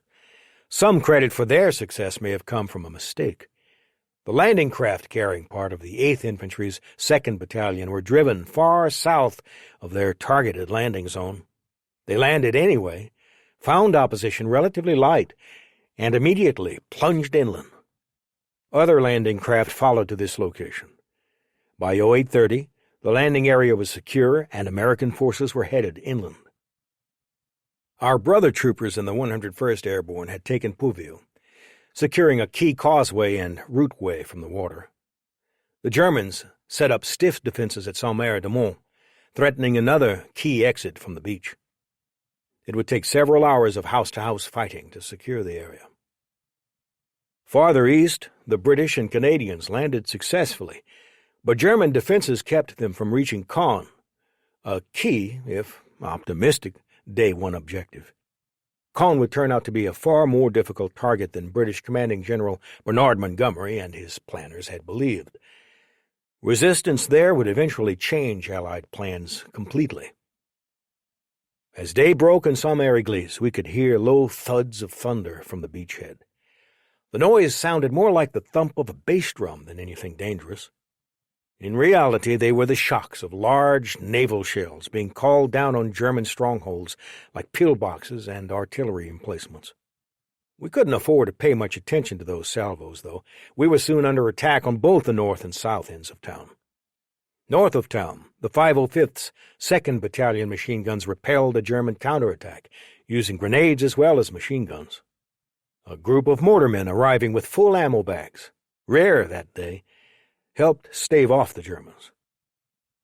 Members of the 307th Combat Engineers came up to that fight. We lost one of our lieutenants, Alexander Sweeney, in the gun battle. I was down on the west side of the village trying to get ammo from the dead and wounded and recover some of the ammo packages that had been dropped the night before. The Germans had started shelling the town, and then around 10 a.m. they attacked with self-propelled guns on a main road, N13, near Fauville, south of Saint-Mary-Église. The battle was a mishmash of confused action, but in the end, the Germans withdrew. That was the last time they tried taking that road, though the attacks on Saint-Mary-Église were far from over. Around mid-afternoon, a German truck tried rolling through a position on the main road southwest of town. It hit a mine set by some of our boys earlier. That stopped the truck and the men trying to come in behind it. Not long after that, a group of Germans tried trickery rather than force to get in. Waving a recognition panel they had found, they pretended to be paratroopers with some German prisoners. Fortunately, the real paratroopers on the southwest side realized what was going on and opened fire. The worst attacks were to the north, where a platoon led by Lieutenant Turner Turnbull came under heavy attack at Neuville-au-Plon. Around 5 that evening, they were nearly caught by a German attack on their flank. Fortunately, the Germans were surprised by another platoon that had snuck into position and beat back the Germans with the help of mortar barrages. The Germans never got a chance to renew their attack that night, thanks to some heavy rounds from a battleship offshore. But at first light the next day, Grenadiers renewed the attack with self-propelled guns and artillery. Meanwhile, we got it on the southwest. As historian Phil Nordyke puts it, we were caught in a vice. German tanks at the south began advancing across the open road. But here we were helped by the Germans' defensive tactics. The flooded fields, as well as the hedgerows, narrowed the passages they could use. By now we had some 57mm howitzers in town. They stopped the German tanks and trucks with some well-placed hits. What they didn't get, our bazooka men took care of. Once the road was choked, the German advance faltered. The guys at the north weren't nearly so lucky. Lieutenant Turnbull was killed. His men and the others there, low on ammunition, were hard-pressed. Then, somewhere in the afternoon, 5 American tanks galloped through Saint-Mary-Église, guided by pathfinders who were riding rodeo-style on top. The troopers had reached the 4th Division and convinced their commander to send reinforcements. By 5 p.m., the tanks were in position with some fresh paratroopers to mount a counterattack on the Germans. By nightfall, the German unit that had pressed the attack had been laid to waste, with most of its equipment destroyed, and a good number of dead, wounded, and POWs. I don't remember sleeping those first 2 or 3 days. I ran on pure adrenaline. I might have been too scared to relax, even for a brief nap. This was my first time in combat, and I was trying to make sense of it all, do what I was told, and stay alive. Not in that order. A few guys had taken pills to help them stay awake, but that sort of thing wasn't for me. Other guys were so tired I saw them just drop to the ground and fall into a slumber. It's hard to get used to taking ammo from the dead. You do it, but you're never at ease. Bullets were the most important, of course, but we also got food, K-rations and D-bars. A lot of guys took cigarettes, not just to smoke, but to trade or just give to the civilians. If we didn't feel like we had enough ammunition, we absolutely didn't feel like we had enough firepower. 175, a light howitzer or cannon, came in on a glider, and there were some heavier machine guns. A few German weapons were also liberated for our use. General Ridgway set up division quarters in the village, commanding the defense. He didn't have a usable radio. Messages were passed by runners. General Gavin, who was overseeing the fights at Dupont and further north at Lafayette, had the same problem. The officers consolidated the units as best they could. I was now unofficially infantry, attached to an ad hoc squad of regular paratroopers. I was available to blow up a target or defuse a mine, but in the meantime I was a gunner, doing what needed to be done. We kept picking up men who had parachuted far from the intended drop zones over the next few days, as well as guys who had been holed up hiding from nearby Germans. Still, in my opinion, we were short on manpower and didn't have the communications we would have loved to have to communicate between groups. Nowadays, the Army has wonderful communications. Back then, it was more hope and prayer. The bridges. While Saint-Mary-Église was at the center of the fighting those first few days, the two bridges nearby at Chef Dupont and Lafayette remained contested. Though Dupont looked secure when I got there the night of June 6, it was anything but. True, we had guys on the east side that could ambush anything coming across, but the Germans held the west. And a bit of the north, as some of our troopers found when they approached a little, after I was ordered back to Saint-Mary-Église. General Gavin led an attack on a train filled with German troops near a station north of Dupont soon after landing. After that, some of the men coming down from the north found Germans dug in around a farm about 1,000 yards north of the bridge. A grenade and rifle duel followed. The Germans brought up artillery and men and got to within 600 yards of our men before they were stopped. The next day, a glider came in with a 57mm gun. The gun and a platoon of men shook off the Germans and secured the east side approach. But the Germans remained on the west side of the causeway, contesting the bridge that afternoon, before finally being driven off. Credit for finally taking the bridge is usually shared in the history books by the 325th Glider Infantry Regiment, the 3rd Battalion of the 508th Parachute Regiment, and the 90th Infantry Division's 1st Battalion of the 358th Infantry Regiment. A lot of men bled for that piece of real estate. Down at Lafayette Bridge, an even more intense back-and-forth battle took shape. By the end of June 6, the 505th had men on both banks, but not on the bridge itself. The Germans were particularly strong on the west side. Company B of the 307th Engineers, my parent unit, came in on June 7, reinforcing the battalion on the north side of the bridge. An ad hoc group of paratroopers who had grouped together were cut down when they tried to join those forces by moving across a swamp from the west side. By daybreak, everyone in the area knew there would be a counterattack. It came around 10 in the morning when the Germans tried to force the bridge with a couple of Renault tanks and 200 men. The Americans were being blanketed by artillery and mortar fire, but managed to get out in the open long enough to stop the tanks on the causeway with bazookas and a 57mm gun that had been rolled in off a glider. Our losses were severe, but apparently the Germans were even worse. They asked for a ceasefire to collect their dead. Tanks from the 4th Division and men from the 325 Glider Infantry Regiment arrived, setting the stage for a fierce battle on June 8th. Engineers taped out a route through the marshes for the attack. Once again, the attack failed to clear the entire bridge. Somewhere around there, we were marched up to help. My unit was placed in reserve, waiting for a German counterattack. Ammo must have been getting very tight, because the officer we were with told us not to shoot unless we were certain we had a target in sight. General Gavin decided we were taking that bridge by brute force. He put the 3rd Battalion of 325th in front, and around 10:30 the morning of June 9, they charged, running behind an artillery barrage, some 750 yards across open fields with mortars, machine guns, and God only knows what firing at them. I didn't see this bit firsthand, but it was during that battle for Lafayette that Charles N. de Glopper earned his Medal of Honor. Private de Glopper was the first soldier from the 82nd awarded the medal during World War II. De Glopper sacrificed himself, providing covering fire for the rest of his unit, enabling the bridge to be taken. This is his citation, with a description of what happened. He was a member of Company C, 325th Glider Infantry, on June 9, 1944, advancing with the forward platoon to secure a bridgehead across the Memoir River at Lafayette, France. At dawn, the platoon had penetrated an outer line of machine guns and riflemen, but in so doing had become cut off from the rest of the company. Vastly superior forces began a decimation of the stricken unit and put in motion a flanking maneuver which would have completely exposed the American platoon in a shallow roadside ditch where it had taken cover.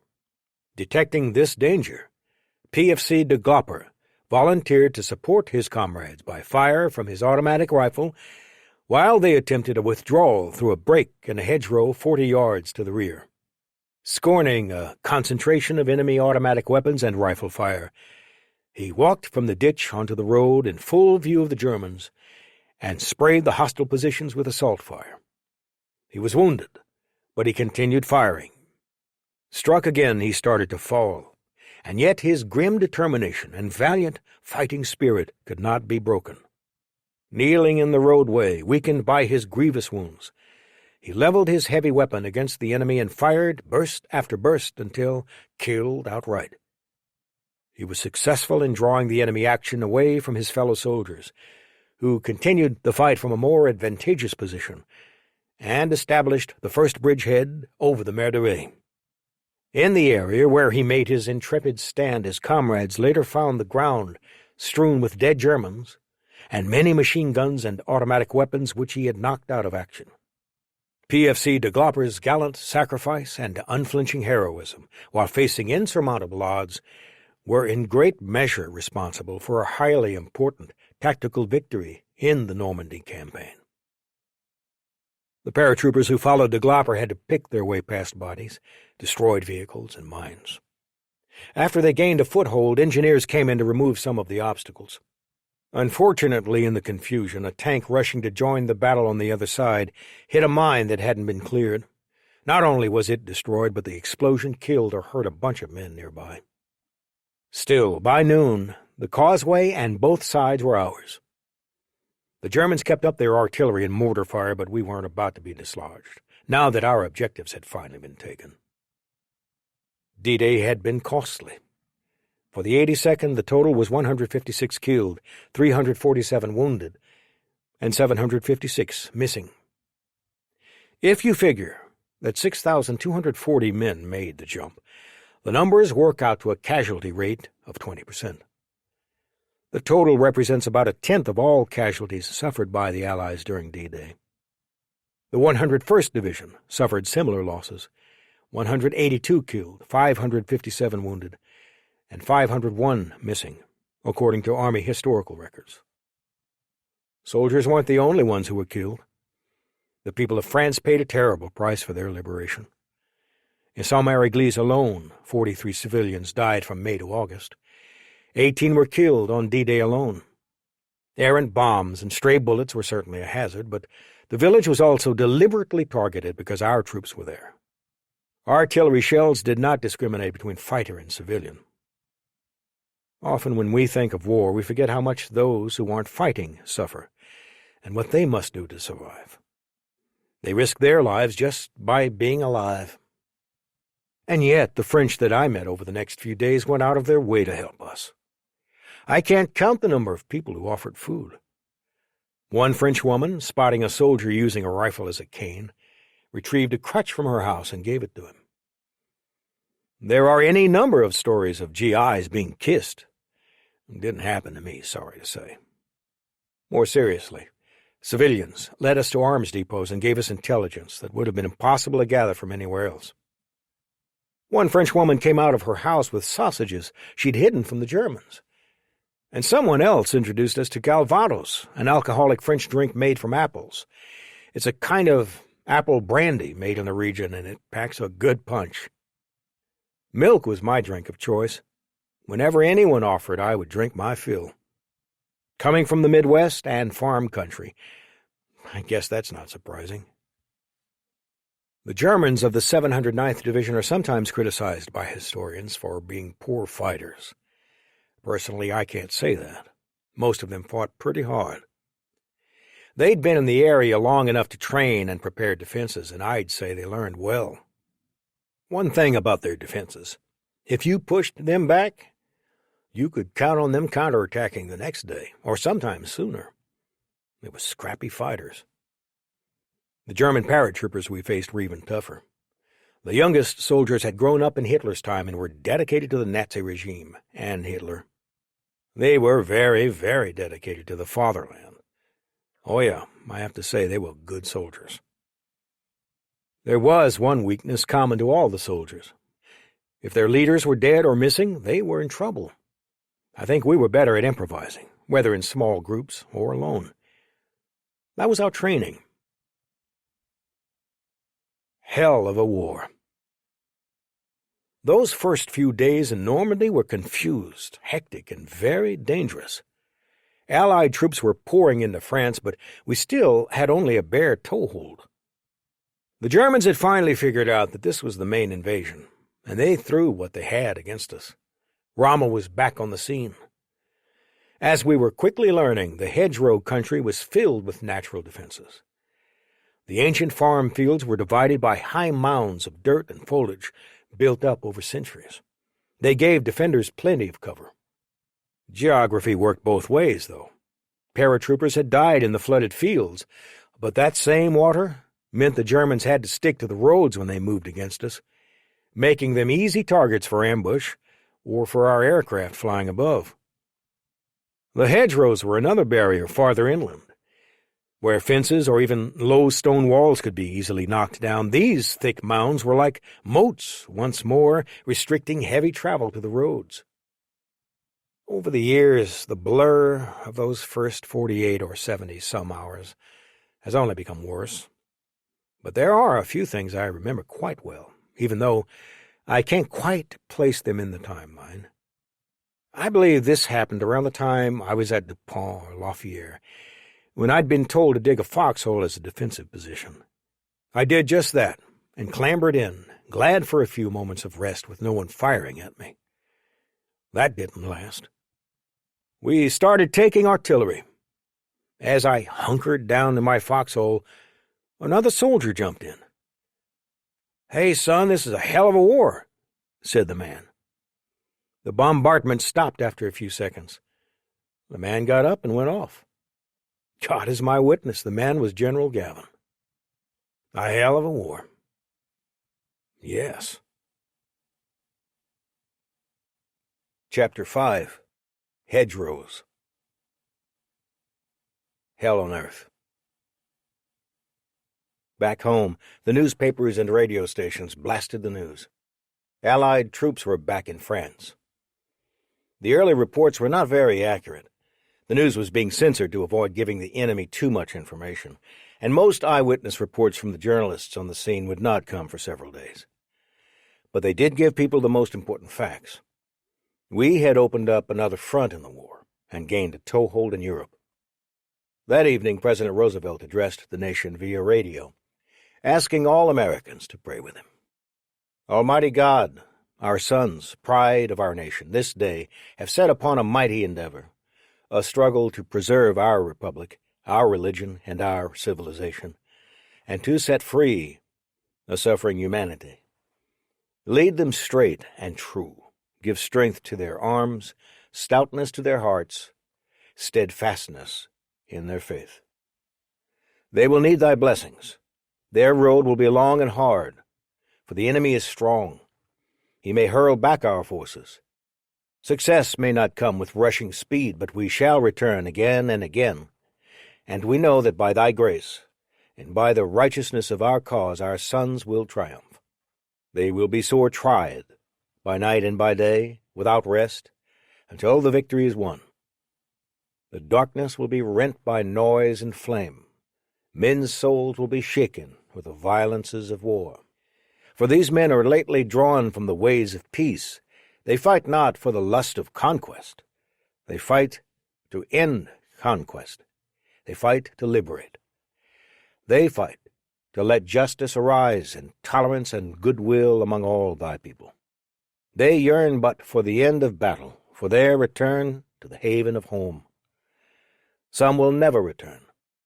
Embrace these, Father, and receive them, thy heroic servants, into thy kingdom.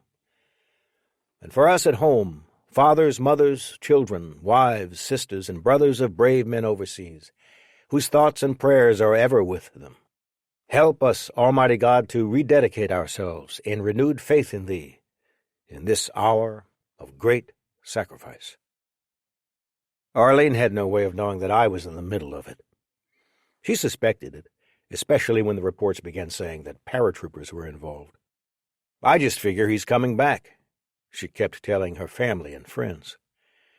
She prayed. She worked.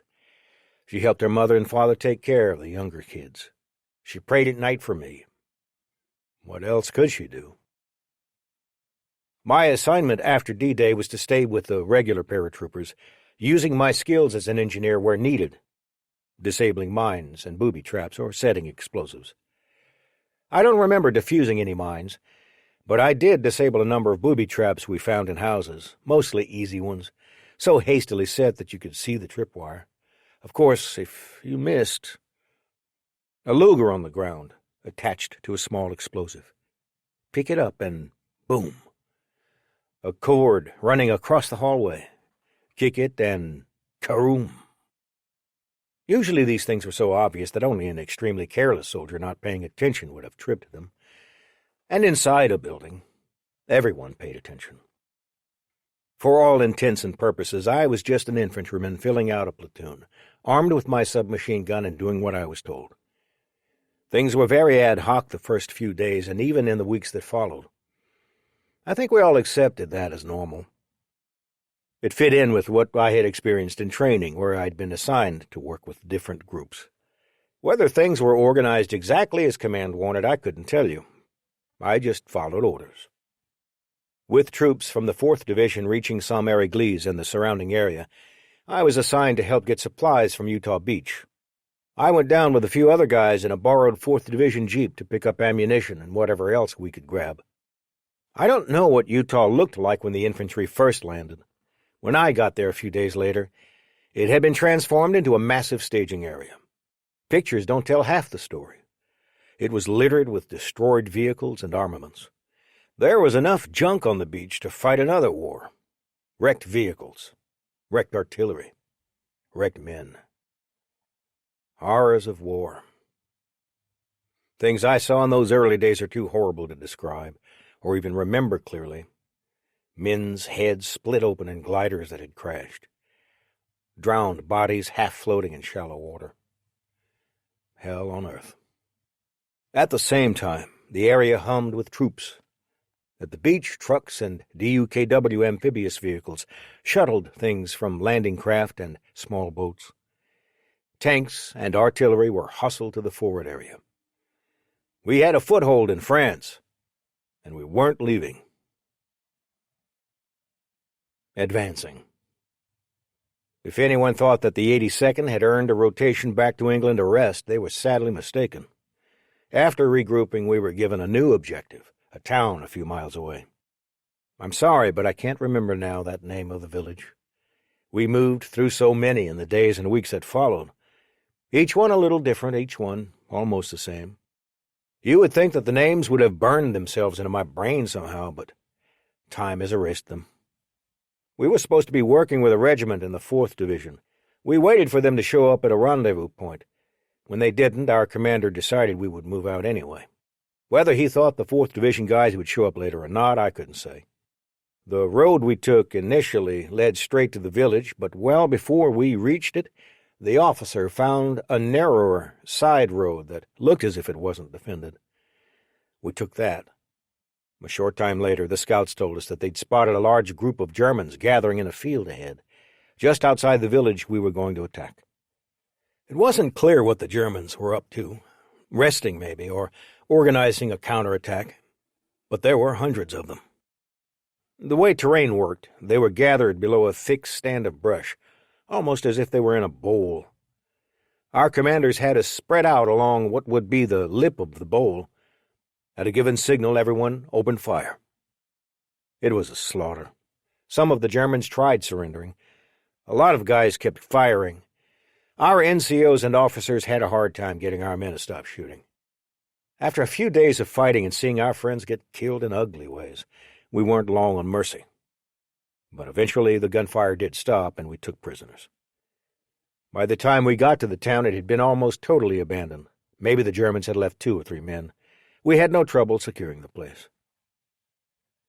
Most of our operations in the bocage, or hedgerow, country were not nearly that easy.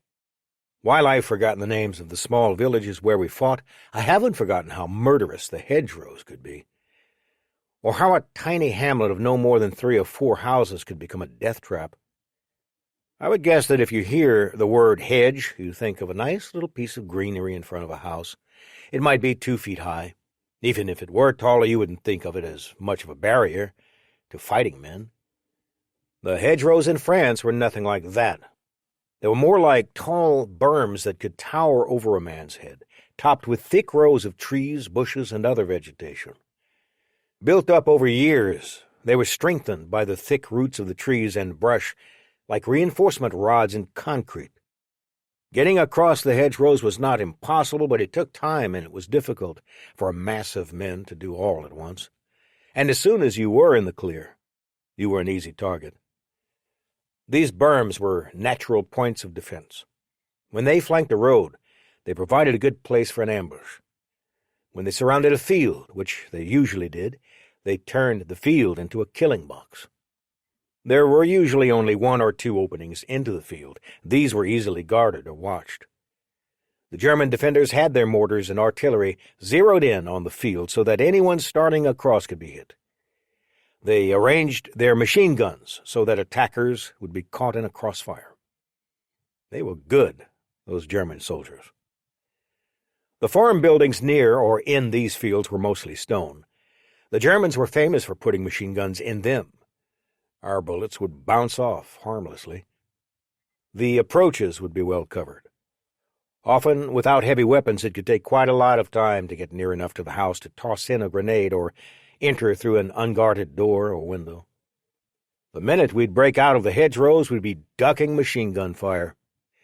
All we could do was hope our legs were pumping good enough and that we could get across the field without getting hit or hit too badly. Run straight and run fast. The intelligence people and high command missed how tough these were going to be. Tanks weren't much help. They would climb over, exposing their lightly armored undersides as easy targets. Things got a little better when a smart-thinking sergeant came up with the idea of welding metal prongs on the front of tanks. They looked like big forks or rhino tusks sticking out of the front, which led guys to call the tanks rhinos.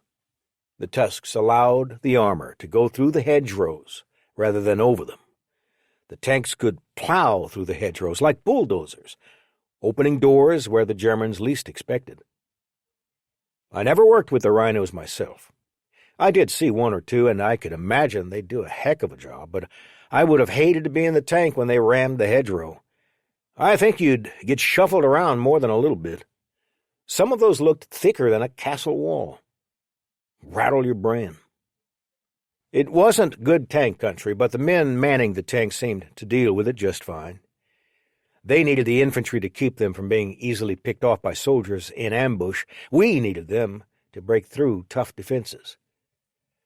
"You don't have to worry about the little stuff," I told a crew member one day while we were catching a break. "You only have to worry about the big bullets. We're worrying about everything." "Join us," he said. I looked at the tank. It was nice, but would I want to spend a whole day in one, let alone a week or a month? I have a better job, I told him.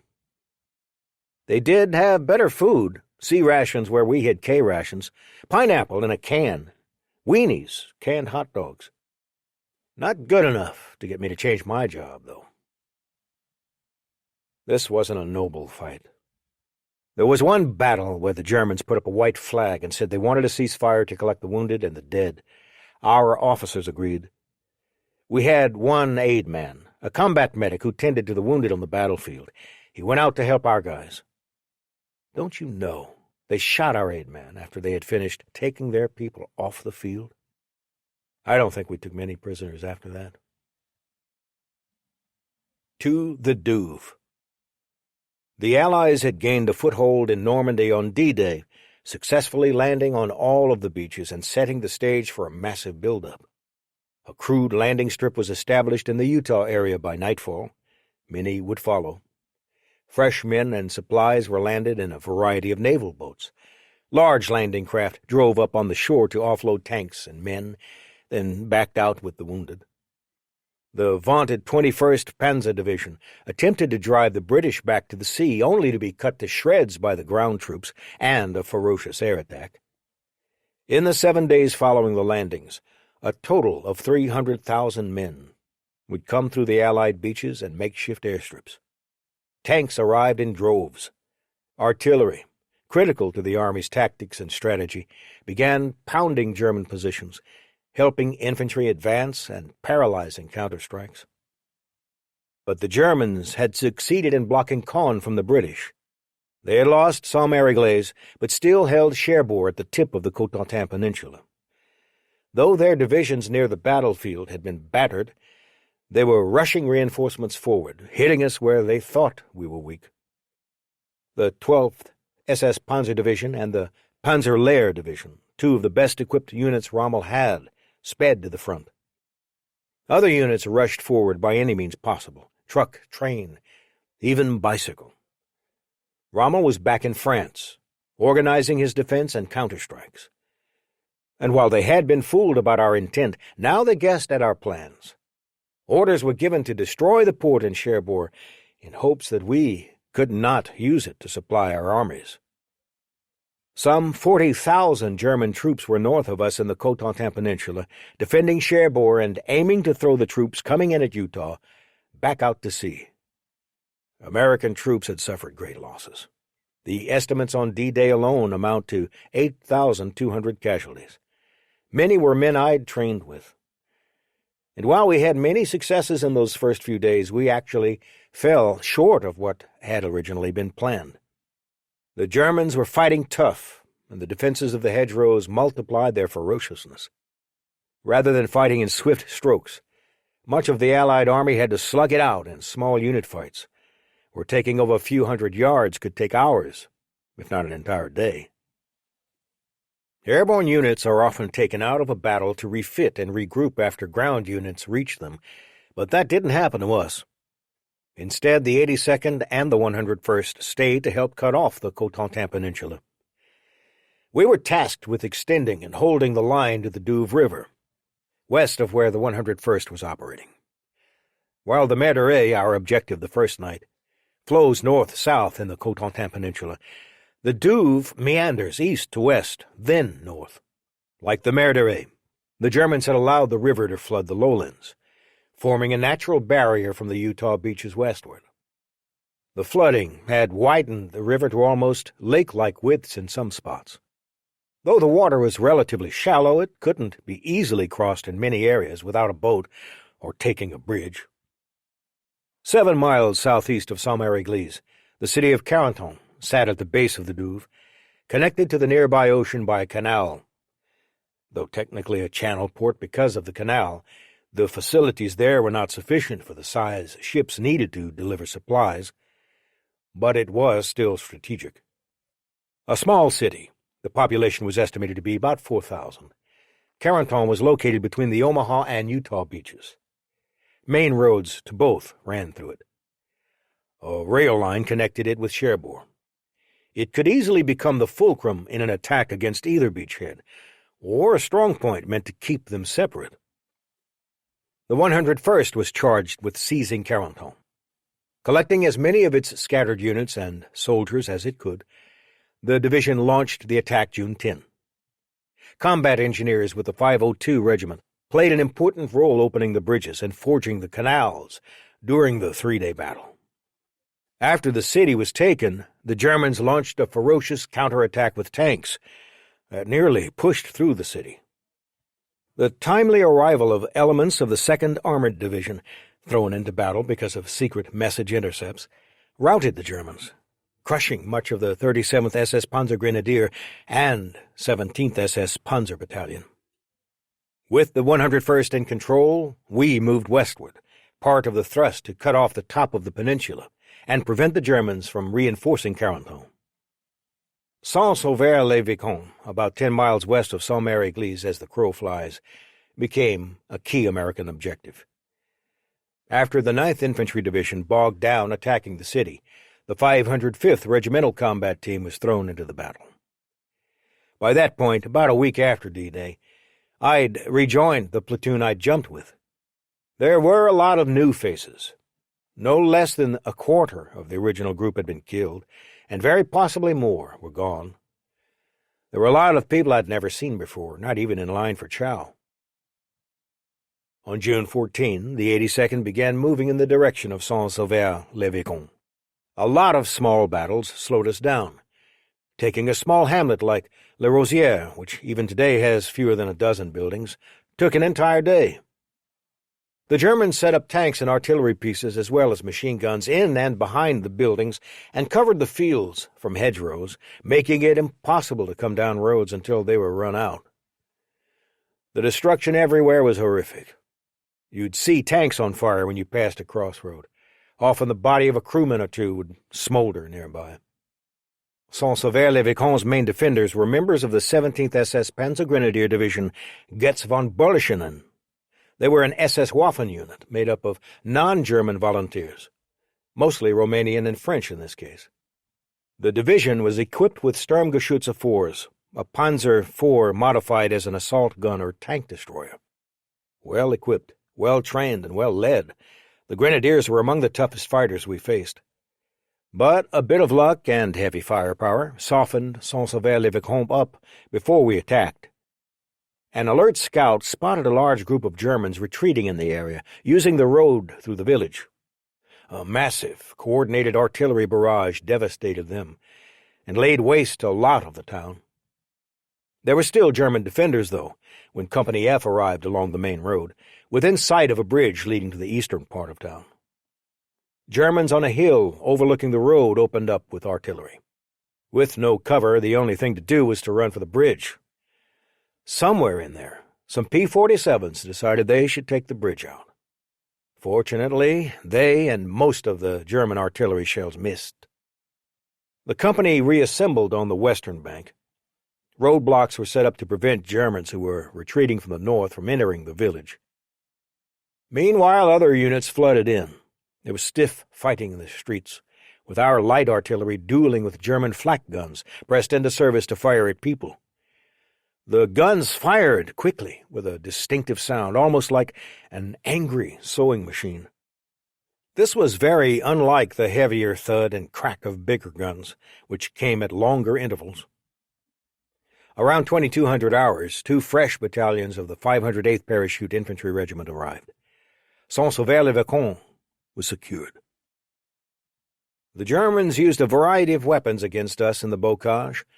Their Tiger tank, which came in several variations and 2 different versions, is most famous.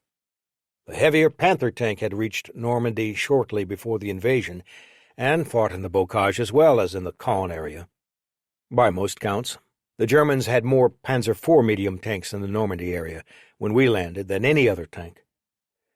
A number of captured French Renault tanks had been put into service as well. Though lighter than their German counterparts and usually considered inferior, these could be potent enemies, as we'd seen in Saint-Mary-Église. The tanks were often scavenged to be used in fixed positions, where gun and turret were called torbucks, or as the basis for mobile anti-aircraft batteries and tank destroyers. As ferocious as the tanks could be, the weapon everyone was afraid of was the German 88, an artillery piece originally designed as an anti-aircraft gun. The Germans soon found that they could use the gun to take out tanks. Unlike many anti-aircraft weapons, the barrel could be aimed horizontally to aim at a ground target. Mounted on a truck chassis, the gun could be easily transported to where it was needed. It was so famous that most any time soldiers came under attack from unseen artillery, they'd blame it on 88s, rather than, say, the standard German howitzer, the Immergrün, which was pretty deadly on its own.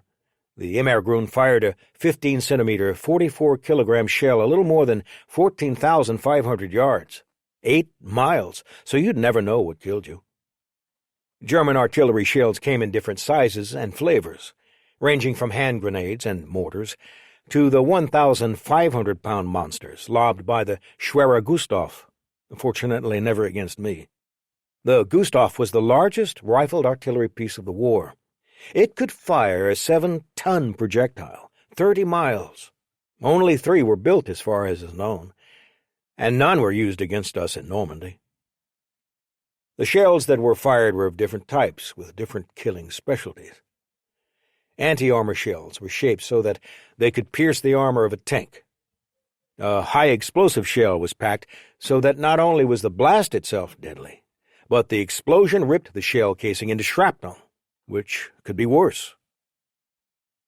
The attack in the American sector went far better than in the British sector. Troops from our 9th Infantry Division reached the sea on June 19, cutting off the Cotentin Peninsula. Montgomery's offensive, though, stalled because of the defenses around Caen. That presented a new problem.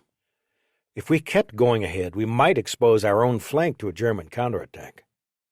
At the same time, we had not taken Cherbourg. General Bradley reshuffled his plans, stopping short of Saint-Lô and putting more men into the drive against Cherbourg. The 82nd Airborne and our sister division, the 101st, remained in action, fighting now on the front lines rather than behind the lines, the way regular infantry would. For me and the men I was with, that mostly meant we plodded through farm fields and small villages, taking on well-placed defenders. We might have outnumbered them, but they had the advantage of being on defense, in a place where it was hard to maneuver. If you looked at what was happening on a battle map, there would be large arrows sweeping this way and that. On the ground, it was men charging into a hedgerow under heavy fire, fighting for maybe hours until enough of the enemy had been killed that the living gave up their positions and fell back. The victors would rush to the hedgerow, only to find that the Germans had been reinforced by defenders in the field where they had retreated. Then the process would start all over again. Taking a city or village was no easier. The stone buildings made for easy cover. Narrow streets were built for ambushes. The battle lines were also a lot more fluid than you might guess looking at that battle map. There were countless times when a unit would reach a certain spot along a road, then find Germans driving through a few moments later. While this occasionally made for some easy ambushes, it also meant that it was never possible to feel completely secure. Will I be at peace? This one time, we were coming out of an apple orchard to assault a building at the edge of a village. We had about 50 yards of open field between the trees and the building. We started across the field. Boy, the bullets started flying everywhere. Mortars started in as well. A German machine gunner opened up. One of my friends, John, went down. I couldn't stop. I got into the house. I must have been one of the first inside. As I went into the hall, there was an explosion. Someone in the squad had thrown a grenade through a window. I was slammed to the ground. My head blanked for a moment. I had only one thought. I'm going to die. But I was lucky. I didn't lose consciousness. I wasn't even hurt. The only thing I got out of that was a loud ringing in the ears. The thick walls had protected me. I got up and ran through. Someone else had found the machine gunner. Back outside, I went over to where John had fallen. He was badly wounded, bleeding. It was pretty clear he wasn't going to survive more than a few more minutes. He somehow seemed calm, though. I'd seen several men die by this point, and the faces of many more who had died before I got there. They always had a look of agony on their faces, or an expression of surprise. Not John. He was saying something. I bent and held him in my arms. Our Father, who art in heaven, hallowed be thy name. It was the Lord's Prayer, which I must confess I wasn't very familiar with at the time. What struck me wasn't the word so much as the look on his face. He seemed at peace. I couldn't make sense of that. It just seemed strange that he could be so calm when faced with dying. He passed a few minutes later. Not many days after that, we were in a field bordered by a hedgerow. Another soldier, Bill, and I crossed into the vegetation. Bullets ripped through and a mortar round, maybe. He stumbled. I kept going. He didn't. We fought to the other end of the field, finally chasing the Germans back. Low on ammo, I went to scavenge some and found Bill on the ground. He was dying. I bent to him. He began saying something. Again, I didn't really recognize it, but pieces stayed with me. Later I found it was from Psalm 23. The Lord is my shepherd. He, too, had that peaceful look. As I've said, I didn't have religion during the war. If I wasn't an actual atheist, I was pretty close. But the memories of those two men remained with me throughout the rest of the war. It wasn't their faith at that point that impressed me. It was more question. Will I face death so calmly? At that point, the answer certainly would have been no. Yet, death was all around me.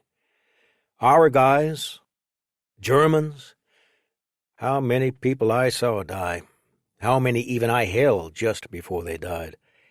More than I can count now. By the end of the war, the number was probably in the hundreds, if not way beyond. Could I face death as calmly as those two men had? Death sometimes grazed by me without me even noticing. I was running for cover in one of those fields where the Germans had positioned a tank. One of our soldiers got close and managed to pop a grenade right into the open hatchway, blowing up the tank crew and the commander, who was in the open turret. Running forward, my helmet flew off. I had to go back for it when things calmed down. There was a crease a half-inch in across the temple area. My helmet hadn't fallen. It had been shot off. What we shared. Replacements for the men who were killed started coming in a few days after D-Day. "What do we do?" they'd ask. "Follow us," we'd tell them. "Keep your butt down. And keep moving." That we learned real quick. You don't stop when you're fighting the Germans. Keep moving. Shared danger built a bond between myself and the guys I'd work with. We were all buddies, to use the word we used. New guys, old guys. All buddies. You didn't know the guy next to you, but if he was there, he was automatically a buddy. There were people from places I'd never heard of. City guys and farm guys. The guys I met from New York, Chicago, Detroit, and all these other bigger cities, they were all good guys. Farm guys, too, people from the South. We had things in common besides the war. We all said the same thing. When the war is over. The words that followed differed from man to man, but the basic idea was the same. I'm living for tomorrow, once I get through today. But the plans weren't elaborate. Vague hopes, more like. We couldn't waste time figuring out tomorrow. We knew what was happening today, and that's the way we lived for those few weeks. There was no future except when it came, which we all hoped it would. Another thing, when you are a lowly private, you don't get that much information. You're told to do things. Rarely are you told why, and never, or hardly ever, are you told where that why fits into the overall strategy. That encourages living in the present, doing what has to be done to get to the next day, then the next, until finally the war is over and your future resumes. I had Arlene's picture with me to remind me that there was a future. I looked at it every so often. I don't think I would have forgotten what she looked like, let alone forgotten her, but it was a good thing to have, a good thing to see. V1s and nature's ravages. While our armies continued to advance, Hitler unleashed a frightening new weapon against the British, the V1, or Vergeltungswaffen 1. Meant as retaliation for Allied bombing of German cities, there was no attempt at disguising what its purpose was. Vergeltungswaffen means vengeance weapon. Revenge. For a war that Germans had started. Pretty perverted logic. Developing the weapon, the Germans abandoned proposals that would have made it useful against specific military targets. The V1 was intended solely as a weapon of mass destruction, striking at civilians. The missiles began flying from the Pas-de-Calais region, beginning on June 13. Called buzz bombs because of the sound they made as they flew, these weapons were powered by a pulse jet engine mounted about the tail end. Needle-nosed and stubby-winged, they were flown by a primitive autopilot that checked altitude and, in effect, distance flown. Once the predetermined distance was reached, the guidance system put the bomb into a sharp dive to the ground. The warhead contained 1,000 kilograms, about 2,200 pounds, of amytol, a combination of TNT and aluminum nitrate, a common ingredient in bombs during the war. The weapons detonated on contact. Germany launched more than 9,000 rockets.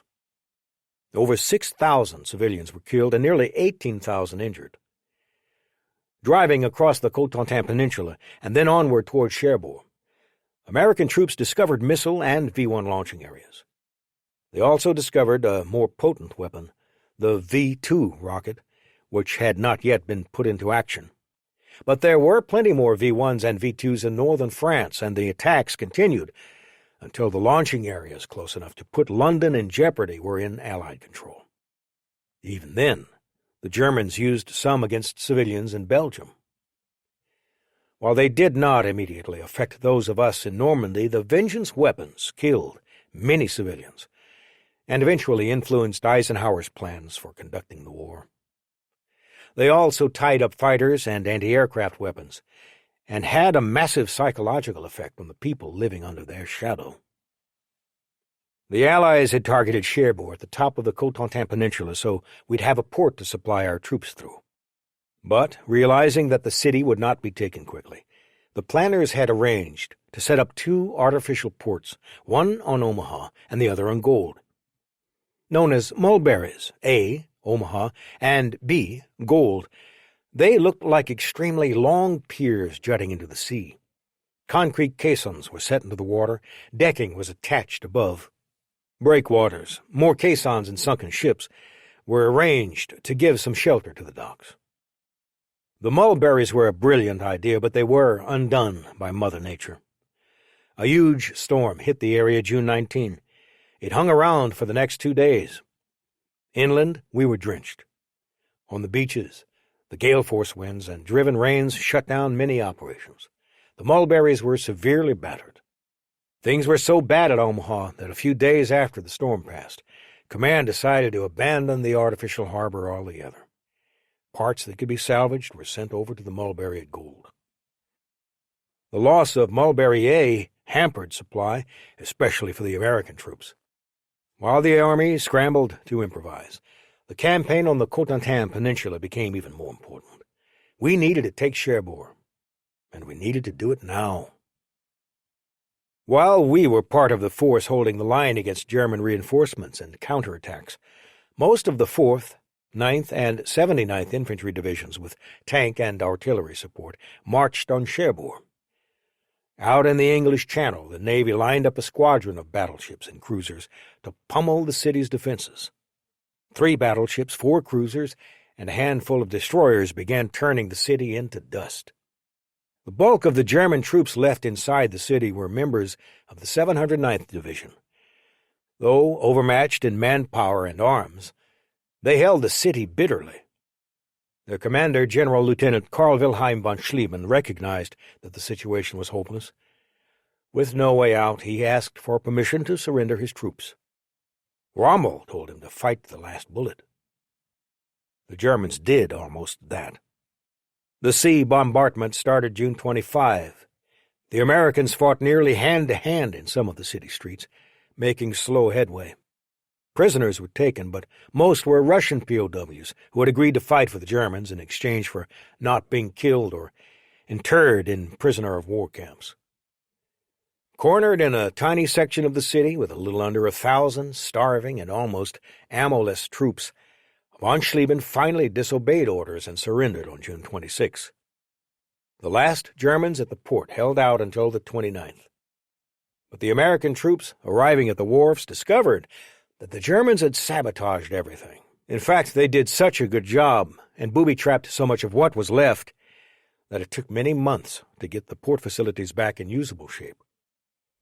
Cherbourg and the Cotentin Peninsula, won at such a huge cost of lives, never played the role in the war that the planners had hoped when designing D-Day. Journalist Ernie Pyle, who became famous during the war for his on-the-spot reporting, was with the 4th Division as it moved against Cherbourg. Recounting a battle with troops fighting Germans they couldn't see in the outskirts of Cherbourg, Pyle wrote, "They were American boys who, by mere chance of fate, had wound up with guns in their hands, sneaking up a death-laden street in a strange and shattered city in a faraway country in a driving rain. They were afraid, but it was beyond their power to quit." Pyle could have been writing about us all. Is this where I die? We knew things were going well because we were pushing the Germans back, but we took a lot of losses every time we took a hamlet or a hedgerow. It seemed like a never-ending thing. Some of the hedgerows were like mazes. I heard of some guys getting split up from their units and getting lost. Not surprising. Every day was a battle. One time while we were in the hedgerows, we bypassed a German who was hiding in a trench in the undergrowth. Once I was behind him, I snuck back to shoot him, but my gun jammed. I took the jump knife from my boot, got close, and jumped at him, aiming to get my knife across his throat. The knife killed him. I was lucky he hadn't heard me get close, and didn't have his gun ready. I was lucky he was looking in the wrong direction and didn't realize we had gone by him. I was lucky I'd had the training to do what had to be done. I could go on. Let's just say I was lucky, and leave it at that. The Thompson was a good weapon, but it would jam. It happened a couple of times to me. The ammunition wasn't perfect, and every so often a bullet would hang up. Clearing it out wasn't a big deal, unless you were in the middle of a battle, which was the only time it would jam. Those days were hard, but they blur together now. The times my friends were killed, the time a buddy threw a grenade in a tank, the time I got my helmet shot off, it all runs together. It was like going to work the same old job every day, only this was one with bullets. And no showers in the morning. Dinner with the family, though. The men you're with, whether you know them or not, are your family. It seemed to rain nearly every day during the last half of June. When it didn't rain, the sky was overcast and gray. Your uniform would be wet, boots soaked.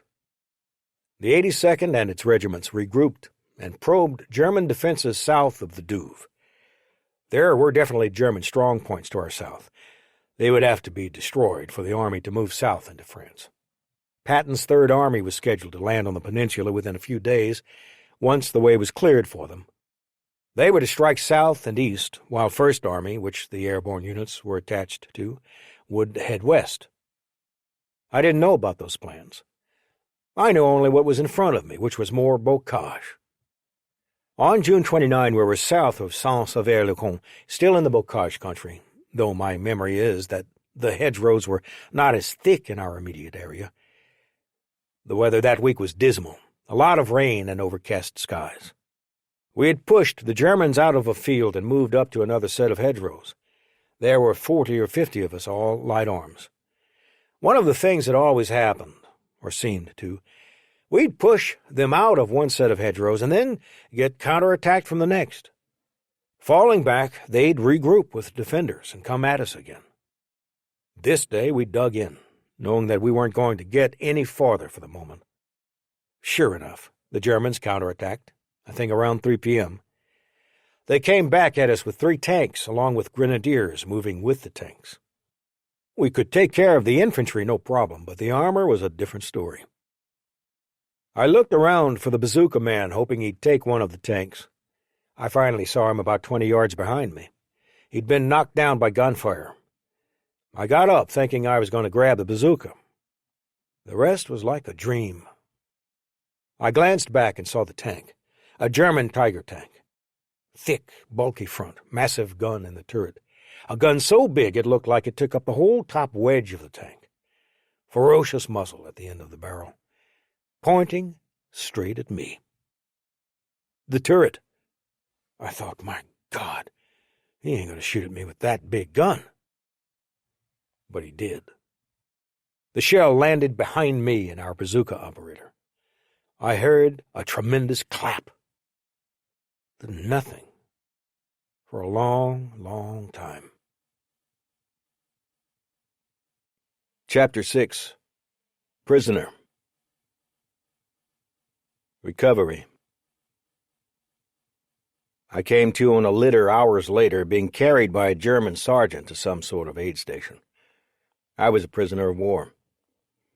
The Germans must have run our guys back a ways, then taken me off the battlefield with their own wounded. The sergeant looked down at my dog tags after setting me down. "You're German," he told me in perfect English. "You shouldn't be fighting us." I blanked out again. The Germans put me in a truck that night with a couple of wounded soldiers. A medical aide or a soldier pressed into that duty told me we were being taken to a field hospital to be patched up. He complained about our aircraft, which were harassing the Germans pretty good. "They keep shooting our trucks up, your doggone planes. We're taking you at night so there's no danger of strafing." He, too, was speaking English. It was surprising how many Germans did. The more incredible thing was how much pain I was in. Like being on fire and being squeezed by giant claws and being pulled apart. All at the same time. My back and legs hurt most. I found out later I'd taken shrapnel there. But the pain had no real barriers. Everything hurt. I went in and out of consciousness. Every so often the truck hit some massive pothole or bump, and the shockwave spit through my body and shook my brain awake. I'd sink back to black darkness, only to be shocked back to painful awareness again. Finally, I settled into a static state, gone mentally, aware only of the pain. When I came to, I was in a field hospital. A doctor told me that he had done some minor work, apparently taking some shrapnel from my leg and back, but that I needed more serious surgery. Whatever it was, they weren't able to take care of it there. They bandaged me up.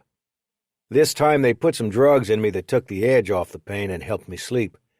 Not peacefully, but with less interruption. Later that night we moved out again, this time by truck and then train, heading toward Paris, deep behind enemy lines. The irony is, the 82nd Airborne Division was moved out of Normandy 2 weeks later, returning to England for refitting. I missed freedom by that much. But that would be true for a lot of guys. One more battle, one more bullet, a day, a week. The trip to the German hospital took a night. Once more, I was operated on. Once more, the doctor who met me afterward spoke perfect English. His first words had nothing to do with the surgery. "You were lucky," he said. "The train behind you was shot up by your own people." I guess luck is always a matter of perspective. The tank I'd seen hadn't hit me point blank, if it even fired at all. Whatever had exploded nearby and knocked me out had sent shrapnel into my legs and back. The doctor explained, briefly, that the wounds in my legs weren't that bad. My back would be okay as well, but they had to leave some of the shrapnel there. It was too deep to get without risking injury to my spine. As long as the metal didn't move around too much, it wouldn't be a problem. I'd be able to walk with it, he told me. Just don't mess with it. I wasn't about to. That was luck too, I suppose. Hit in the back, but still able to walk. Knocked out, but still alive. A prisoner, but in a hospital. Somehow, none of that made me feel very lucky. "You're out of the war for sure now," the doctor added before he left. "Good luck. I hope you make it home." I was in the Paris hospital about a month. I remember a few British soldiers were there, and maybe an American or two, but the Germans were very careful to keep us apart from one another.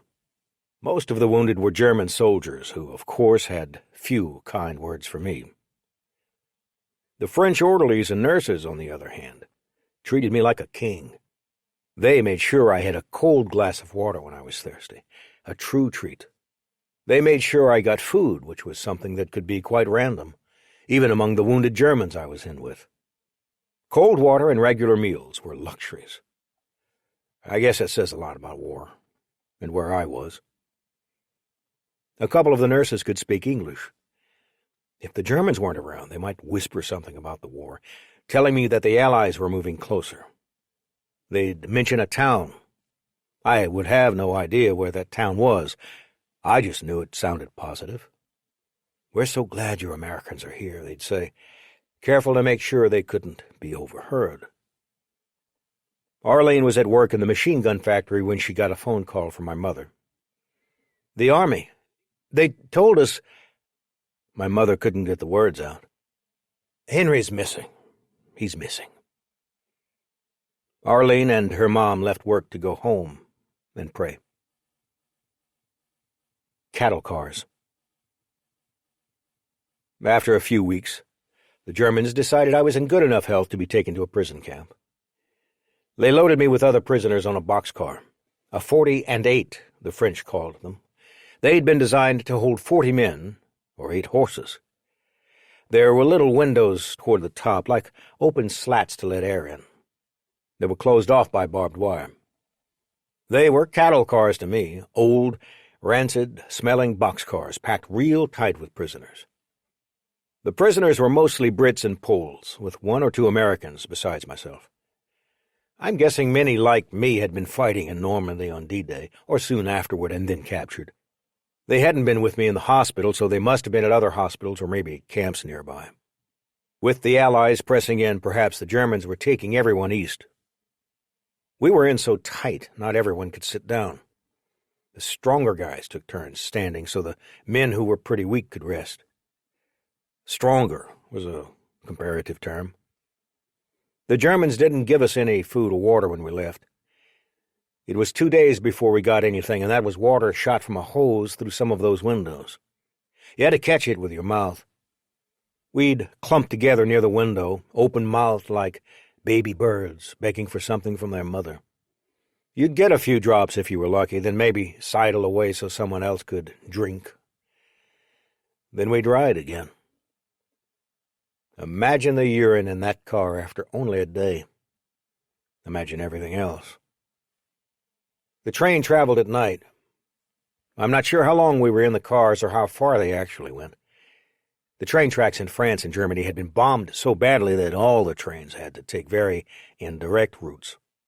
You go 90 miles to get to a place that before the war was only 10 miles of track away.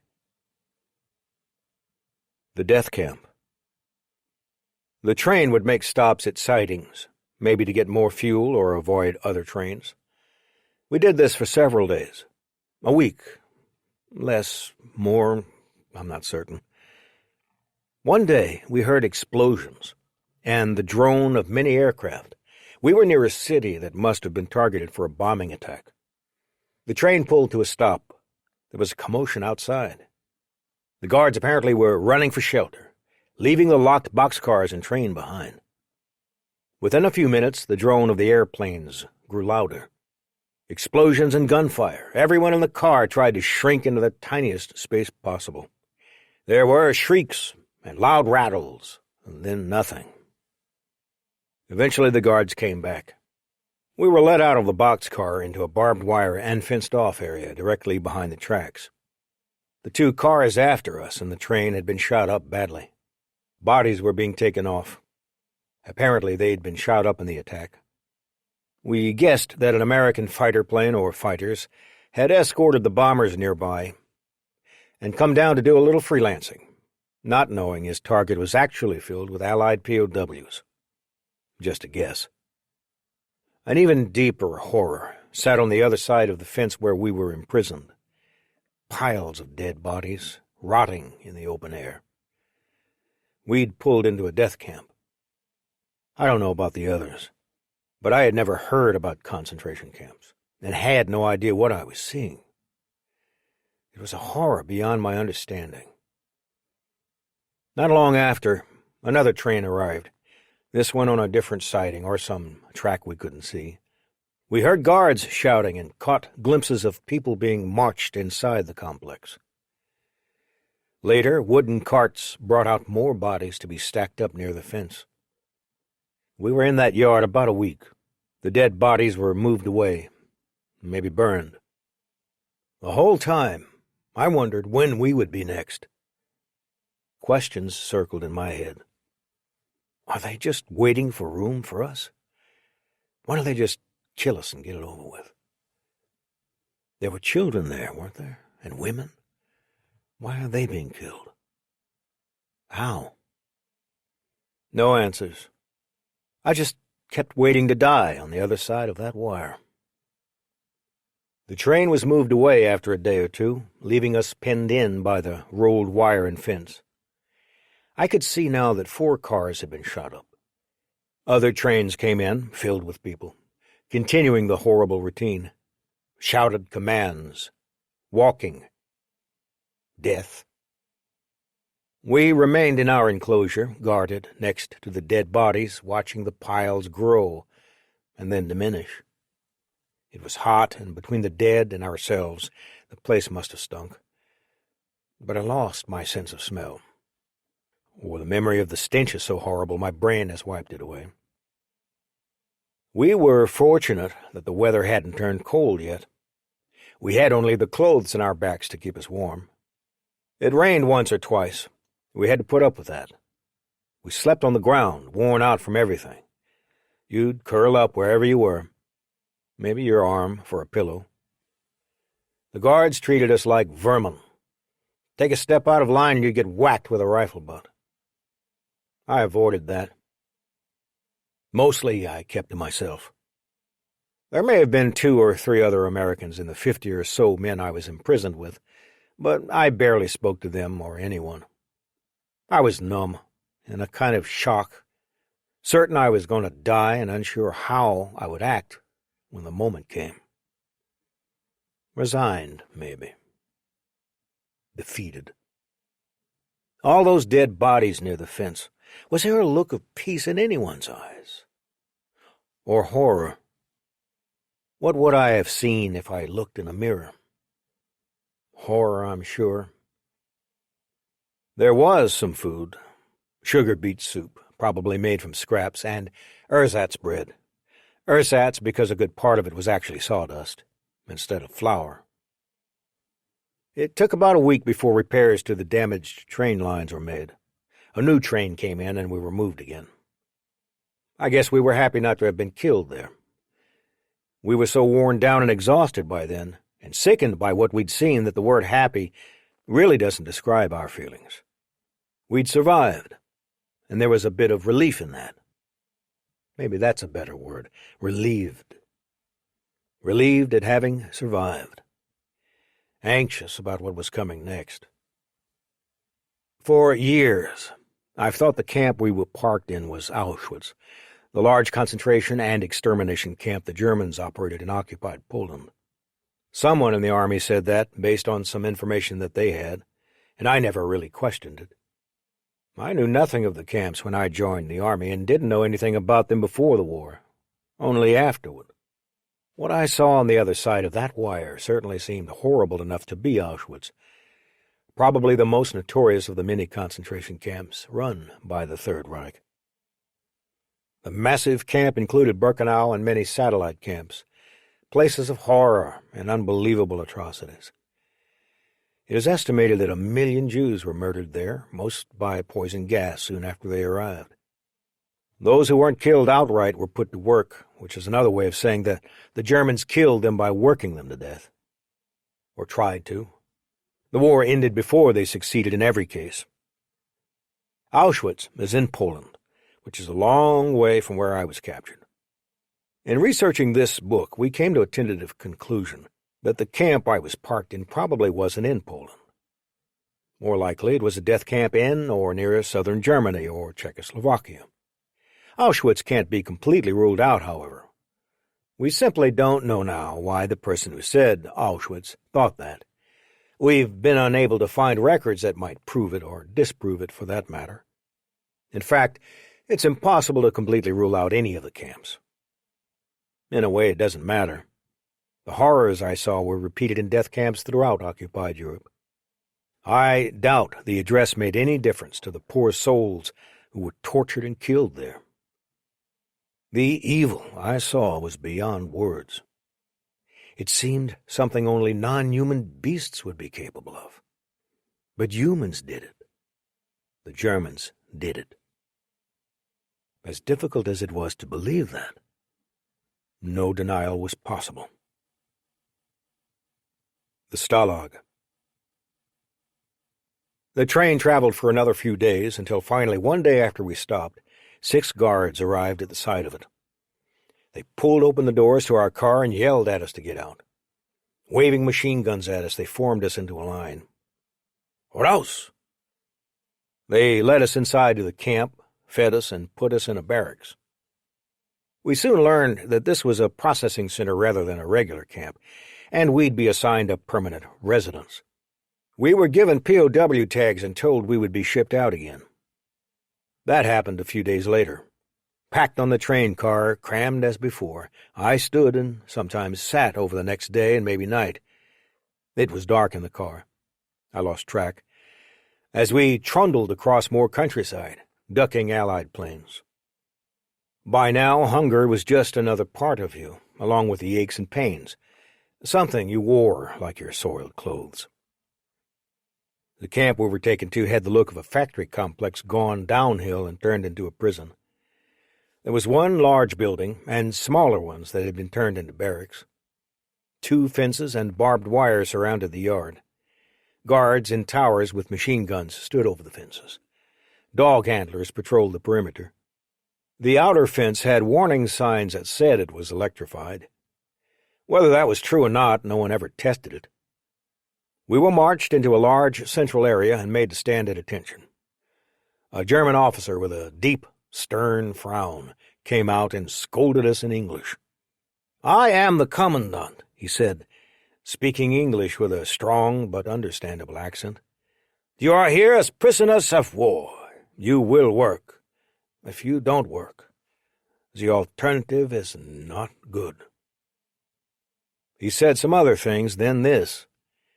"If you think you're going to escape, I'll tell you right now that if you escape, we always catch you. We will bring you back, and we'll shoot you." That turned out to be the most accurate thing any German officer ever said to me. Chapter 7. The Mines. I won't do it. Conditions at the camp weren't very good. The buildings were sparse, the bunks uncomfortable. The food was the same as we'd had before, weak beet soup, ersatz bread, a slice about 2 by 2 inches. We were kept in one area of the camp, separated from other prisoners and their barracks by barbed wire and guards. There were a lot more men there, a few hundred, maybe 1,000. There were 2 to 4 other Americans in my section, out of 30 or 40 total. The others were a sprinkling of Brits, Czechs, and Russians. Guards stayed with us in the barracks, and we weren't supposed to talk to each other. The guards who worked at the camp and the mines were from 2 different organizations, judging from their uniforms, and, to a point, their attitude. The ones who ran the camp seemed to be either regular soldiers or maybe an auxiliary or Volkssturm, home guards, a militia formed to relieve regular soldiers for frontline duty. The others, who were in charge of the mine but were also at the camp, wore black uniforms with skull insignias. SS men. The guards in the barracks were mostly older men. They weren't nice, but they were a sight better than the SS, who always accompanied us when we were working and were cruel beyond reason. Not too long after I arrived, we were called out into one of the courtyards. There was a brick wall at one end, and it didn't take too much imagination to realize this was used as an execution space. 2 long rectangular boxes sat against the wall. The prisoners were marched past them. Inside the boxes were the bodies of 2 Russians, shot after being captured following an attempted escape. "That is what happens when you escape," the commandant told us. His tone was anything but remorseful. I'd been at the camp maybe a day or 2 when we were called out to go to work in the nearby coal mines. 30 of us were formed into a line and marched out the camp gate and through the woods. I just followed along, trying to understand exactly what I was doing and what was going on. Different emotions fought inside me. Anger, hatred, fear. The memory of the death camp was vivid. I didn't want to die, and yet I felt I had to fight the insane evil all around me. Strong forces. Preservation, revenge. Surviving the effects of either is difficult. To deal with both at the same time, and with many others, might be impossible, especially if you are not yet 21. We went down into the mine. I was assigned a cart to load. It was a small mining car on a track. It would be filled with coal, then moved out of the shaft and back up to a collection point. "That's against the Geneva Convention," I said, "working for the war effort." The SS guard who'd taken me there knocked me down and worked me over. I didn't work that day. The next day, same thing. "Schnell!" "No," I said. "I told you yesterday. That's against the Geneva Convention." He worked me over even harder that day. As I lay on the ground, a little Czech man came over to me and, in broken English, told me if I didn't work, they'd just kill me. My ribs said the same thing. They were probably broken. The man told me that his partner had been sick the day before and been carried away. Now he was gone. Dead, I'd guess. I didn't realize it at the time, but this was the Czech's way of telling me that I was going to be his partner, and he would look after me to the extent that was possible in this hellhole. I didn't work that day, and barely was able to march back to camp. American bombers, you could tell they were ours by the heavy drone of the 4-engined aircraft, hit the nearby area the next day.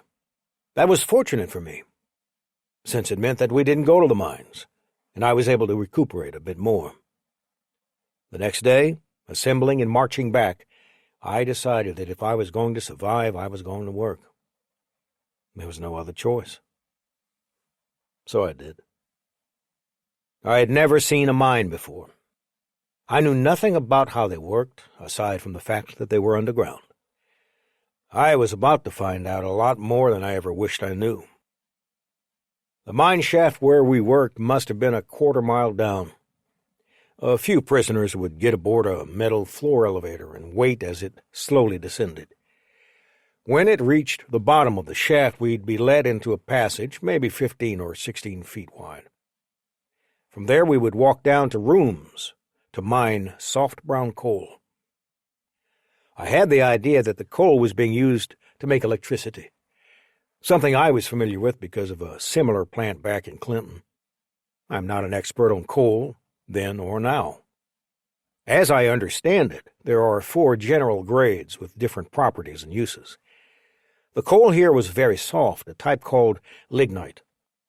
Because it doesn't give off that much heat when burned, it is considered a low grade and is most often used at power plants where it can be turned into synthetic gas or burned on its own. The shaft had overhead lights, strung at long intervals. The dreary shadows they cast looked bright compared to the rooms, which were lit only by the carbide lamps we carried. These rooms were shaped like the insides of igloos, the interior chipped away by successive shifts of workers. While the shaft roofs were supported by timbers, the rooms of coal had no supports. When the coal ran out, or maybe before, the roofs would collapse. Experienced miners usually could tell when that was going to happen. Not always. They worked us in 12-hour shifts with 12-hour breaks. We had picks and shovels at the mine. You'd leave them, march back to the barracks, and collapse in a bunk that some other prisoner had slept in a short while before. We would alternate between night and day, spending about 2 weeks on one shift, then going to the other. The mines were somewhere between 1 mile and 3 away. It might take an hour to get there, depending on the weather. Coming back could take longer, depending on how tired we were. Underground, you don't know whether it's day or night, so that doesn't really matter. The fatigue had built up in me pretty quick. The effects of changing work times was nothing compared to everything else. My Czech friend looked as if he was 60 years old. I'd guess now, though, that he might have been half that. The work and poor food had stolen his years away. I asked him one time how long he'd been there. 4 years. I gathered he was some sort of political prisoner. That took in a lot of possibilities. I never got any details. The German guards seemed to respect him. Sometimes I thought he might be spying on the prisoners and maybe getting better food or something in exchange. More likely, he'd just been there so long that he knew everything there was to know about the place and didn't give the guards trouble. Whatever the story was, he was very afraid of them, and he was certainly doing what he had to do to survive. Maybe a little more in helping me. My job, like the Czechs, like everyone's there, was to load a cart up with coal. The carts would be taken down the shaft to an elevator and taken up. It was back-breaking and monotonous work. The guards would watch from the shaft area. They rarely went into the rooms. I never had a good word to say about what you were doing. It was always, work harder, faster, schnell, schnell. We'd go for 6 hours, then get a break for lunch or dinner or whatever they considered it. We'd sit on a bench in the shaft and eat more ersatz bread and soup. And back to work. There were accidents all the time. Rocks would tumble in abandoned rooms, sending smoke and dust into the tunnel and shifting the earth above us. We'd feel rumbling when they blasted new veins and wonder if the entire mine might collapse. You never felt safe. One day, the old Czech guy and I went out of the room and sat next to each other on a bench a short distance away to eat. A few bites in, there was a terrible noise, and thick dust and smoke. The room we'd been in had just collapsed. The old Czech just shook his head. I'd learned my lesson about openly defying the guards, but I was still defiant. I thought about different ways to fight back. The only thing I could come up with was loading some rocks with the coal in the cart. Maybe it would foul up their machinery. At least it was something.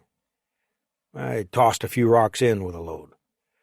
I did it again, this time with more rocks, and again with even more. That afternoon, a guard came and asked if I knew what number my cart was. "The cart has a number on it?" I asked. "Yes, it's got a number on it." I hadn't known. "You've been putting rocks in with the coal," the guard said. "That's sabotage." Before I got a chance to deny it, I wouldn't have explained it, certainly. He gave me a smash. He worked me over pretty well with the butt of his rifle. When he was done, he looked at me and said, "If you do that again, you won't live to see the daylight out of this building." I didn't do it again. Geneva Convention. Let me first say this. In war, there really are no rules. Rules are things that aren't just agreed on but can be enforced by an outside power, a referee, or a justice system. There was no referee in World War II. Each side held themselves to standards that they decided were fair. They were the judge and jury on that, at least until the war ended. Their consciences were their guide, except at times when their consciences collided with what was necessary to win the war. Individuals on both sides committed atrocities, sometimes under the command of higher officers, sometimes not. That's not what I'm talking about here. Cruelty toward prisoners was a conscious policy among the Germans, certainly at that camp. During World War II, prisoners were covered by the Convention Relative to the Treatment of Prisoners of War, Geneva, 27 July 1929, what we call the Geneva Convention. The document has 97 articles, along with an annex. Among other things, it says, POWs must be removed from the battlefield quickly. Their country is notified. They must be treated with respect and some care. POWs could be put to work, though not to do anything that directly benefited the war effort, which I believe mining that coal did. The conditions demanded by the Geneva Convention were a far cry from what we experienced. And just for laughs, consider this. Article 28 says I should have been paid for my labor. I wonder where I go to collect. One thing the Germans did that I guess would count as an act of kindness. They let me keep my Bible and my picture of Arlene. "Pretty girl," said one of the officers who examined me before handing it back. I used it as a bookmark, reading the Bible. I kept both in my breast pocket as I worked.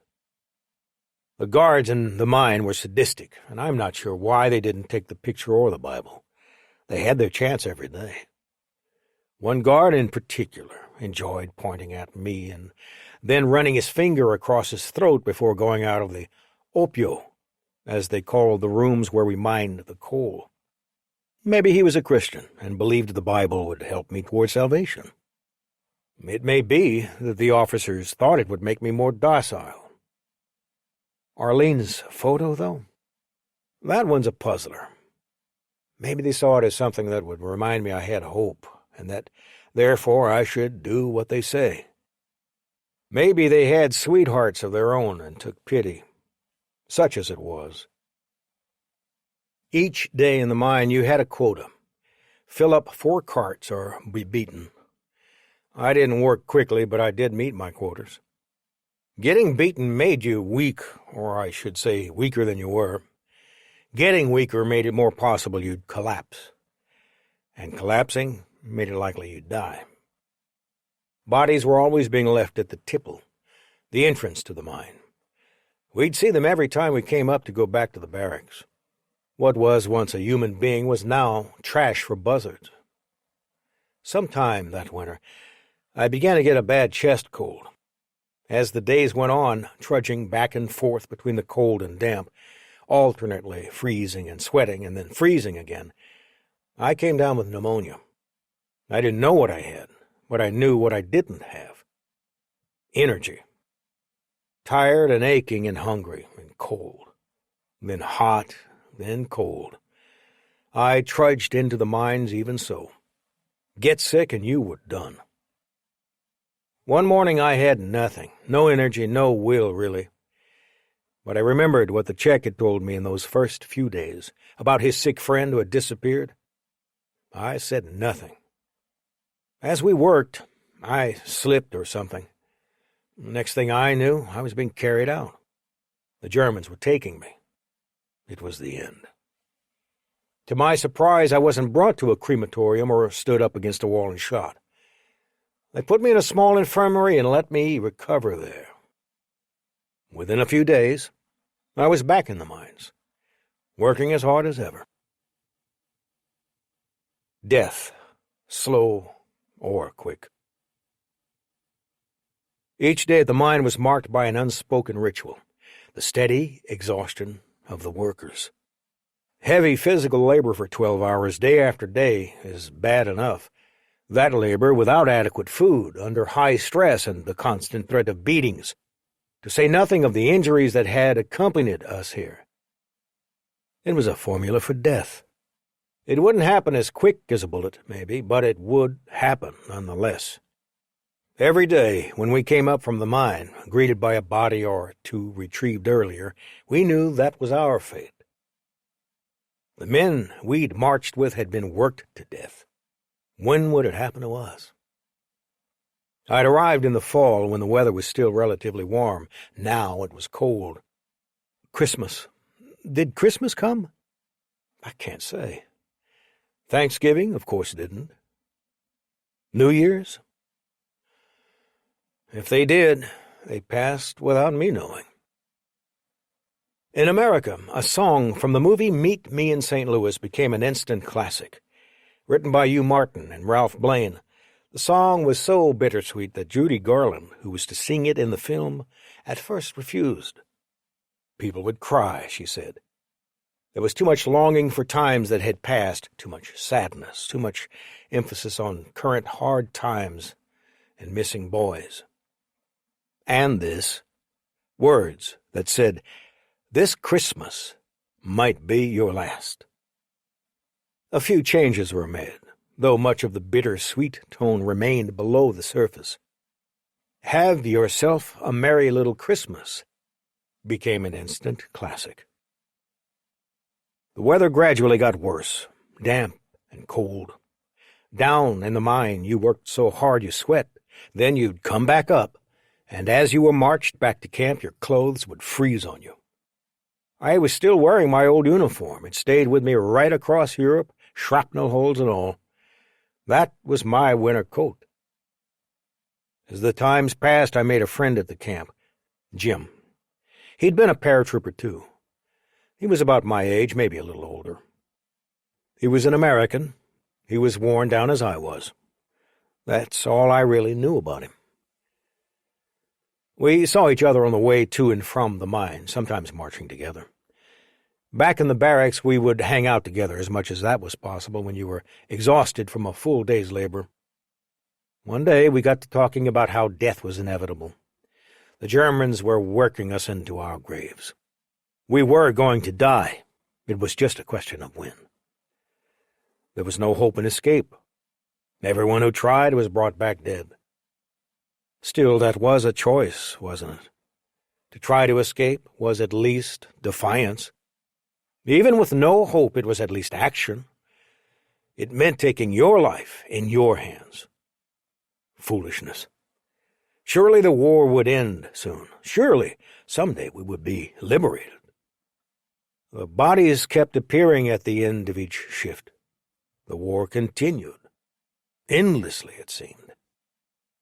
How did we want death? Slow or quick? Chapter 8. The War Outside the Fence. MIA.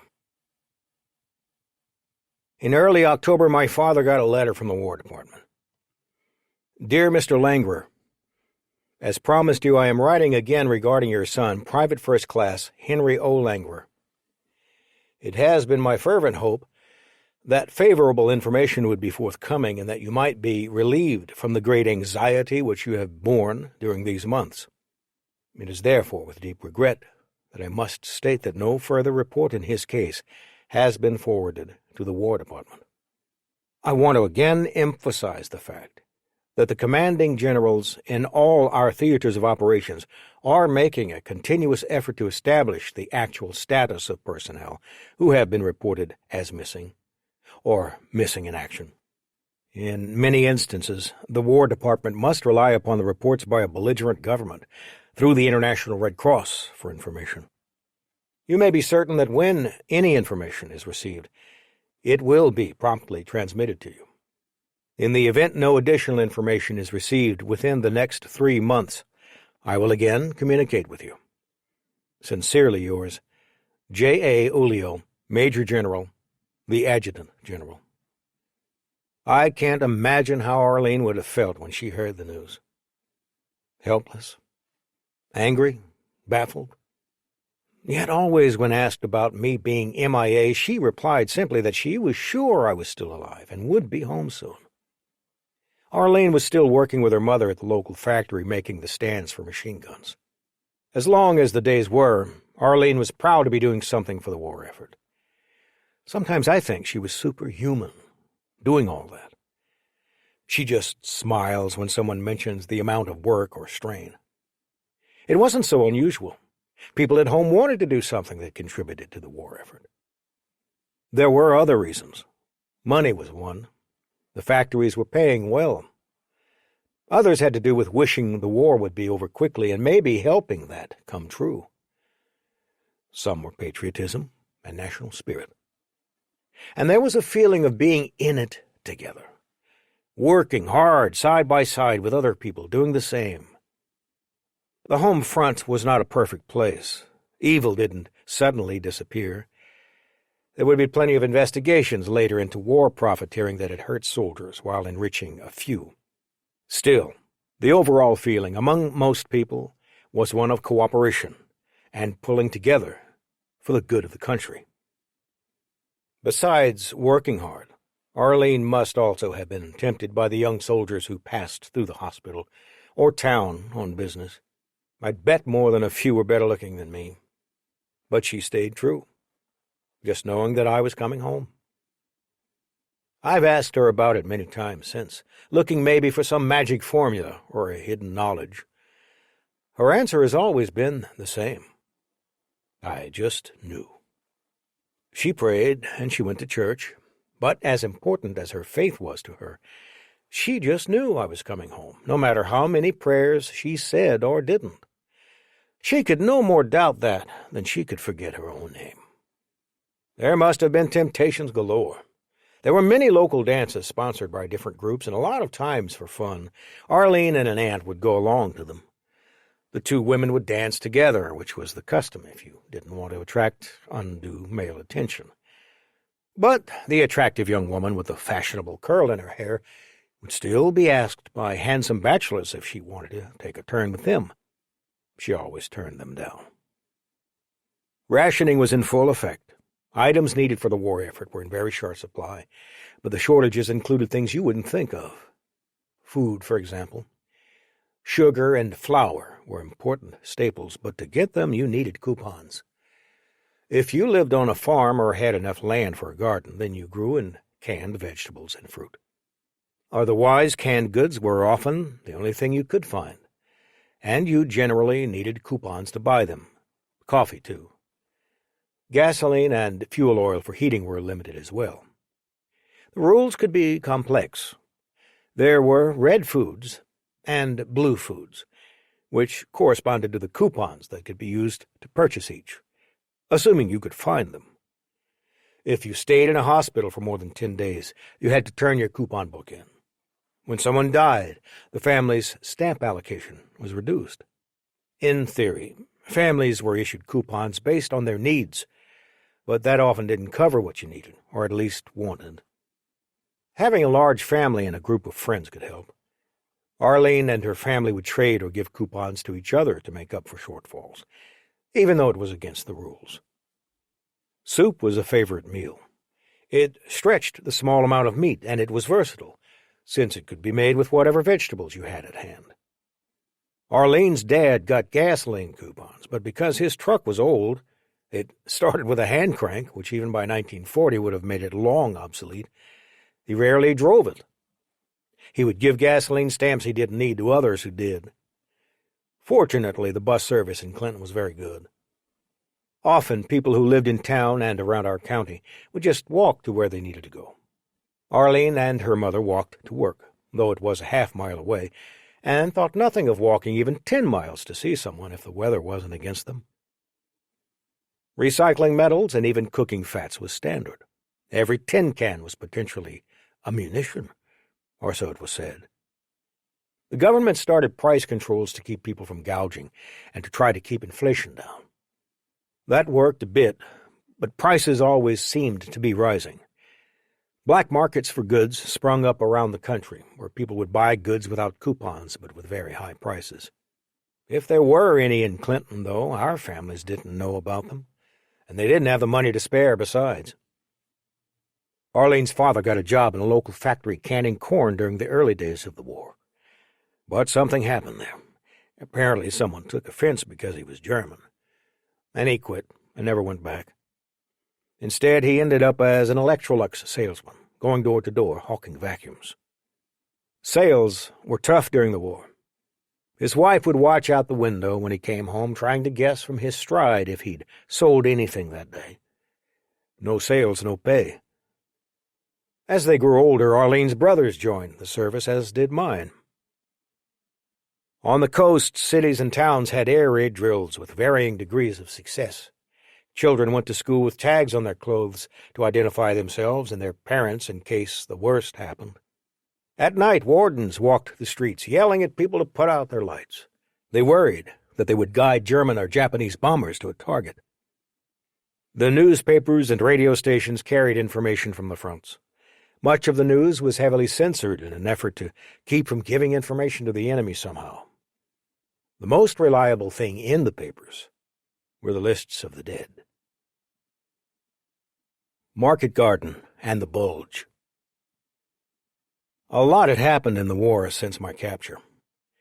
Hampered by German defenses and the unfamiliar terrain, our troops had bogged down in the bocage by early July.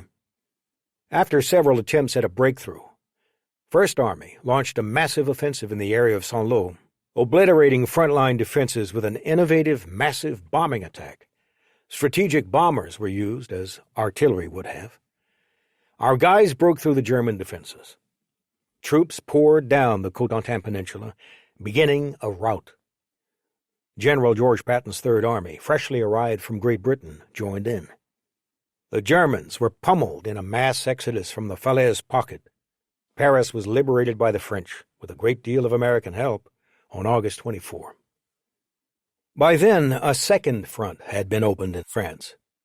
Operation Dragoon launched the U.S. 7th Army into the area east of Marseille. The force leapt northward, striking toward the Rhone River, and forcing the Germans back in the direction of the Black Forest and Rhine River. By the end of August, our troops stood at the border of Germany. General Bradley argued for an assault across the border, aiming to punch quickly to Berlin. Backed by First Army General Courtney Hodges and Patton, Bradley as Army Group Commander was their boss, but he worked closely with both. Bradley proposed a lightning strike that would hit Germany before the country could organize its defenses. He also suggested obliterating everything in their path, aiming to do to German civilians what their armies had imposed on the rest of the world. Whatever effect that might have had, neither Bradley's suggestion nor his plan to cross into Germany was adopted. The 82nd Airborne had been moved out of the bocage and onto Utah Beach July 11.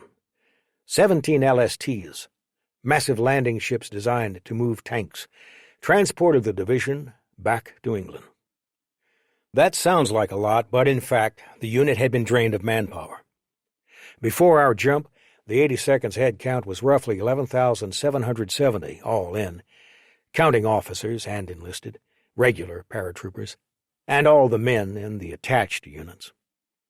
About a tenth of the division, 1,142, had been killed.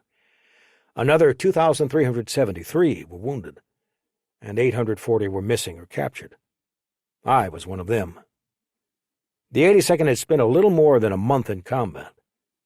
They spent the next 2 months refitting, filling their ranks with replacements for the lost men, and preparing for the next battle, which began September 17. Rather than following the plan Bradley and his lieutenants had proposed, Eisenhower endorsed a plan favored by Montgomery, codenamed Market Garden. In brief, the idea was to cross the Rhine in the north, opening a way to Berlin. If successful, it would get around the German defenses known as the Siegfried Line. This was a massive series of defenses, originally built across from the French Maginot Line, a similar stretch of bunkers and heavy defenses intended to stop an enemy advance. The German defenses included thousands of bunkers, tank traps, obstacles, and other defenses that made a quick ground attack and breakthrough difficult, if not impossible. The line had been reinforced and extended following the start of the war, and again after D-Day. It extended on German soil from the Netherlands south to Switzerland. It did not, however, extend all the way to the North Sea. It might be possible, therefore, to bypass it by attacking in the northern Netherlands, crossing the Rhine, and driving down into Germany from the north. This was not as easy as it might sound. Much of the terrain had been flooded, and there were several rivers in the area that could be used as defense points, with a limited number of easily guarded crossings. Following their return to England, the 82nd, the 101st, and the as yet untested 17th Airborne Divisions were joined with British airborne troops to form the 1st Airborne Allied Army. This command had planned several actions, but none were carried out because of the rapid change in ground conditions. Basically, our armies were moving so fast that the plans became obsolete before the jumps could be made. 3 divisions from the 1st Airborne Army, the 82nd, the 101st, and the British 1st Airborne Division, along with Polish troops and some supporting units, would take the lead. Just under 35,000 men would parachute or land by glider in the Netherlands, behind the lines of the German 84th Army Corps, seizing and holding key bridges that ran through the area. Highway 69, a key north-south route, would be taken by the troops, putting the major artery in Allied hands. The airborne operation was the market portion of the plan. It was to be followed by Garden. A British Army Corps would come north through the areas taken by the paratroopers, starting with the region west of Valkenwoord, attacked by the 101st. By day 2, they would arrive in the area secured by the 82nd, roughly around Grave, and including a long bridge at Nijmegen. 2 days later, they would arrive at the British positions in the far north, which included a major bridge at Arnhem. At that point, the attack would pivot over the crossings seized at Arnhem, breaking east through whatever German defenses had mustered there. It was an ambitious plan. Aside from the success of the airborne attacks, it depended on the ground troops' ability to use Highway 59. While much of the area along the sides of the highway had been flooded or was too marshy to support vehicles, resistance along the highway route was expected to be light. Things went well at first. Unlike most operations to this point in the war, a large portion of the airborne troops landed on target. My division, the 82nd, took most of their objectives, but failed to take the bridge at Nijmegen. Though they were able to control part of the bridgehead, the British were turned back at Arnhem, largely because the initial force aiming to take the city was too small. These 2 failures set the stage for what followed. The Germans brought heavy reinforcements into the northern areas, cutting off British units. They secured Arnhem, cut off the British soldiers who had reached the bridgehead, and devastated attempts to resupply the division by air. By the end of the 4th day, the British survivors at the Arnhem bridgehead, out of ammunition and in many cases wounded, were captured. In the meantime, the 82nd, joined by British ground forces, had taken Nijmegen, but it was too late. The Germans were able to block attempts to reach the British airborne troops farther north. In the south, troops taking Highway 59 were pummeled by artillery that had the road zeroed in. The British finally had to withdraw, crossing back over the southern bank of the Rhine after heavy losses. After withstanding a German counterattack, the 82nd hunkered down. The 82nd was relieved on November 10. Some troops marched some 20 miles in the rain and in early snow before rendezvousing with trucks that were to remove them from the battle zone. They had spent a remarkable 50 days in combat, far longer than planned and an unusually long time for an airborne unit. They were ready for a rest, and more. Their stay in the Low Countries had been costly, though after the fighting settled down, the Dutch citizens proved as welcoming as the French had been. Now they were ready for some R&R in France. It didn't last long. A number of men were still on leave December 16 when news came that shocked Americans, not just those in uniform, but nearly everyone back home. The Germans, thought now to be on their deathbeds, had managed to launch a surprise attack in Belgium. The American command was taken completely off guard. While a secret system of intercepting and decrypting German communication, nicknamed Ultra, had provided excellent intelligence to this point in the war, somehow it and the entire intelligence community had missed the fact that 3 German armies with 500,000 men over 500 tanks, and another 650 self-propelled guns and tank destroyers had massed in the Ardennes forest. Taking advantage of bad weather and attacking a front so quiet it was called the Ghost Front, the Germans galloped through the American lines. By the night of December 18, their armies threatened the headquarters of the American Corps commander, overseeing the area at Bastogne.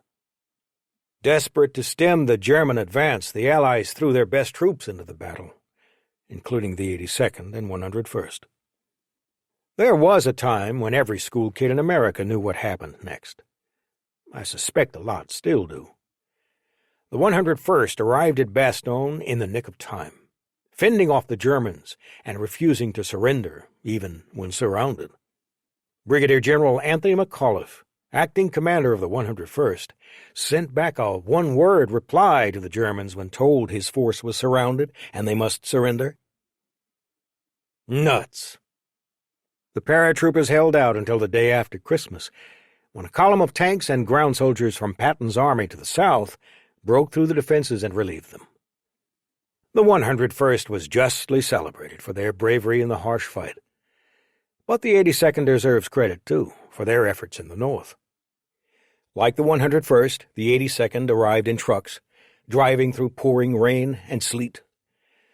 Where the 101st had assembled near Bastogne, the 82nd arrived at Werbemont.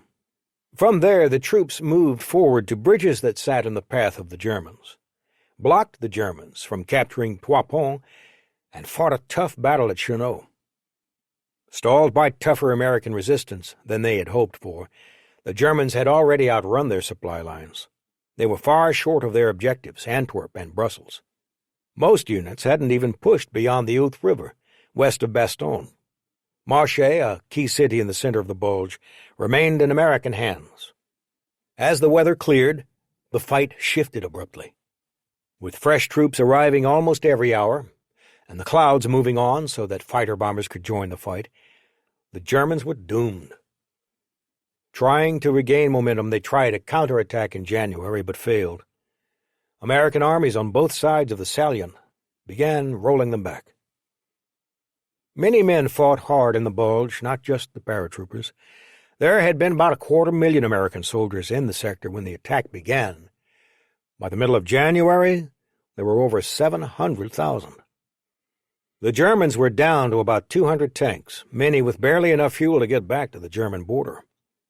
Our side had almost 2,500, with thousands more armored vehicles and guns.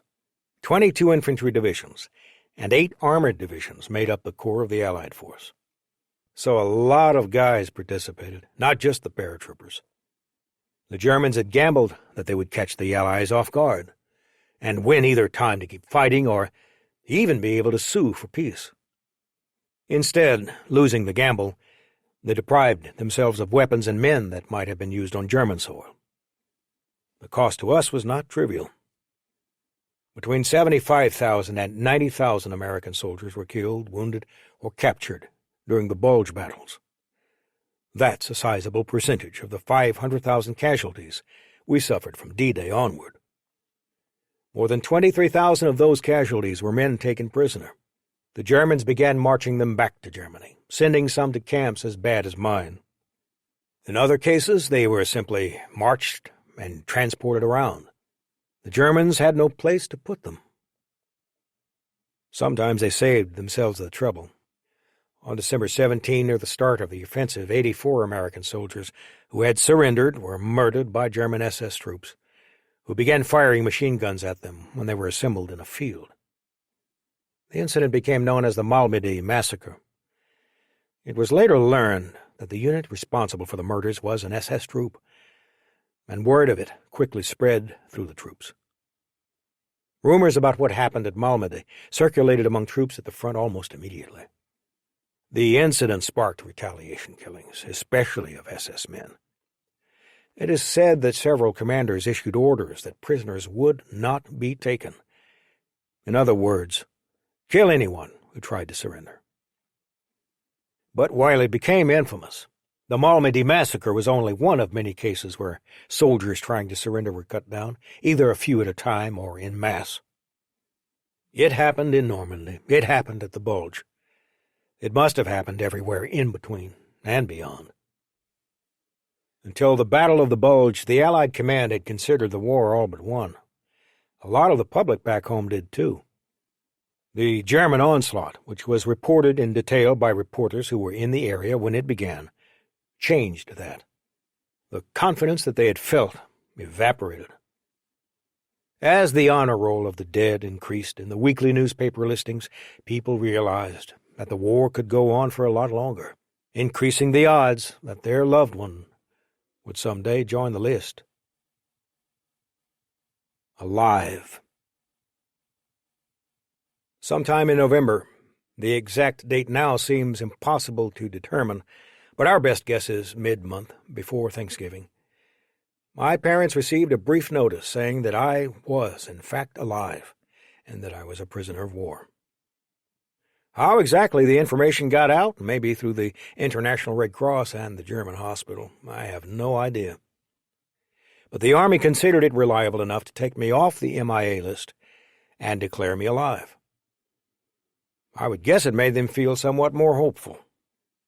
What they would have thought had they known fully what that meant, what I was witnessing, what those around me were going through, I can't begin to say. And truthfully, even I didn't know yet what the price of survival would be. Chapter 9. Opportunity. Good luck. Winter passed. The weather got warmer. How long was that? Months, unnumbered. Working it out now, this must have been March or maybe very early April. They must have had a quote at the coal mine because they worked as hard every day. There were no days off. Jim and I talked on the way to and from the mine. Trying to escape, even if it meant getting shot, was better than a slow death, so we decided we'd try. One night we came back from the mine. It had started to rain. For some reason, there were only 4 guards with us, 2 at the front, 2 at the rear. We were somewhere in the middle. There were bushes on the side of the road about halfway back to the camp. "Let's get out of here," whispered Jim. We stepped out in the darkness. "Good luck," hissed the guy behind me as we ran. Chapter 10. What had to be done. Halt. We knew there'd be a count as soon as the detail got back to the camp. That gave us 10, maybe 20 minutes. We took off running down a little hill through the fields. We saw a small town or village after we'd run for 20 minutes or so. By now it was starting to get light. Not full dawn, but just before. As we got closer to the houses, someone saw us. He seemed to be a guard or policeman, probably a member of the Volkssturm. These home guards in the towns were usually older men who couldn't be drafted in their 50s or 60s, or sometimes a soldier who'd lost an arm or was injured badly in the war. You could identify them by armbands, usually, though in some cases they had uniforms, often old or mismatched. The man began yelling, "Halt!" Getting captured meant certain death. Jim and I spotted a barn near the outskirts and ran for it. He was fast behind us. Jim was a little ahead of me and ran in looking for a weapon or maybe a place to hide. I stepped to the side of the doorway, flattening myself against the wall as the guy came in. He had drawn his pistol. He started shooting. A 2x4 was right by the door, probably used to lock it closed or prop it open. Not really thinking, I grabbed it and hit the German across the head. Very, very hard. All my energy, all my anger went into that blow. That 2x4 carried months of anger in it. The policeman fell. I hit him. How many times, I don't know, but it must have been enough to kill him. Jim lay dead a few yards away, shot in the head. I took the German's gun, his holster, and 2 full magazines that he had in a pouch at his belt. I still have it today. It's a semi-automatic 9mm pistol made in Belgium. I'm not positive, but I believe it's an FNP-35, which was manufactured during the war for the Nazis, though I've never had it checked out to be sure. Jim was dead, and I was on my own. I ran out of the barn worried that someone heard the gunshot and would sound the alarm. I had no idea which direction to go in. I just ran until I came to a creek. By then I was hearing dogs barking. I thought they must be guards from the prison or the local police trying to track me. I'd heard that dogs would lose your scent if you ran through water, so I jumped into the stream. It was wide, maybe 20 feet, but shallow, not more than a foot deep.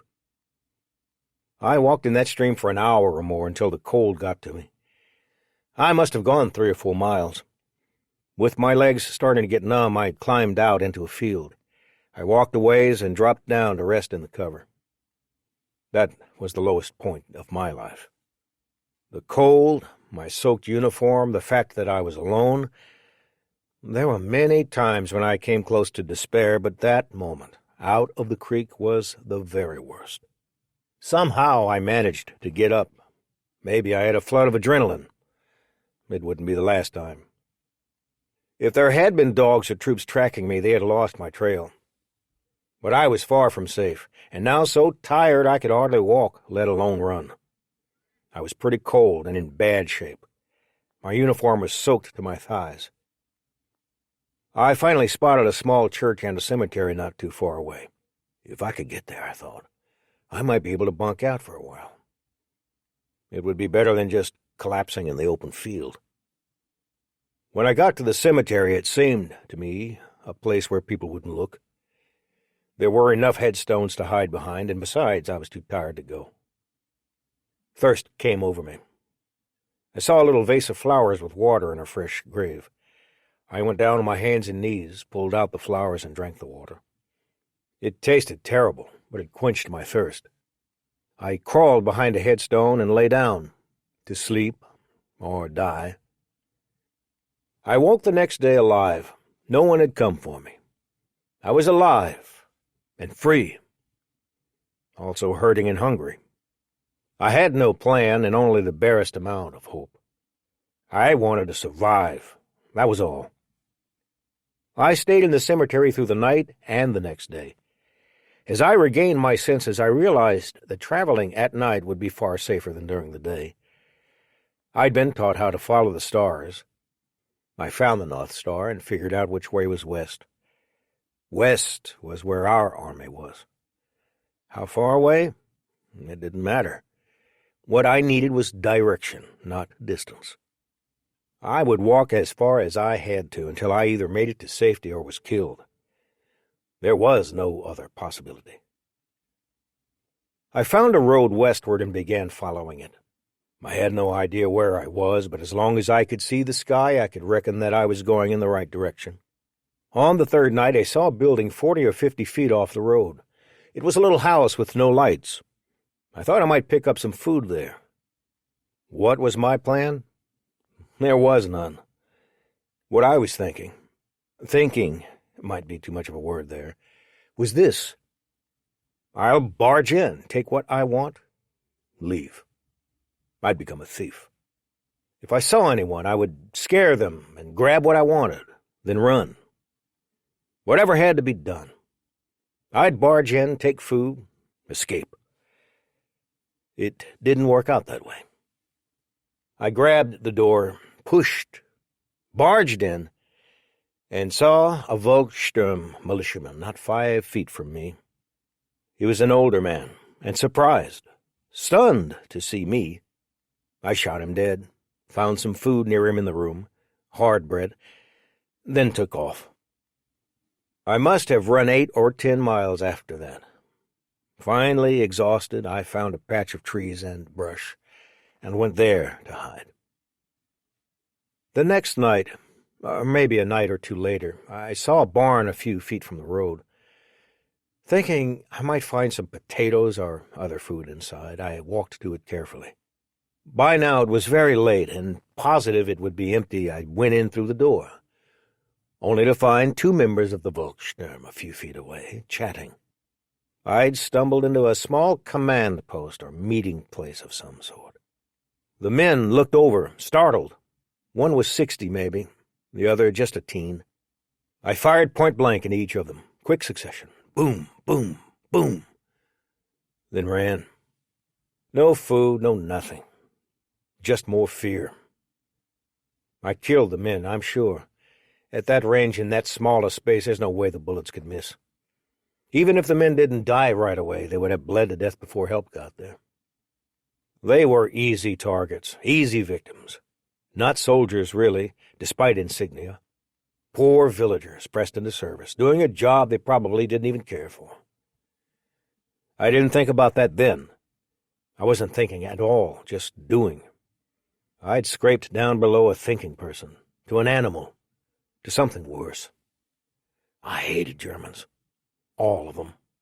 SS guards, grenadiers, Volkssturm, farmers, teenagers, every man, woman, and child. I had a terrible, terrible hate of each and every one. From the distance now of so many years, there are reasons and excuses. I'd been beaten and starved and tortured. I'd seen the very worst humans could do. I was sleep and food deprived. I was desperate to survive. I knew if I was caught, when I was caught, I was dead. Maybe with work it can be made to sound pretty on the page, or almost pretty, but it was none of that. It was what had to be done, with hatred in my heart. Savagery. I slept in the woods the rest of that night and into the day. When it was dark, I started out again. You know, when you leave 3 people behind you shot dead or even just wounded, people realize there's someone on the loose. I was leaving a trail. Not too smart. I had to keep moving and find some food. Another night, more running. I'm not sure when exactly this was, whether it was just a day later or 2 or 3 or more. I found another building far from everything else. It looked like a cottage or maybe a guard post. This time I was deliberate. I saw there was a German inside, a man in uniform. This man I was going to kill. He was a soldier in uniform, a man I had enlisted to kill, a warrior, worthy of death. I barged in again.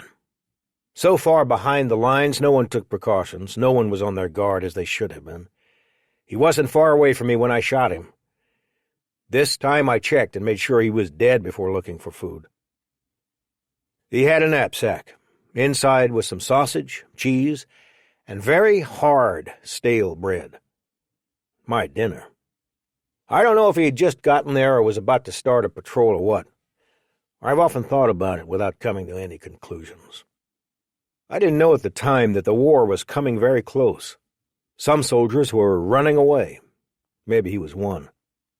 Or maybe he was part of a force looking for me. All I knew was that I was hungry and he'd given me dinner. I made another 8 or 10 miles that night before I found a good wooded area. I went into the trees and hid in a spot where I could see the road. A little later, I heard artillery. Our artillery, I thought. That gave me a lot of hope. If I could just make it a little while longer, I was bound to find our guys and be rescued.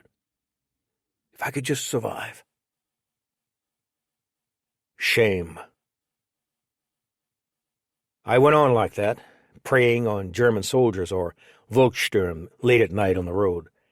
The soldiers always carried knapsacks with food, and there'd always be water. These men weren't terribly alert. They thought they were safe. Or they were like me when I first jumped into Normandy, naive about what war really means. There'd be a guy walking on the road, going from one point to another. I'd just walk right up. Maybe he saw me and thought I was a villager. Maybe he didn't see me because I snuck up, or my clothes, blacked from the mine, made me almost invisible. Pistol, close range. I was a guerrilla, waging war behind the lines as I'd been trained. A paratrooper on the lam. Or a desperate man doing what he had to do to survive. Most nights I found no one. I didn't take the crazy risks I had before. Now I just watched for a single man on the road, too far from town to be heard, but close enough to think he was safe. How many, I'm not sure. Maybe 4 times, or 3. Less than a handful. I've never spoken of these things before, not even to my family. I've been ashamed of them. I'm ashamed of them still. Sometimes when I'm not doing anything, I think about these things. They still bother me.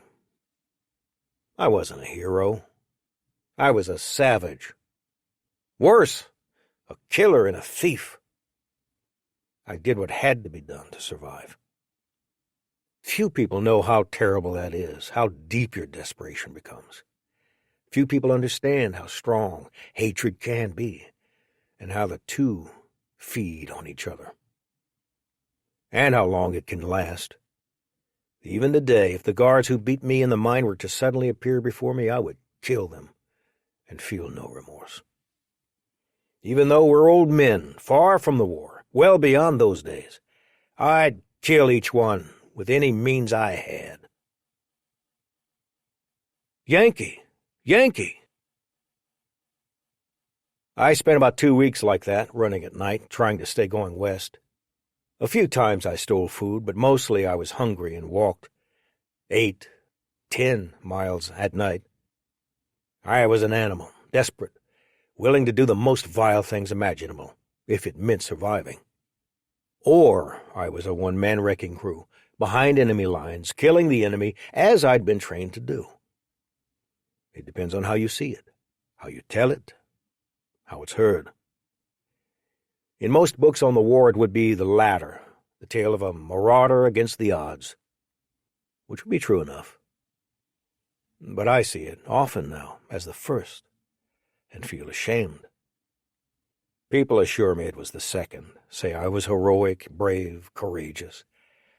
I nod, but my feelings don't totally change. Was there a line I wouldn't cross? Something I wouldn't do to survive? I don't know. I suppose it must have been. But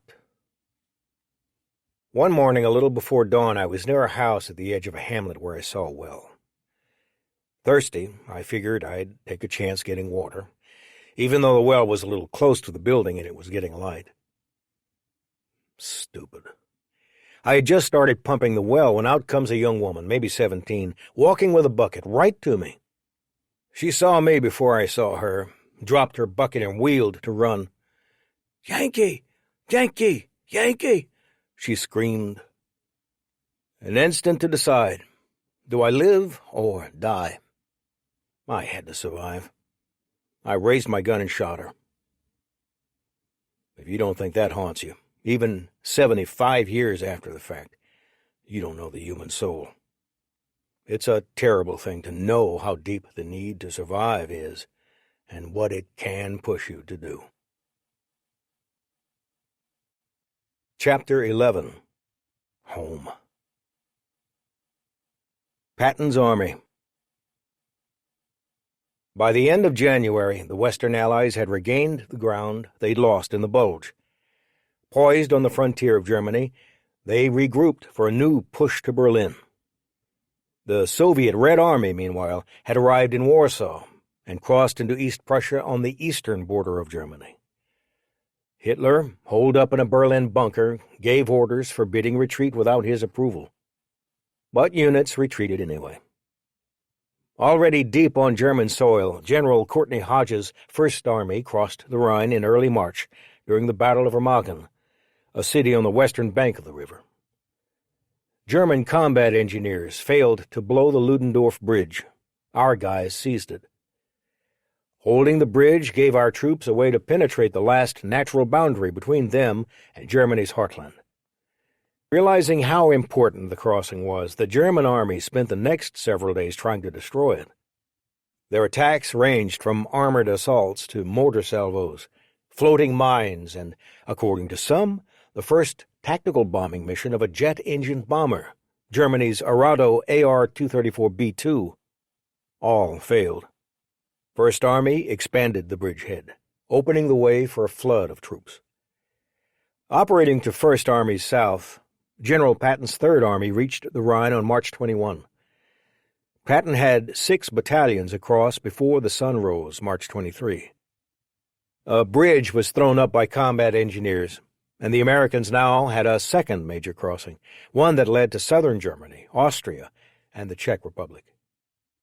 The rapid advances by the Allies had not spared the civilian populations. even though they weren't directly targeted. Farms, villages, cities suffered as the armies wrestled. The destruction was remarkable. It even moved Patton, not known for his compassion toward the enemy, to pity. In a letter to his wife, March 23, he told her, "The displaced person is a problem. They are streaming back utterly forlorn. I saw one woman with a perambulator full of her worldly goods, sitting by it on a hill, crying. An old man with a wheelbarrow and 3 little children wringing his hands. A woman with 5 children and a tin cup crying. In hundreds of villages there is not a living thing, not even a chicken. Most of the houses are heaps of stones. They brought it on themselves, but these poor peasants are not responsible." And then, as often with Patton, he had another thought. "I am getting soft. I did most of it." It was the terrible ambiguity of the war, of all wars. To do what had to be done, many who weren't guilty had to suffer. Like Hodge's First Army, Patton's Third consisted of different corps, each composed of infantry and armored divisions and smaller specialized units.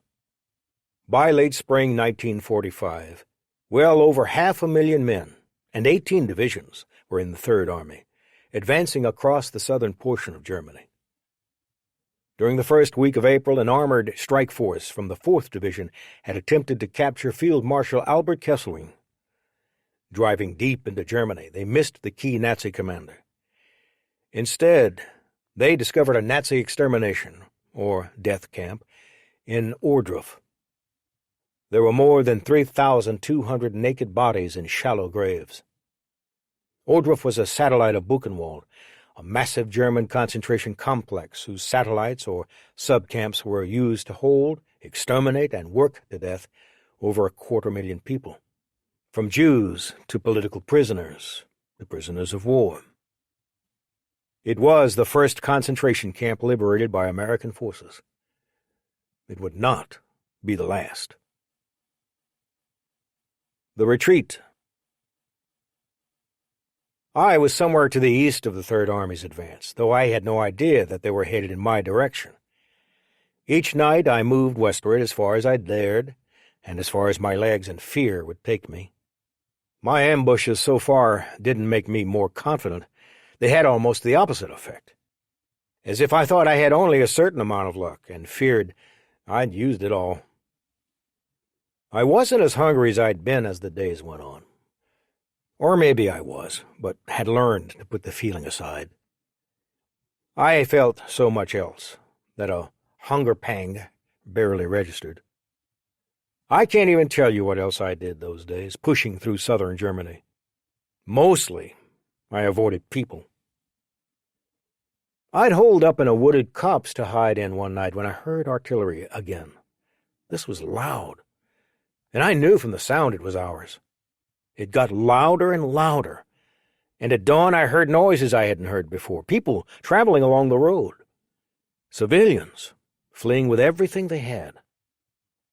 I was about 100 yards away, maybe a little more, from the road, close enough to see what was happening without being seen. I looked out from the brush and saw people streaming down the road, some with horse-drawn wagons and carts. They were moving fast. 2 hours later, I saw infantry moving down the road. German soldiers, a lot of them, hundreds on foot and in trucks. Then tanks and mobile guns, 88s. It was a long column of troops, obviously beating a hasty retreat. I was so amazed at what I was seeing that I didn't even think to hide myself. I suppose anyone seeing me from that distance would think I was just a civilian. I stood and stared, barely comprehending, as a buzz in the distance grew. The sound was an airplane, a small one. I looked above and spotted a little Piper Cub spotter plane circling. Clearly he was looking for these guys. The Germans were smart. They didn't fire at the little plane, knowing it would tell the spotter where they were. But it didn't matter. 10 minutes later, maybe 15, artillery shells began falling on the road. The column was still passing through. A shell hit a tank, wrecking it and forcing the column to stop. Shells kept falling on the road as I cowered.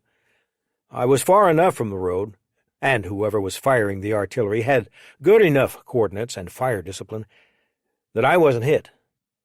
But plenty of Germans were. I heard cries of pain, desperate pleas. The Germans who weren't killed managed to keep going, escaping with their wounded. I felt no sorrow for them, no compassion. But I didn't feel any joy either. I felt nothing. I'd grown to understand war and survival completely. The fires burned into the night. I stayed where I was. I woke the next morning to the sound of tanks coming down the road. I got up thinking at first that they were more German tanks, but the shapes were wrong. Our tanks. American tanks. I was too scared to move. It wouldn't have made sense. These guys would have shot at anything in the road or nearby, I'm sure. I stayed where I was, hunkered down as they pursued the Germans. I'm sure they knew they weren't far ahead. The Americans quickly pushed and towed the wrecked German vehicles off the road. Trucks followed with infantrymen. A few hours passed. I stayed where I was. I didn't want some trigger-happy guy to shoot me because I didn't know the password. After you've been in combat a while, you don't think twice about shooting. Things died down, and I started making my way toward the road, a few yards at a time, not sure yet how to make contact. Finally, a jeep with a single radio man came up the road. He stopped to take a look and maybe make a radio call. That was my chance. If he was occupied with the radio, he'd be less likely to shoot me, especially with the rifle in the jeep out of reach, or at least out of my sight. I snuck out of the brush, walking as quietly as I could, and tapped him on the shoulder. He just about jumped to the clouds. "What are you doing? Where are you going?" the radio man demanded. He took a breath, calming down, realizing, I guess, that I wasn't out to kill him. Then his eyes just about crossed. "You look like a ragman," he said. "I'm an American," I told him. "I escaped from a prison camp. I'm an American. Help me." Memory. Thinking back on this now, it all seems incredible. The 2 weeks of being a savage, the column of Germans, the attack. Did it all happen exactly as I remember? I believe so. Some of it, I think, was worse. A few of the details now are jumbled in my memory. I was further or closer to this and that. I saw bits and pieces of things, and my mind supplied the rest. Details have slipped away, or maybe hid themselves from the part of the brain that can't take such horror. I know I was very lucky. So many times I could have been killed, and not just by the Germans. A stray bomb, a shell, the man in the jeep. I could have slipped in the stream, hit my head, and drowned unconscious. If I'd been in a more important place with bigger towns, or if the soldiers stationed there had been more competent or better trained, I'd have met my match within a day or two. Had I been captured a year earlier and then escaped, the Germans would have put a lot more effort into capturing me. With the Allies pressing in from all sides, I wasn't really worth the effort. The radio man put me in his jeep and took me back to his headquarters. I can't tell you which unit it was. It must have been about 4 miles back from where I'd been picked up. The captain there looked at me and said, "You look like a sorry mess." I had to agree. I told him what had happened. I'd gone maybe 100 miles and spent 2 weeks ravaging the countryside. Guesses. I don't remember any questions about whether I was an American or not, let alone suspicions that I might be a spy. No one even asked to see my dog tags. It was probably pretty obvious I was an American from the way I spoke, and my guess is that at that point in the war our guys weren't too worried about spies. Intel on the enemy was a different matter. The captain asked me a few questions about what I'd seen. It must have been obvious that I had no information that could help them, because our conversation didn't last all that long. He gave me a new uniform and let me clean up a bit. The unit had picked up some other escapees and sent them back to France. He said he'd send me there too. There was an airstrip not all that far away. Another jeep ride, and I was looking at a C-47 being packed with the wounded. They took me along, and a few hours and another plane ride or two later, I was in France. Free France. Lucky Strike. I was taken to a camp called Lucky Strike. Lucky Strike was the name of a very popular brand of cigarettes before, during, and after the war. In this case, its name had been appropriated by a large base originally set up to help process soldiers as they were being brought into Europe. It was one of several cigarette camps with similar missions, so named because most were given the names of popular brands of cigarettes. There was Pall Mall, Philip Morris, Old Gold, and a few others. The camps were near Marseille in the south and Le Havre in the north. Both cities were major ports that were used to ship troops into the fight. Lucky Strike was in Normandy, near Saint-Valery, at Saint-Riquier-en-Caux. Things had changed a lot in northwestern France since I'd been there 8 or 9 months before. Then, this place had been a German airfield, probably a prime target for bombers in the build-up to the landings. Now, it was a mass of canvas tents, American tents, American soldiers, American doctors, and even nurses. The camp's purpose was evolving from an entrance to Europe to an exit. It had begun processing POWs liberated from the western portion of Germany in March. It would eventually handle thousands of men a week as they shipped home, but when I arrived, it was relatively quiet. The first thing the docs at the camp did when I arrived was delouse me.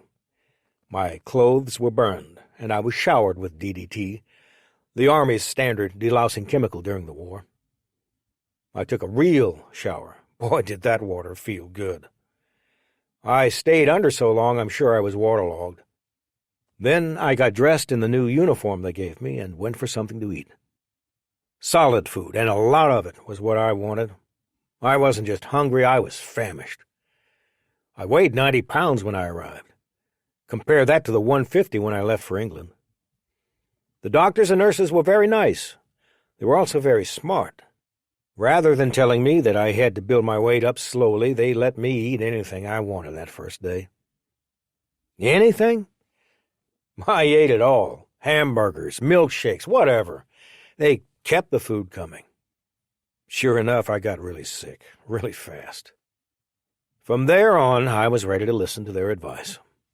They were extremely kind, the nurses especially. I went exploring. Lucky Strike was more like a city than an army camp. You could get lost in it, but it had to be big, as it had housed close to 60,000 at its peak. There was a bar, a movie theater, and of course a fully equipped field hospital. I didn't have it to myself, and I wouldn't say the place was empty, but there weren't nearly so many men that it felt crowded. I drank a lot of milkshakes, slowly, and quickly added weight. Good food, rich soups, thick steaks. The first steaks I had in Europe. Aside from being exhausted and well underweight, I was in what the doctors declared was surprisingly decent shape despite my time in the mines and prison camp. The Germans who had operated on me in Paris had done a very good job removing the shrapnel. I still had pieces near my spine. While those could only be removed in a better-equipped facility, I was in no immediate danger from them.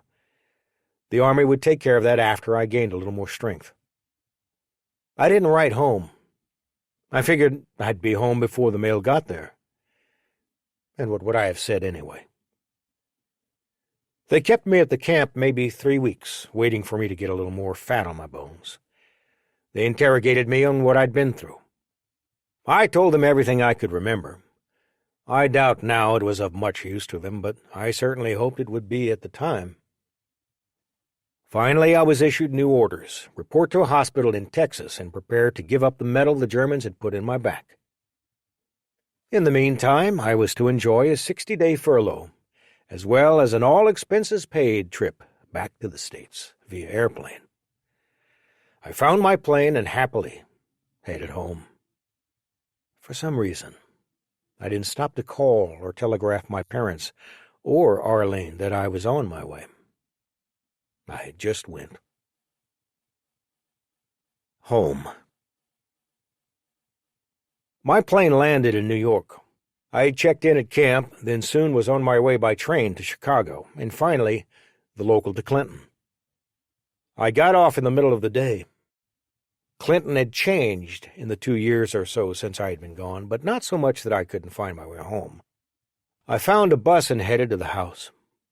My youngest sister was playing outside when I got off and walked across the railroad tracks. She saw me and ran into the house to tell my mom. "I think Heine's home." The family hadn't received any word that I had escaped, let alone that I had reached our lines, been rescued, spent time in the hospital, or was coming home. The war in Europe was still raging. As far as they knew, I was dead, or maybe in a prison camp somewhere. I stopped in the yard, taking it in. I'd seen the house so many times in my mind. It looked exactly the same. I walked to the door, opened it. There was no rush of excitement, no big hugs or kisses. My mother said hello. That was it. My dad just shrugged. "You're back." It was as if I'd just gone down to the store to grab a bottle of milk and come back. Yet it didn't seem odd to me at all. That was the way my family was. There was no big signs of emotion, or anything else. I'd get all of that and more from Marlene. Kisses and hugs and more, nothing X-rated, but so much love when I found her at home a few hours later that I felt a thrill beyond anything. Beyond falling from planes. Beyond even surviving. Chapter 12. Survival's Rewards. VE Day and Beyond. Tuesday, May 8th, 1945. I'd only been home for a few weeks, still enjoying my furlough and recovering. I was still gaining weight, spending as much time as I could with Arlene, and just happy to be alive and free. The news came. Germany had surrendered. The war in Europe was over. Germany had been occupied. Hitler was dead. We'd won. It wasn't the exact end of the war, of course. We knew there was more fighting ahead. Friends were still deployed, including Arlene's brothers. I'd known it was coming soon. It was obvious when I was on the run, probably the reason I was able to make it so far, most likely the reason I was alive. The Germans had far more things to worry about as their defenses and country collapsed than an escaped prisoner roving their countryside. Still, it was an end, a good one. We celebrated it. Yeah, I think everybody had a headache the next day. Even I did. The celebration in Clinton wasn't as crazy as what you see in the old photos and newsreels. I don't think there were any sailors kissing girls on the street. But the church bells rang, and we could all feel that huge load fall off our shoulders. I can still remember the feeling of driving in a car, hanging out the window, feeling the breeze against my face, freedom whispering in my ear as I shouted hello and hooray. Arlene and I visited our grandmothers, family and ties to the past, our past. It all suddenly seemed important. This is terrible to say, but looking back, I think I felt as if we should have gotten a little more out of that war. I'd seen all the terrible things the Nazis had done. How do you make up for that? We ended up helping them rebuild rather than really punishing them. That was right, I guess, being magnanimous. But deep inside, a little part of me felt, I guess, ungenerous. I guess like there should have been some way that they made up for it. But mostly I felt relief. Mostly I felt like I wanted to get on with my life. With Arlene, in Clinton, in America. We went to a local jeweler and picked out an engagement ring. A nice diamond. Nicer than the one I'd lost in England. Arlene has a funny story about that. Not long after I got home, I think we were at the movies, I told her, "I want to show you something. It's been with me the whole time." She thought I was going to show her the ring I'd bought in England. What I showed her was her photo, which had been with me all the time. That and the Bible. I guess she was disappointed, but to me, that photo was worth 1,000 diamonds. It connected me to her better than my memory could. Maybe it was one of the reasons I was able to survive.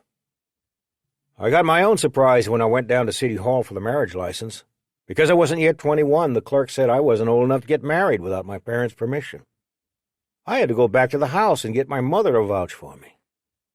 Old enough to fight in a war, not old enough to get married. Something there doesn't add up. Arlene's explanations about how she had prayed for me to come home convinced me that, while I had been very lucky, maybe her prayers had something to do with that luck. Her faith in God was deep. I thought about the 2 friends I'd seen die with a peace on their faces, and that question I had asked myself so many months before. Would I be able to die so peacefully? Maybe I would, if I had faith. I started taking lessons with Arlene's Lutheran pastor. He baptized and confirmed me. I became a Lutheran and a firm believer in God. As time has gone on, my wife and I have found that our faith is not defined by a specific denomination, but remains as strong as ever. Arlene and I got married July 1. It was a small wedding. The ceremony was at the parson's house at the Zion Lutheran Church, where Arlene was a parishioner. After the ceremony, we went to her parents' house to celebrate with our families and a few friends. I don't know how her mom and dad pulled it off, and Arlene doesn't either.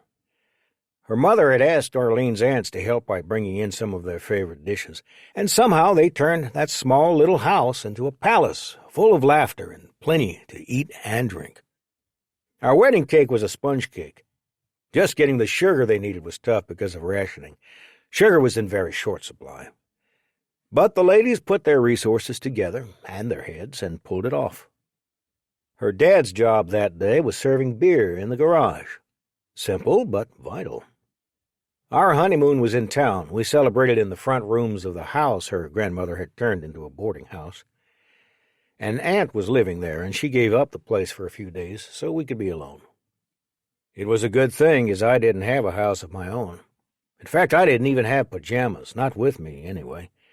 I'd been so excited to get on with the ceremony and all that, I hadn't brought anything but the clothes on my back to the parson's home.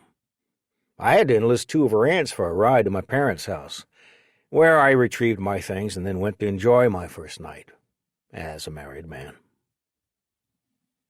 The next order of business was getting rid of the shrapnel that the German doctors in Paris had left in my back. The Army sent me down to Texas for the operation. It went well, though even those doctors decided that it was best to leave a few small scraps in there rather than risk damage to my spine. I guess there's no harm, as I seem to have gotten along all these years without much trouble or setting off too many metal detectors. In August, the United States dropped 2 atomic bombs on Japan, and the war ended. There were more celebrations. Each time one of Arlene's brothers or a friend came home, there was another, until finally we were all back.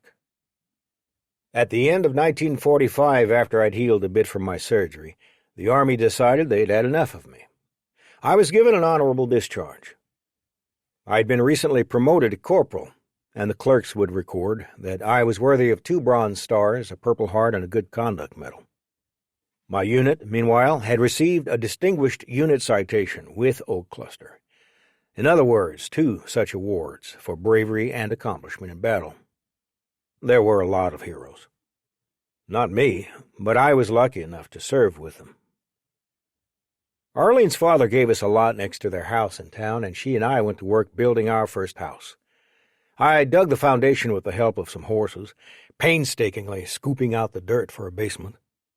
We built it together, stick by stick. It still stands. Eventually we built another, and later another, where we still live. Not large, but comfortable enough to raise a family. With Arlene's help, I built a construction company. We made a variety of buildings, but I guess I'm most proud of the work we did for the schools. America was growing, and education was a big need. I made it a rule to do good work, to get it done on time and on budget.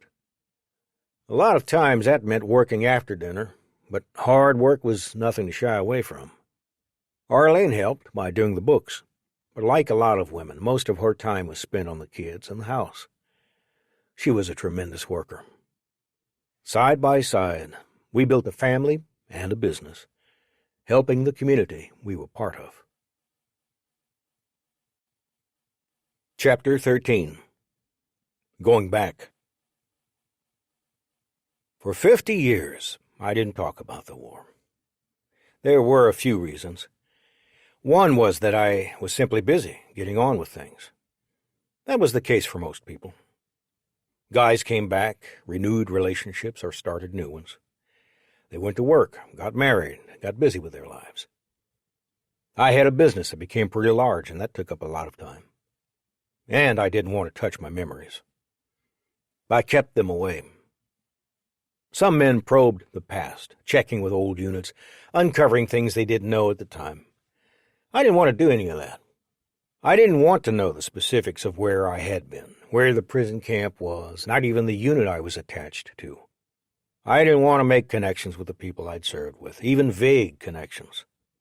I stayed away, physically, as well as mentally. Let it all be forgotten. So much of it was. There were times right after the war when I needed to be alone. I'd be in a bad mood and go off by myself. I knew the things I did and what I'd seen. I knew what it feels like to see a friend die, to see people with their limbs off, bodies stacked by a barbed wire fence. I knew what it feels like to be hit with a rifle butt, to be worked over.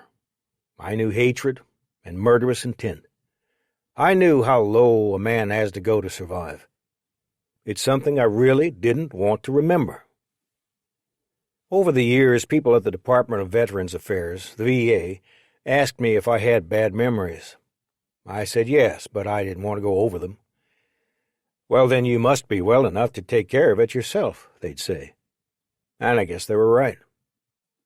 I never gave details when my family asked. I'd just say, I did what I had to do. What I had to do to survive. Your job as a soldier is to kill people. It's not something you ought to brag about.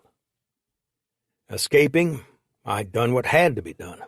I knew I had to do it, but that didn't make it any easier deep down to feel comfortable with it.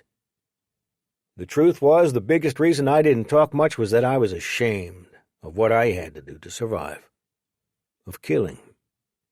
I couldn't be proud of what I'd had to do behind the lines, even if I had trained for it, even if it was the stuff of movies. I just couldn't be proud of it. The opposite. Ashamed. And if that's how I felt, how would someone who wasn't there, who didn't know the dark reality, how would they even believe these things were possible? That all men and women are capable of that, if they want to survive. How many people really believe that now? They don't want to believe the things people do to other people. They even downplay the Holocaust. I know it happened. I saw it. I know they did. Sometimes people ask me what it was like to have to kill men in war. I don't tell them. They don't really want to know, I think, or they would be shocked. You don't feel anything, not after a while. Later is different, but at that moment, nothing. Relief, for an instant, that you're not the one dead. Then move on. I tell them war is war. Most people let it go and don't really push it. How many people did you kill? I've been asked that when I've spoken. I just say, war is war. We had a lot of close combat. Guy comes over a hedgerow at you, or you go over. You see someone and you shoot him. That's combat. That's war. Do what needs to be done. And move on. I'd been an atheist, more or less, through the war. Even with a Bible in my pocket, I can't say that I really understood God or found religion. Arlene brought me to it. Her faith in me coming back, her trust in God, that was a powerful thing. I started going to church. I kept reading the Bible. I guess I learned to pray and to trust the way she had.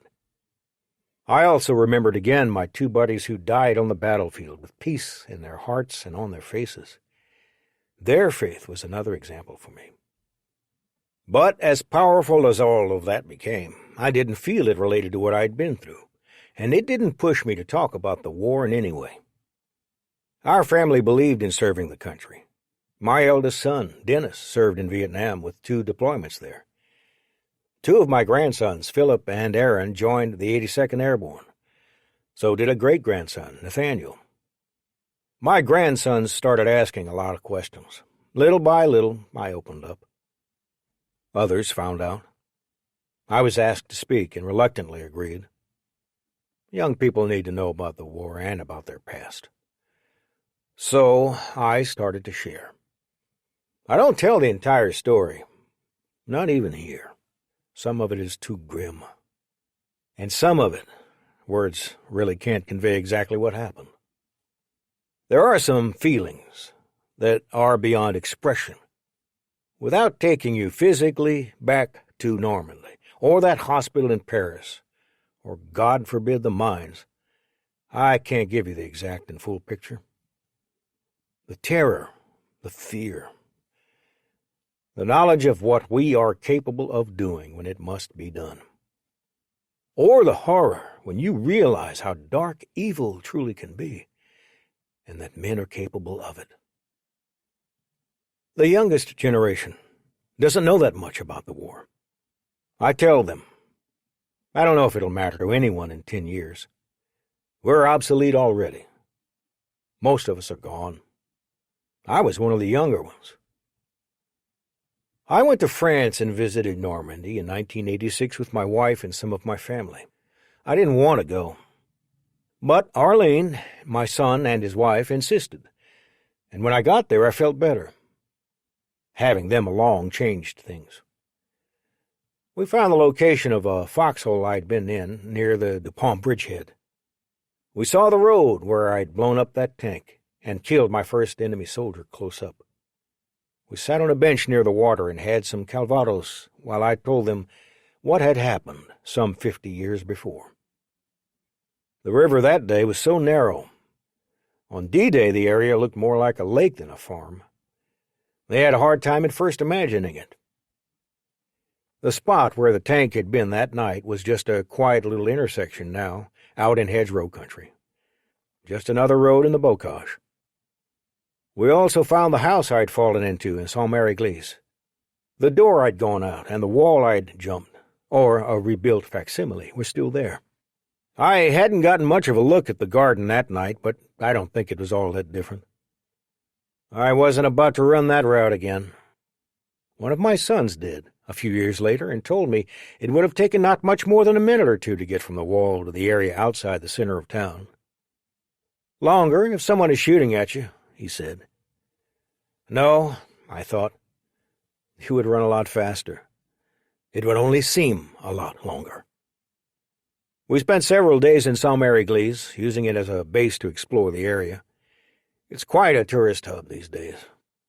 While there have been many changes, a surprising amount has been restored more or less the way it was. There are plenty of monuments and plaques, a recent museum, and even a dummy paratrooper hanging from the church steeple. I had a little trouble getting my bearings. Arlene says I had a few tears in my eyes as we wandered around. Later, we visited the cemetery. Remains had not yet been moved over to the big cemetery near the beaches. We looked up the crosses of men I knew. More tears there, I'm sure. I didn't talk to many people. I didn't want to get into long conversations about the war. I just wanted to see the place again with my family. I hadn't wanted to come, but by the end of the trip, I was sorry I hadn't planned to stay longer. The French have not forgotten the war, nor those who sacrificed to give them back their freedom. Even so, life goes on. Take away the monuments and museum and all the rest, and you might never imagine the place knew war. It's just a nice, peaceful, quiet little village a few miles from a very beautiful beach and ocean. We were in a restaurant one night, and someone at a nearby table overheard our conversation.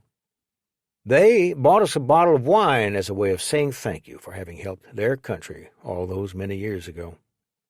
It was a kind and sweet gesture. The French are like that. Their president himself honored me with the French Legion of Honor at a ceremony in Washington in 2007. They made quite a fuss. It was really too much. "You are a hero to France," said the president. "The French have been so good to me," I answered.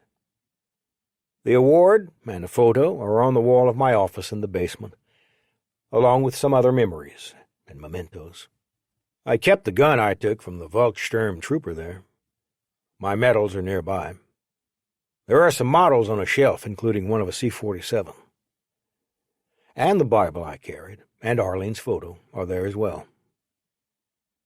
I'm an old fellow now, 95. There may be parts of this I've misremembered, and many other parts I know for sure I've forgotten. Names, certainly. Reading it over, it seems barely believable.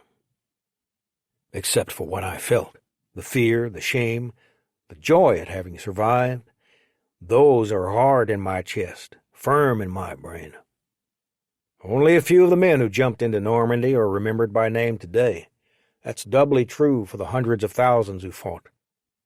Each one of us had a background and a family, a community we came from, parents, maybe someone who knew, just knew, we'd be back.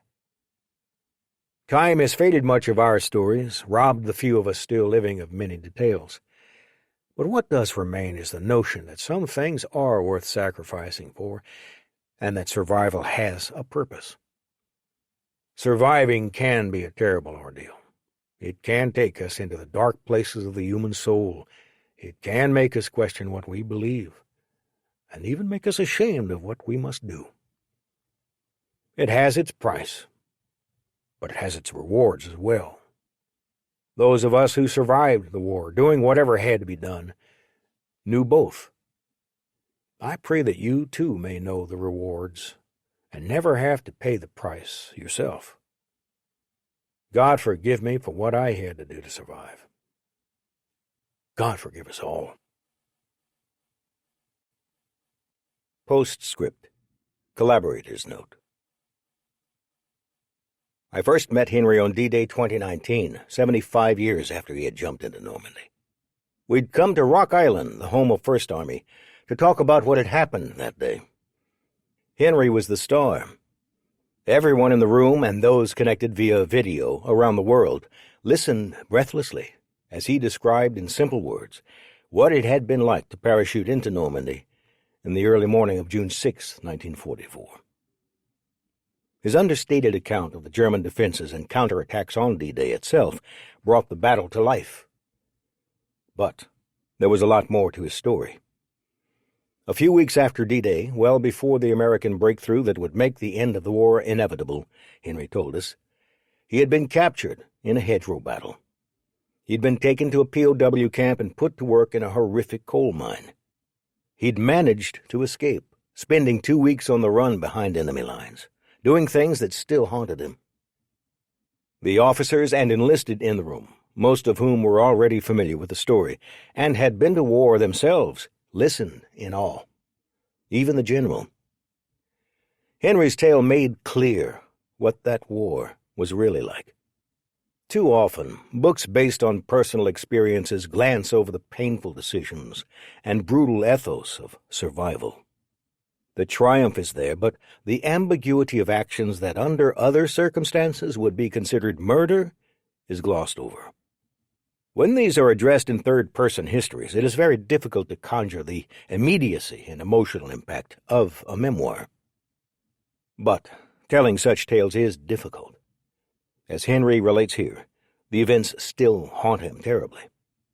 He did what had to be done to survive, as he often says, yet that simple fact contains within it vast complications. Human beings are capable of great things, but they are also capable of great evil, as Henry saw at the edge of the death camp and beyond. We feel innately that there is a sharp line between the things that must be done to survive and those that are clearly evil, yet people of conscience are so repulsed by acts of evil that inevitably they question any parallel, no matter how faint. Knowing how strong the biological impulse to survive is means knowing that there are dark possibilities in the human heart. Experiencing the needs of the former inevitably suggests the power of the latter. Then comes the question, where do I draw the line? Survival is a biological imperative baked into our genes, but it can also be an excuse. I need to survive, therefore it is right to lie, proper to steal, justifiable to kill, as long as I live. Henry's ordeal behind enemy lines could easily have broken him, but he was made of stronger stuff. He not only managed to survive, but on his return to America, he reached great heights in his community, building schools and homes. These achievements did not erase the memory of his struggle. Rather, they made it more poignant. In the end, he remained ashamed, not just of what he had done to survive as an escapee, but of his need to kill his enemy on the battlefield.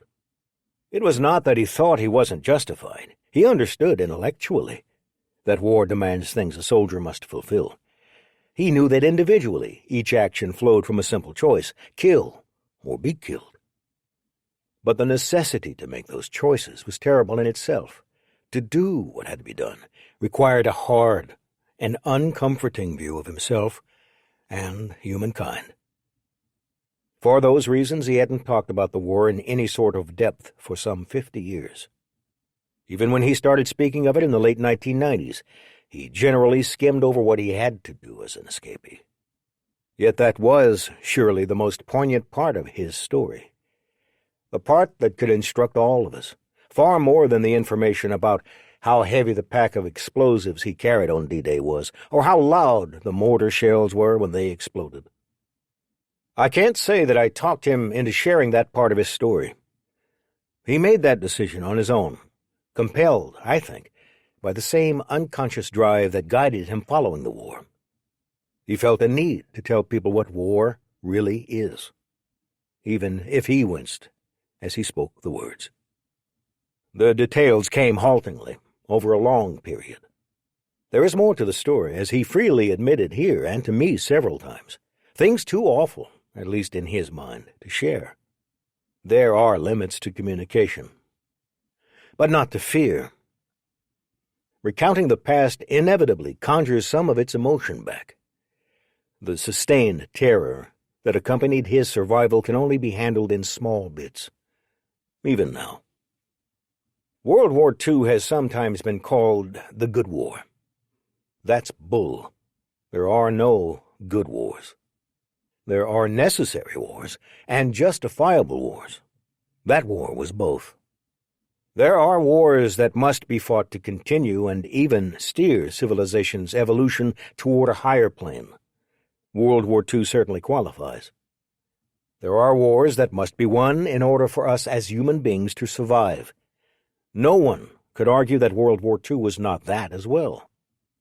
But it was not good. It was ugly, as all wars are. Civilians were directly targeted again and again as a necessary part of waging the battle. The lines between combatant and non-combatant were far less clear in many circumstances than many history books would have us believe.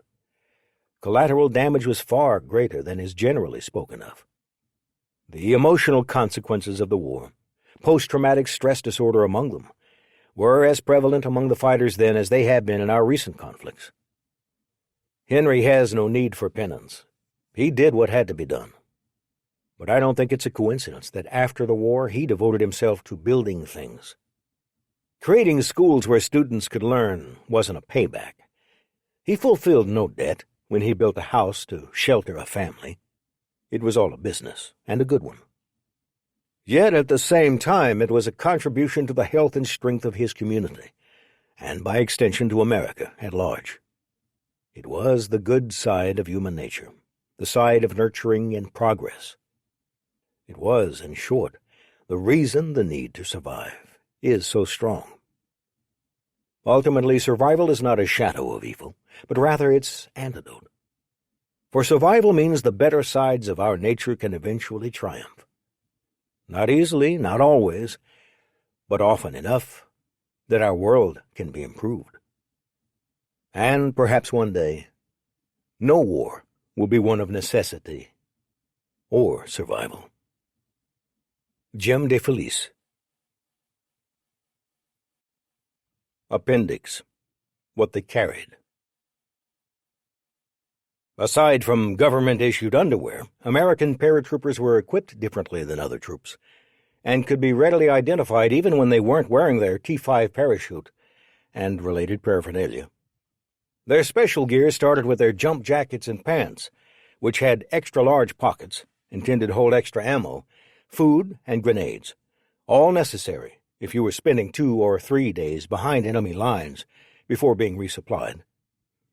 Most D-Day paratroopers wore the M2 D-Bale paratrooper helmet, which had a liner, neckband, sweatband, and a wide chin cup and leather strap.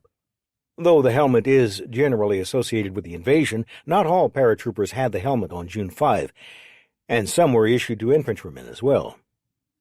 The helmet was called the D-Bale because of the D-shaped chin strap. The design was supposed to keep it from breaking during a jump. The T-5 parachute was carried in a backpack, with straps around the torso. The T-5 opened with a hard jerk. When the chute deployed, the shock could be painful, especially if the strap happened to be slightly misaligned in the groin area. But as the saying goes, better to feel it than not. U.S. paratroopers also carried a small reserve chute in a pouch at the front of their chests. While the main chute would be deployed by a static line attached to the aircraft during normal airborne operations, the reserve was activated by a handle at the front of the bag. Smaller, it was used only during emergencies. Landings under the reserve tended to be much faster and harder than with the T-5. Interestingly, the Americans were the only force that used reserves. The British decided having a backup would make a man lose confidence. Paratroopers were equipped with a variety of weapons, depending on the date and their assignment. M1 Garand rifles, the standard infantry rifle of the war, were usually broken down and carried in Griswold bags, quilted bags that were carried on the chest. Leg scabbards, basically very long holsters that were tied to the leg, were also sometimes used instead of the bags, or a simpler rig across the chest. The M1 was the most common paratrooper weapon at the start of the war. Thompson submachine guns and, as the war progressed, the M1 carbine were also commonly used. A small number of paratroopers designated as snipers or marksmen carried Springfield bolt-action rifles in combat. These were generally considered more accurate than the M1 and could be equipped with a scope. The carbine, a lightweight .30 caliber semi-automatic, was especially popular with the troops. Besides being lightweight, most had folding stocks, making them easier to jump with and carry. While it was standard to break down a long gun for a jump, arriving on the ground without a working rifle was not a palatable idea for many troopers, and many carried their weapons assembled even when issued standard M1s. A musette bag with ammunition, and at times spare underwear and toiletries, was carried across the chest. Engineers like Henry also used the bags for blocks of TNT, or plastic explosives. A Mae West life jacket was worn over the reserve chute. Gas masks were carried on the D-Day jump, strapped to the left leg. On the right, a bayonet with a jump knife in the boot. The jump knife was, usually, an M3 trench knife, a long-bladed weapon with a roped handle. Webbing and the holster beneath the reserve held a .45 caliber pistol, canteen, a shovel, first aid kit, and a bayonet. A long rope would also be carried, accessible so that it could be used to get down from a tree or roof. Other items, spread around in pockets or on the web where they could be secured, included a pocket knife, 3 days of rations, chocolate bars, grenades, compass, cigarettes, and ammunition, as much as they could cram in, which was never enough. A raincoat, socks, handkerchiefs, and toilet paper, 50 sheets, were carried in a small field bag. Medical equipment included sulfur powder to disinfect wounds, 2 dressings, tape, and halazone tablets to purify water. Appendix: The C-47. What was the most awesome American aircraft in World War II? The B-17 Flying Fortress, bristling with machine guns, carrying upwards of 8,000 pounds of bombs, able to fly 2,000 miles or more. The P-51 Mustang, with a top speed of 440 miles an hour, a range of 1,650 miles, and enough versatility to escort bombers deep into enemy territory or bust tanks with bombs, rockets, and 6 machine guns. Here's a vote for the C-47, the unsung hero of World War II. Officially the C-47 Skytrain, but also called the Dakota by British forces and the Goonie Bird by regular GIs, the C-47 was built by the Douglas Aircraft Company. It was based on the equally successful DC-3, which was introduced in 1936 and helped revolutionize commercial air travel. Some 600 DC-3s were built. You could buy one for just under $80,000, roughly $1.5 million in today's money. The DC-3 evolved from an earlier, smaller airliner, the DC-2, at a time when the aircraft travel by passengers was still novel, and airlines made most of their money carrying freight and mail. The plane could hold 32 passengers, depending on its internal configuration, and was flown by a 2-man crew. It cruised at 180 knots, a little over 200 miles per hour, with a service ceiling of 20,000 feet. It was powered by 2 Pratt & Whitney 14-cylinder engines, officially the R-1830 Twin Wasp. The radial, 2-bank engine is legendary in its own right, said to be the most produced piston engine ever used in aviation and surely one of the most dependable for its time. Converting the DC-3 design to military use as the C-47 was not difficult. Most of the plane stayed the same, with the notable addition of a cargo door, a stronger floor, and an altered tail cone to allow the aircraft to tow gliders. An astrodome was installed to allow nighttime navigation with a sextant. A crew member would read the stars to plot or stay on a course. The C-47's performance statistics remained roughly the same, though some Army statistics show the service could squeeze a few more knots out of the engines and another 6,000 or so feet out of the service ceiling. More than 10,000 C-47s in slightly different configurations were built during the war to transport troops and supplies to airstrips near the front lines. The Skytrain could use airfields that would strike fear into today's travelers. It was nothing to set down on an unmarked strip of grass, offload bales of supplies, and take off again. Something that was done on the Normandy beachhead within hours of the landings. Officially, it needed 1,640 feet to land, and could take off from 900. Pilots found ways to cut tens and even hundreds off those specs. The maximum payload was around 13,000 pounds. There was room for 28 fully equipped soldiers. The interior was big enough to fit a jeep. A model of the plane designated the C-53 was developed as a passenger-only aircraft. Designation aside, there were only minor differences with the C-47, starting with the removal of the large cargo door. One variant, the C-53D Skytrooper, was used by paratroopers. Most troopers, however, flew in C-47s, as fewer than 160 of the C-53Ds were made. C-47s served in the Pacific theater of operations as well as Europe, flying not only with the Allies but also with the Japanese, in the form of a license-built knockoff, the Showa and Nakajima L-2D. Codenamed Tabby by American intelligence, the aircraft looked very much like their American cousins, save for the large red sun on the fuselages and 3 more windows on each side of the cockpit.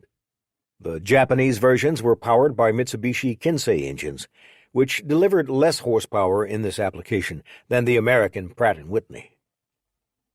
After the war, Large numbers of surplus C-47s were sold to civilian airlines and individuals for a variety of uses. Some were still in service with the U.S. Air Force during the Vietnam War, as transports and electronic warfare aircraft. In December 1964, a pair of C-47s with miniguns mounted in its rear door debuted in the Vietnam War as gunships. Able to stay aloft and circle a battlefield at low altitude, the plane's concentrated firepower proved to be devastating. Dubbed Puff the Magic Dragon, inspired by the first plane's call sign Puff and a reference to a popular song, the AC-47 became the mainstay of two newly created Air Commando squadrons. Its success supporting ground troops led to further development of the type. Today the role is filled by the AC-130, a specially built model of the C-130, itself a legendary cargo aircraft and worthy successor to the C-47. Appendix: The Mother of Saint-Mary-Église. The mayor of Saint-Mary-Église had barely gotten to bed when the bell in the center of town began to peal. Someone knocked on the door of his pharmacy below. "Fire!" the man in the street shouted. "Feu!" Alexandre Renault threw on some clothes and ran down to join the bucket brigade. His wife Simone, roused by the commotion, checked on their three sons and then went out to the square. By the time she arrived, the flames were quite bright, illuminating not only the building on fire, but the nearby church and the entire downtown area of the small Normandy village. As the flames grew higher, a few of the townsmen threw nasty glances at the German soldiers, who stood watching on the outskirts of the crowd. The occupiers were not popular in the town to begin with. They had flooded the nearby fields, destroying farmland and encouraging swarms of mosquitoes. Over the past several months, they had pressed locals into service, preparing spiked and booby-trapped poles, which were planted orchard-like in fields. Both the flooding and the poles, Rommel's asparagus, the locals called them, were intended to deter an attack by the Western Allies. It was doubly galling to not only be occupied, but to be made to actively work against any act of liberation. Alexandre always pushed back against the Nazi requests, but there was only so much the World War I veteran could do. Badly wounded in that war, and respected not only as the mayor but as the local druggist, Alexandre was beyond suspicion as a collaborator. Still, there was grumbling and discomfort. Simone glanced away from the fire as a noise rose in the distance. The shouts from the crowd died off. The noise became a drone, then a roar. Aircraft engines, many of them. Guns were firing, anti-aircraft batteries near the town. What is going on? The light of the fire threw odd patterns in the sky. Lollipops and circles. Parachutes. Men descending quickly as the planes flew over. Dozens of parachutes descended on the town. The German soldiers began reacting, shouting at first, then running in the direction of the falling men. Sharpshooters climbed into the church tower and began firing at the parachutists, both in the air and when they landed. One or more of the troopers were stuck on the spire. The Germans shouted at the Frenchmen, ordering them back to their houses. While Simone went back upstairs to the children, the mayor went around to his garden and back out onto a side street to watch what was going on in secret. To his surprise, he found he was much closer to the action than he thought. A paratrooper crashed into a tree near his path, then fell with a splash into the flooded water on the other side of a stone wall. Alexandre reached over and helped the man out, pulling on the riser lines as the American soldier scrambled upward.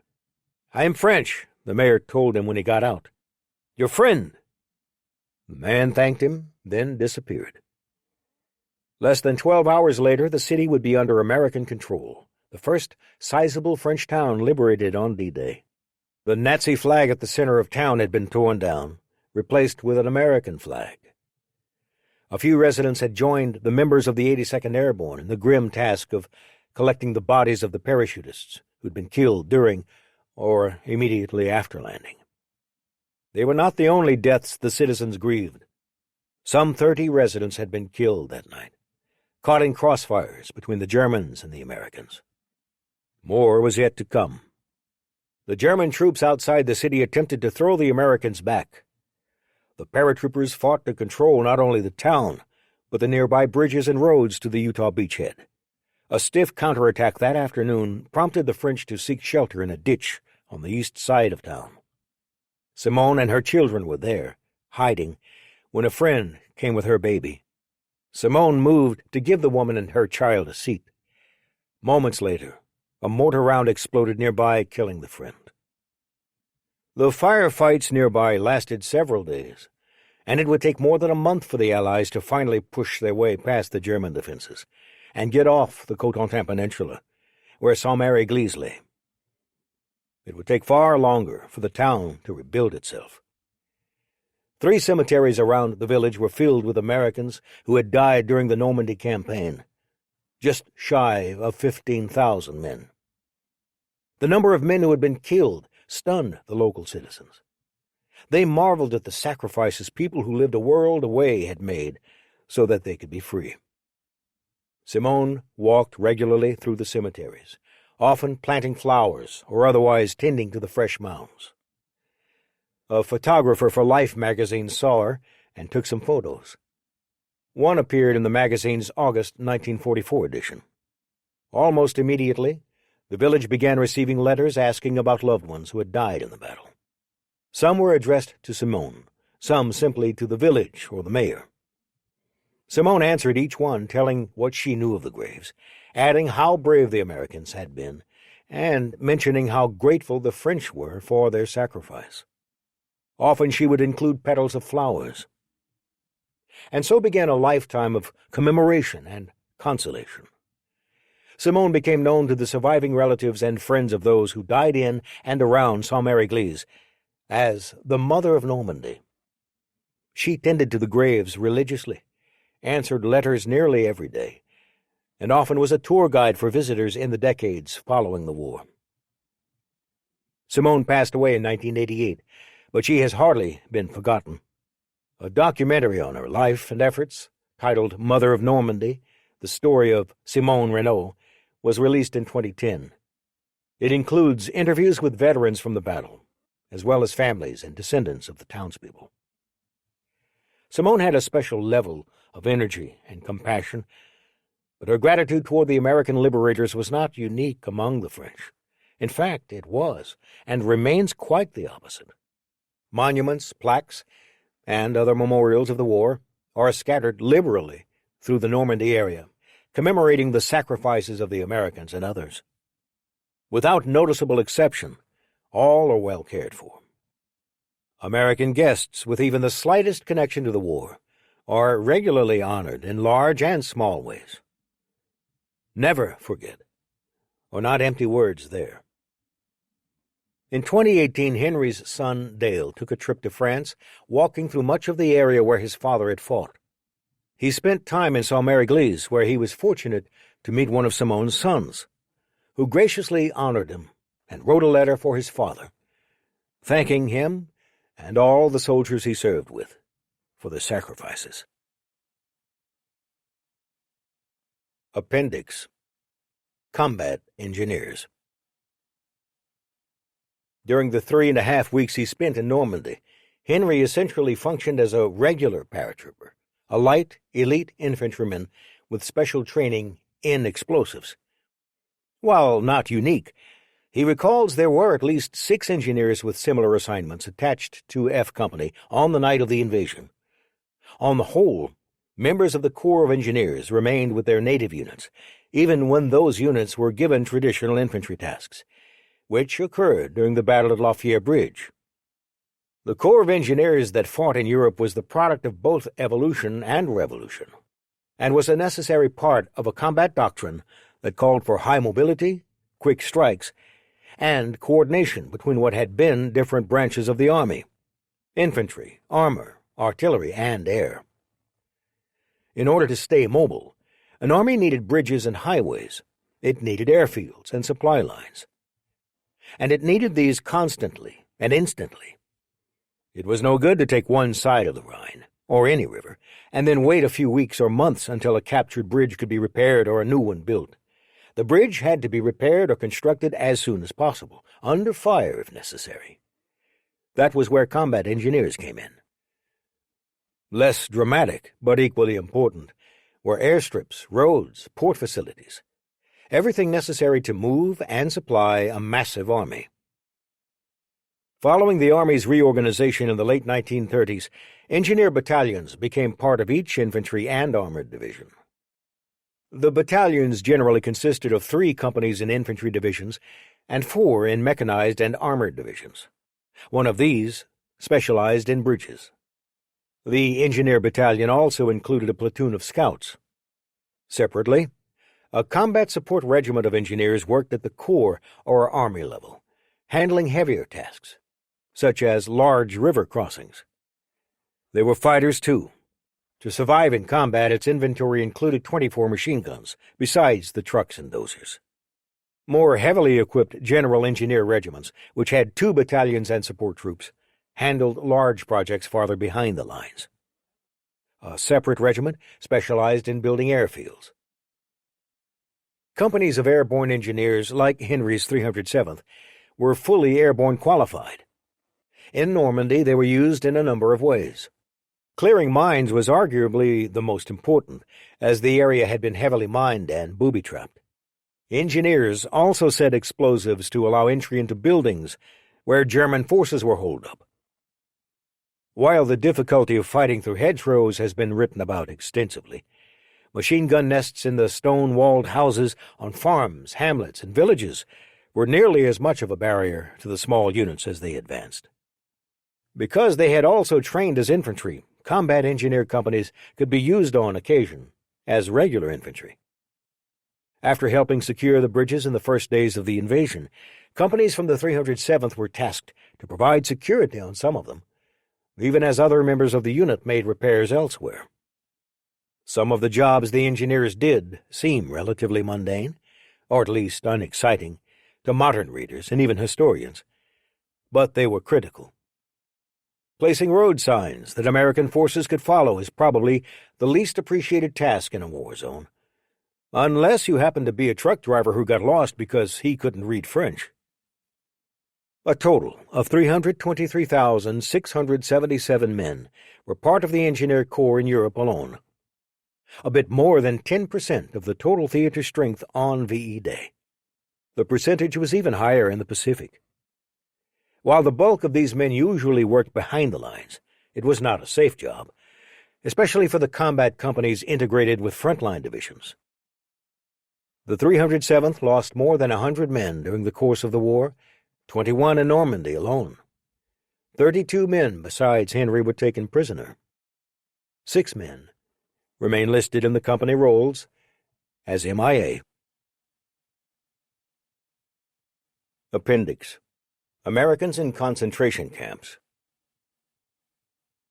By the late 1960s, American animosity toward Germany had faded to the point that even POW camps could be portrayed lightly as comic palaces, as they were in Hogan's Heroes, a highly successful sitcom that ran from September 1965 to April 1971 on CBS, and was one of the country's most watched shows during the first years of its run.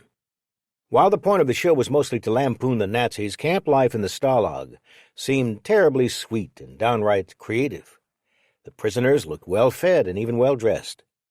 Work details were welcomed as an excuse to prepare for commando raids perpetrated by the prisoners, and there was always room in the tunnels below the camp to hide one more spy en route to England with top-secret information. The reality, as Henry's story shows, was far different. Rations and even the best camps for officers, almost always a cut above those for enlisted POWs, were meager, even at the height of Germany's ascendancy. At Oflag 64, for example, where George Patton's son-in-law John Waters was imprisoned, prisoners got perhaps an ounce of meat and a few ounces of vegetables and bread a day. Goods from the Red Cross, when they arrived, were often damaged.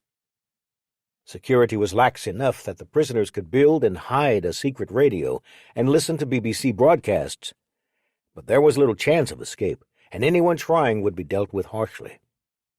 At the other extreme, a small number of POWs were held at concentration camps, not, like Henry, for only a few days, but for the duration of their imprisonment. As detailed by Flint Whitlock in his book Given Up for Dead, and Roger Cohen in Soldiers and Slaves, a number of soldiers captured during the Battle of the Bulge were marched and transported by train to the town of Bad Orb, Germany, arriving there on December 1944. The conditions of their trip mirrored those Henry experienced, with two exceptions. The trip was somewhat shorter, but far colder, as they were traveling through the frigid winter rather than the hot summer. Marching past Christmas decorations in town, ducking snowballs thrown by the locals and pushed on by dogs as well as guards, the soldiers were led to Stalag 9B, a prison camp separated by woods from the town. The camp had housed prisoners since the invasion of Poland in 1939. Life there was dismal, typical of most stalags. Fail to salute a German officer, or say something that could be considered an insult by someone who didn't even speak your language, and you were liable to be beaten. Boredom was a constant companion, and the Geneva Convention might just as well have been a chapter in Grimm's fairy tales. But in the context of German POW camps, it was no worse than many. On January 18, 1945, the American prisoners at Stalag 9B, who were Jewish, were ordered to assemble the next morning. The German administration seems to have overlooked the fact that the men's dog tags were stamped with letters signifying their faith, or perhaps they reserved that as a last resort if the men did not volunteer. The first day, everyone refused. But a large contingent of heavily armed German soldiers the next morning convinced most of the Jewish soldiers to identify themselves to spare their comrades of retribution. Somewhere between 80 and 100 Americans were taken from the barracks and put into a separate area of the camp. Harder work details were assigned. They had trouble obtaining enough firewood for their single source of heat, a pot-bellied stove, even though they were cutting the wood themselves. In February, the segregated prisoners, along with another 250 prisoners from the main area of the camp, were told they were going to a new camp. They were marched back to the trains and transported to Berga. Berga was a satellite work camp of Buchenwald, one of the most notorious Nazi extermination and concentration camps. While Buchenwald was one specific place, it was much larger in a sense, with well over 100 smaller camps affiliated with it in various ways, a kind of conglomerate of death. Berga itself had two camps, a large one for political prisoners, and another that was used to house the POWs. Confined to 5 shacks on a barbed wire enclosed hilltop, they were crowded together in conditions even worse than 9B. They were assigned to help the political prisoners dig shafts for bomb shelters in a nearby mountain. About 1,000 political prisoners were already working on the shafts. Emaciated, sick, the men worked only to avoid being beaten by foremen. Other political prisoners, possibly rewarded with a little food and undoubtedly motivated by threats from the Germans. The Americans worked in 12-hour shifts, alternating with the prisoners. In March, conditions became even worse after the camp commandant was replaced by a sergeant in the Home Guard. While most, if not all, of the guards at Berga 1 and those who escorted the Americans to the shafts seemed to have all been SS, the new commandant was not. Political prisoners were hanged almost daily. The guards made sure the Americans marched past them as they went to work. A few prisoners tried to escape. Nearly all were captured. Most of these men were beaten and given harder work details and deprived of food. A few were shot and then displayed as examples. The Red Cross apparently knew about Berga. The surviving inmates spoke of a visit by a representative at one point during the winter. But while this meant that there was a possibility of mail and even inspections, the POWs remained isolated without communication with the outside world, and no hope of anything but more slave labor. Disease, overwork, and malnutrition killed many of the men. In late March, the Americans were moved to a large building near Berga 1, the political prisoner camp closer to town. They also received a new work assignment, felling logs in the forest rather than working on the tunnel. A few Red Cross packages began to arrive.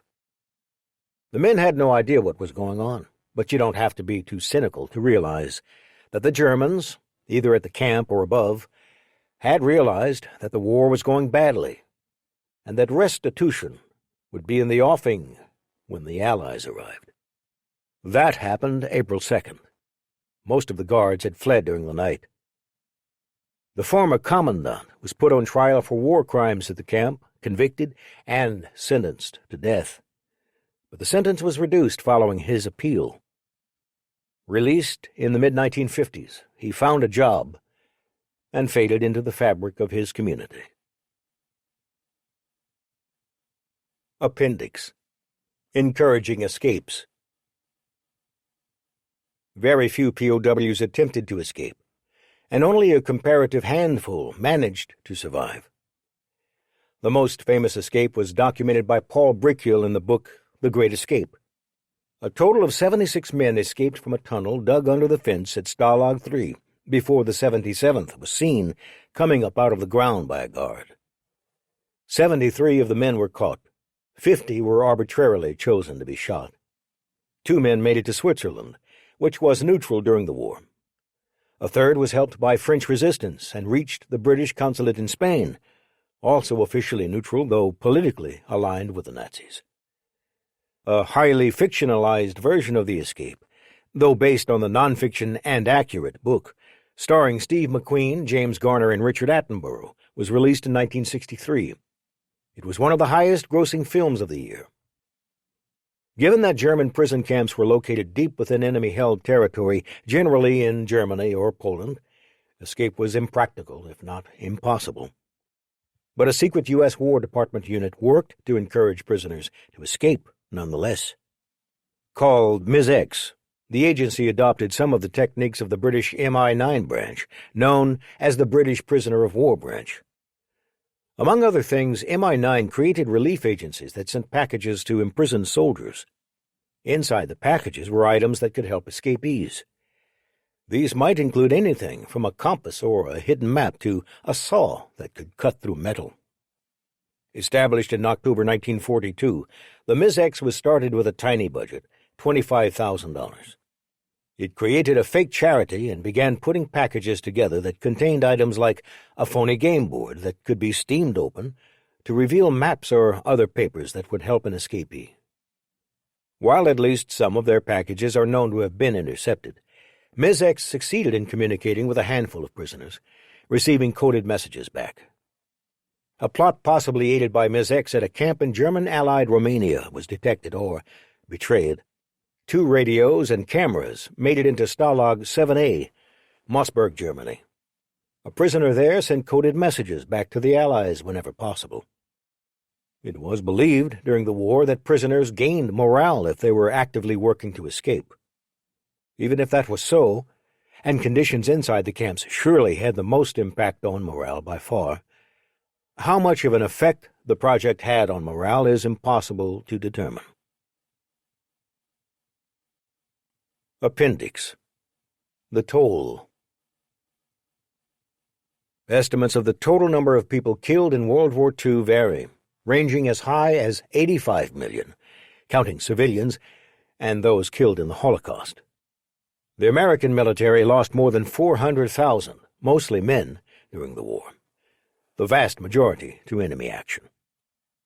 According to the National Archives, just over 100 of Henry's friends and neighbors in Clinton County, Iowa, were killed during the war.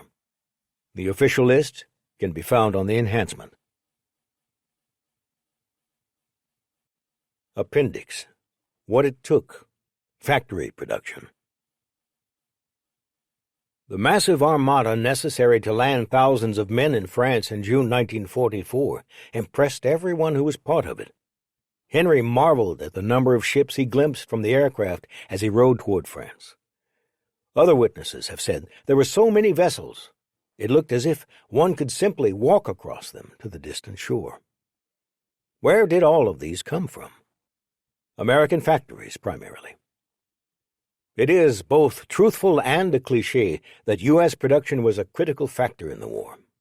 Not only did the country supply American troops, but both Great Britain and the Soviet Union relied on American arms and goods as well. Some numbers. In 1939, America's gross national product, the sum of all goods produced, was $88,600,000. By 1944, the GNP was $135 million, valued in the worth of $1939. War production was 2% of total output in 1939. By 1943, it was 40%. It's true also that civilians benefited to some degree from the increase in production that came from war goods. Consumer purchases increased by 12% between 1939 and 1944, despite rationing and severe shortages. But large consumer items like refrigerators and washing machines were in tight supply. Even after the war, Henry's family simply couldn't find a refrigerator to buy. The economic expansion caused by the war was the greatest in American history. It may have been the greatest ever in the modern era. Industrial production grew at about 15% a year, compared to 7% during World War I, itself a period of rapid growth. Increased productivity, and not just the diversion of resources to the war effort, helped account for much of the boom. The switchover from civilian to war production by large companies like General Motors greatly aided the war effort, but small factories, including the one in Clinton, Iowa, where Arlene worked, made the switch as well. The boom was felt at all levels of industry. Machine tools, often produced by relatively small firms, increased by a factor of 6 from 1939 to 1942, the peak of the increase. Some of the effects of the wartime economy continued after the war, most obviously in the influx of women in the workplace. Many women gave up full-time jobs when the war ended, and the boys returned home, but a significant number stayed, setting the stage for a dramatic change in society. Technological advances made during the war in any number of fields reached the civilian market soon after. To take a very obvious one, civilian jet aircraft, non-existent in 1939, began dominating air traffic in the 1950s, soon after the introduction of the first jet airliner, the British de Havilland Comet, in regular flights in 1952. Surely many innovations would have come eventually, but the war speeded them up. Besides the direct effects on the economy, the war set the stage for a new era in trade between nations. The Atlantic Charter, announced between Roosevelt and Churchill in 1941, spoke of reducing trade restrictions. Both the United States and Great Britain began working toward that goal when hostilities concluded.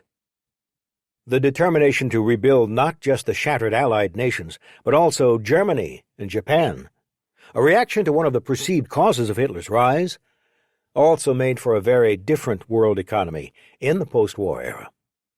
While these were nationwide and international effects of the war, it took individuals to make it all happen. Working longer hours, sacrificing individual luxuries in the name of a common goal, all of this occurred while families were under the strain of missing family members. There were other stresses as well. While the North American continent proved too distant from Japan, Germany, and Italy to suffer sustained attacks like the London Blitz, many Americans on the coasts nonetheless feared for their safety. At least in the beginning stages of the war, air raid drills were not a joke. All of this raises the question: could the country make such sacrifices today? Many veterans of the war, including Henry, have their doubts. In Henry's view, the Great Depression helped the country in a subtle way, preparing people for the hardships war imposes. Fortunately, the years that followed World War II have not called for similar sacrifices. With the loss of people who lived through the war years and the spirit they engendered, the collective memory of the cooperation and sacrifices may diminish. One of Henry's goals in telling his story was to keep some of that memory, and perhaps that collective spirit, alive. This is Mike Ortego. We hope you have enjoyed this unabridged production of Whatever It Took, an American paratrooper's extraordinary memoir of escape, survival, and heroism in the last days of World War II, by Henry Langwer and Jim DeFelice, presented by William Morrow and Harper Audio. This program was produced by B Audio Limited. Executive producer Suzanne Franco-Mitchell. Text copyright 2020 by Henry Langwer and Jim DeFelice. Production copyright 2020 by HarperCollins Publishers. All rights reserved. Thank you for listening.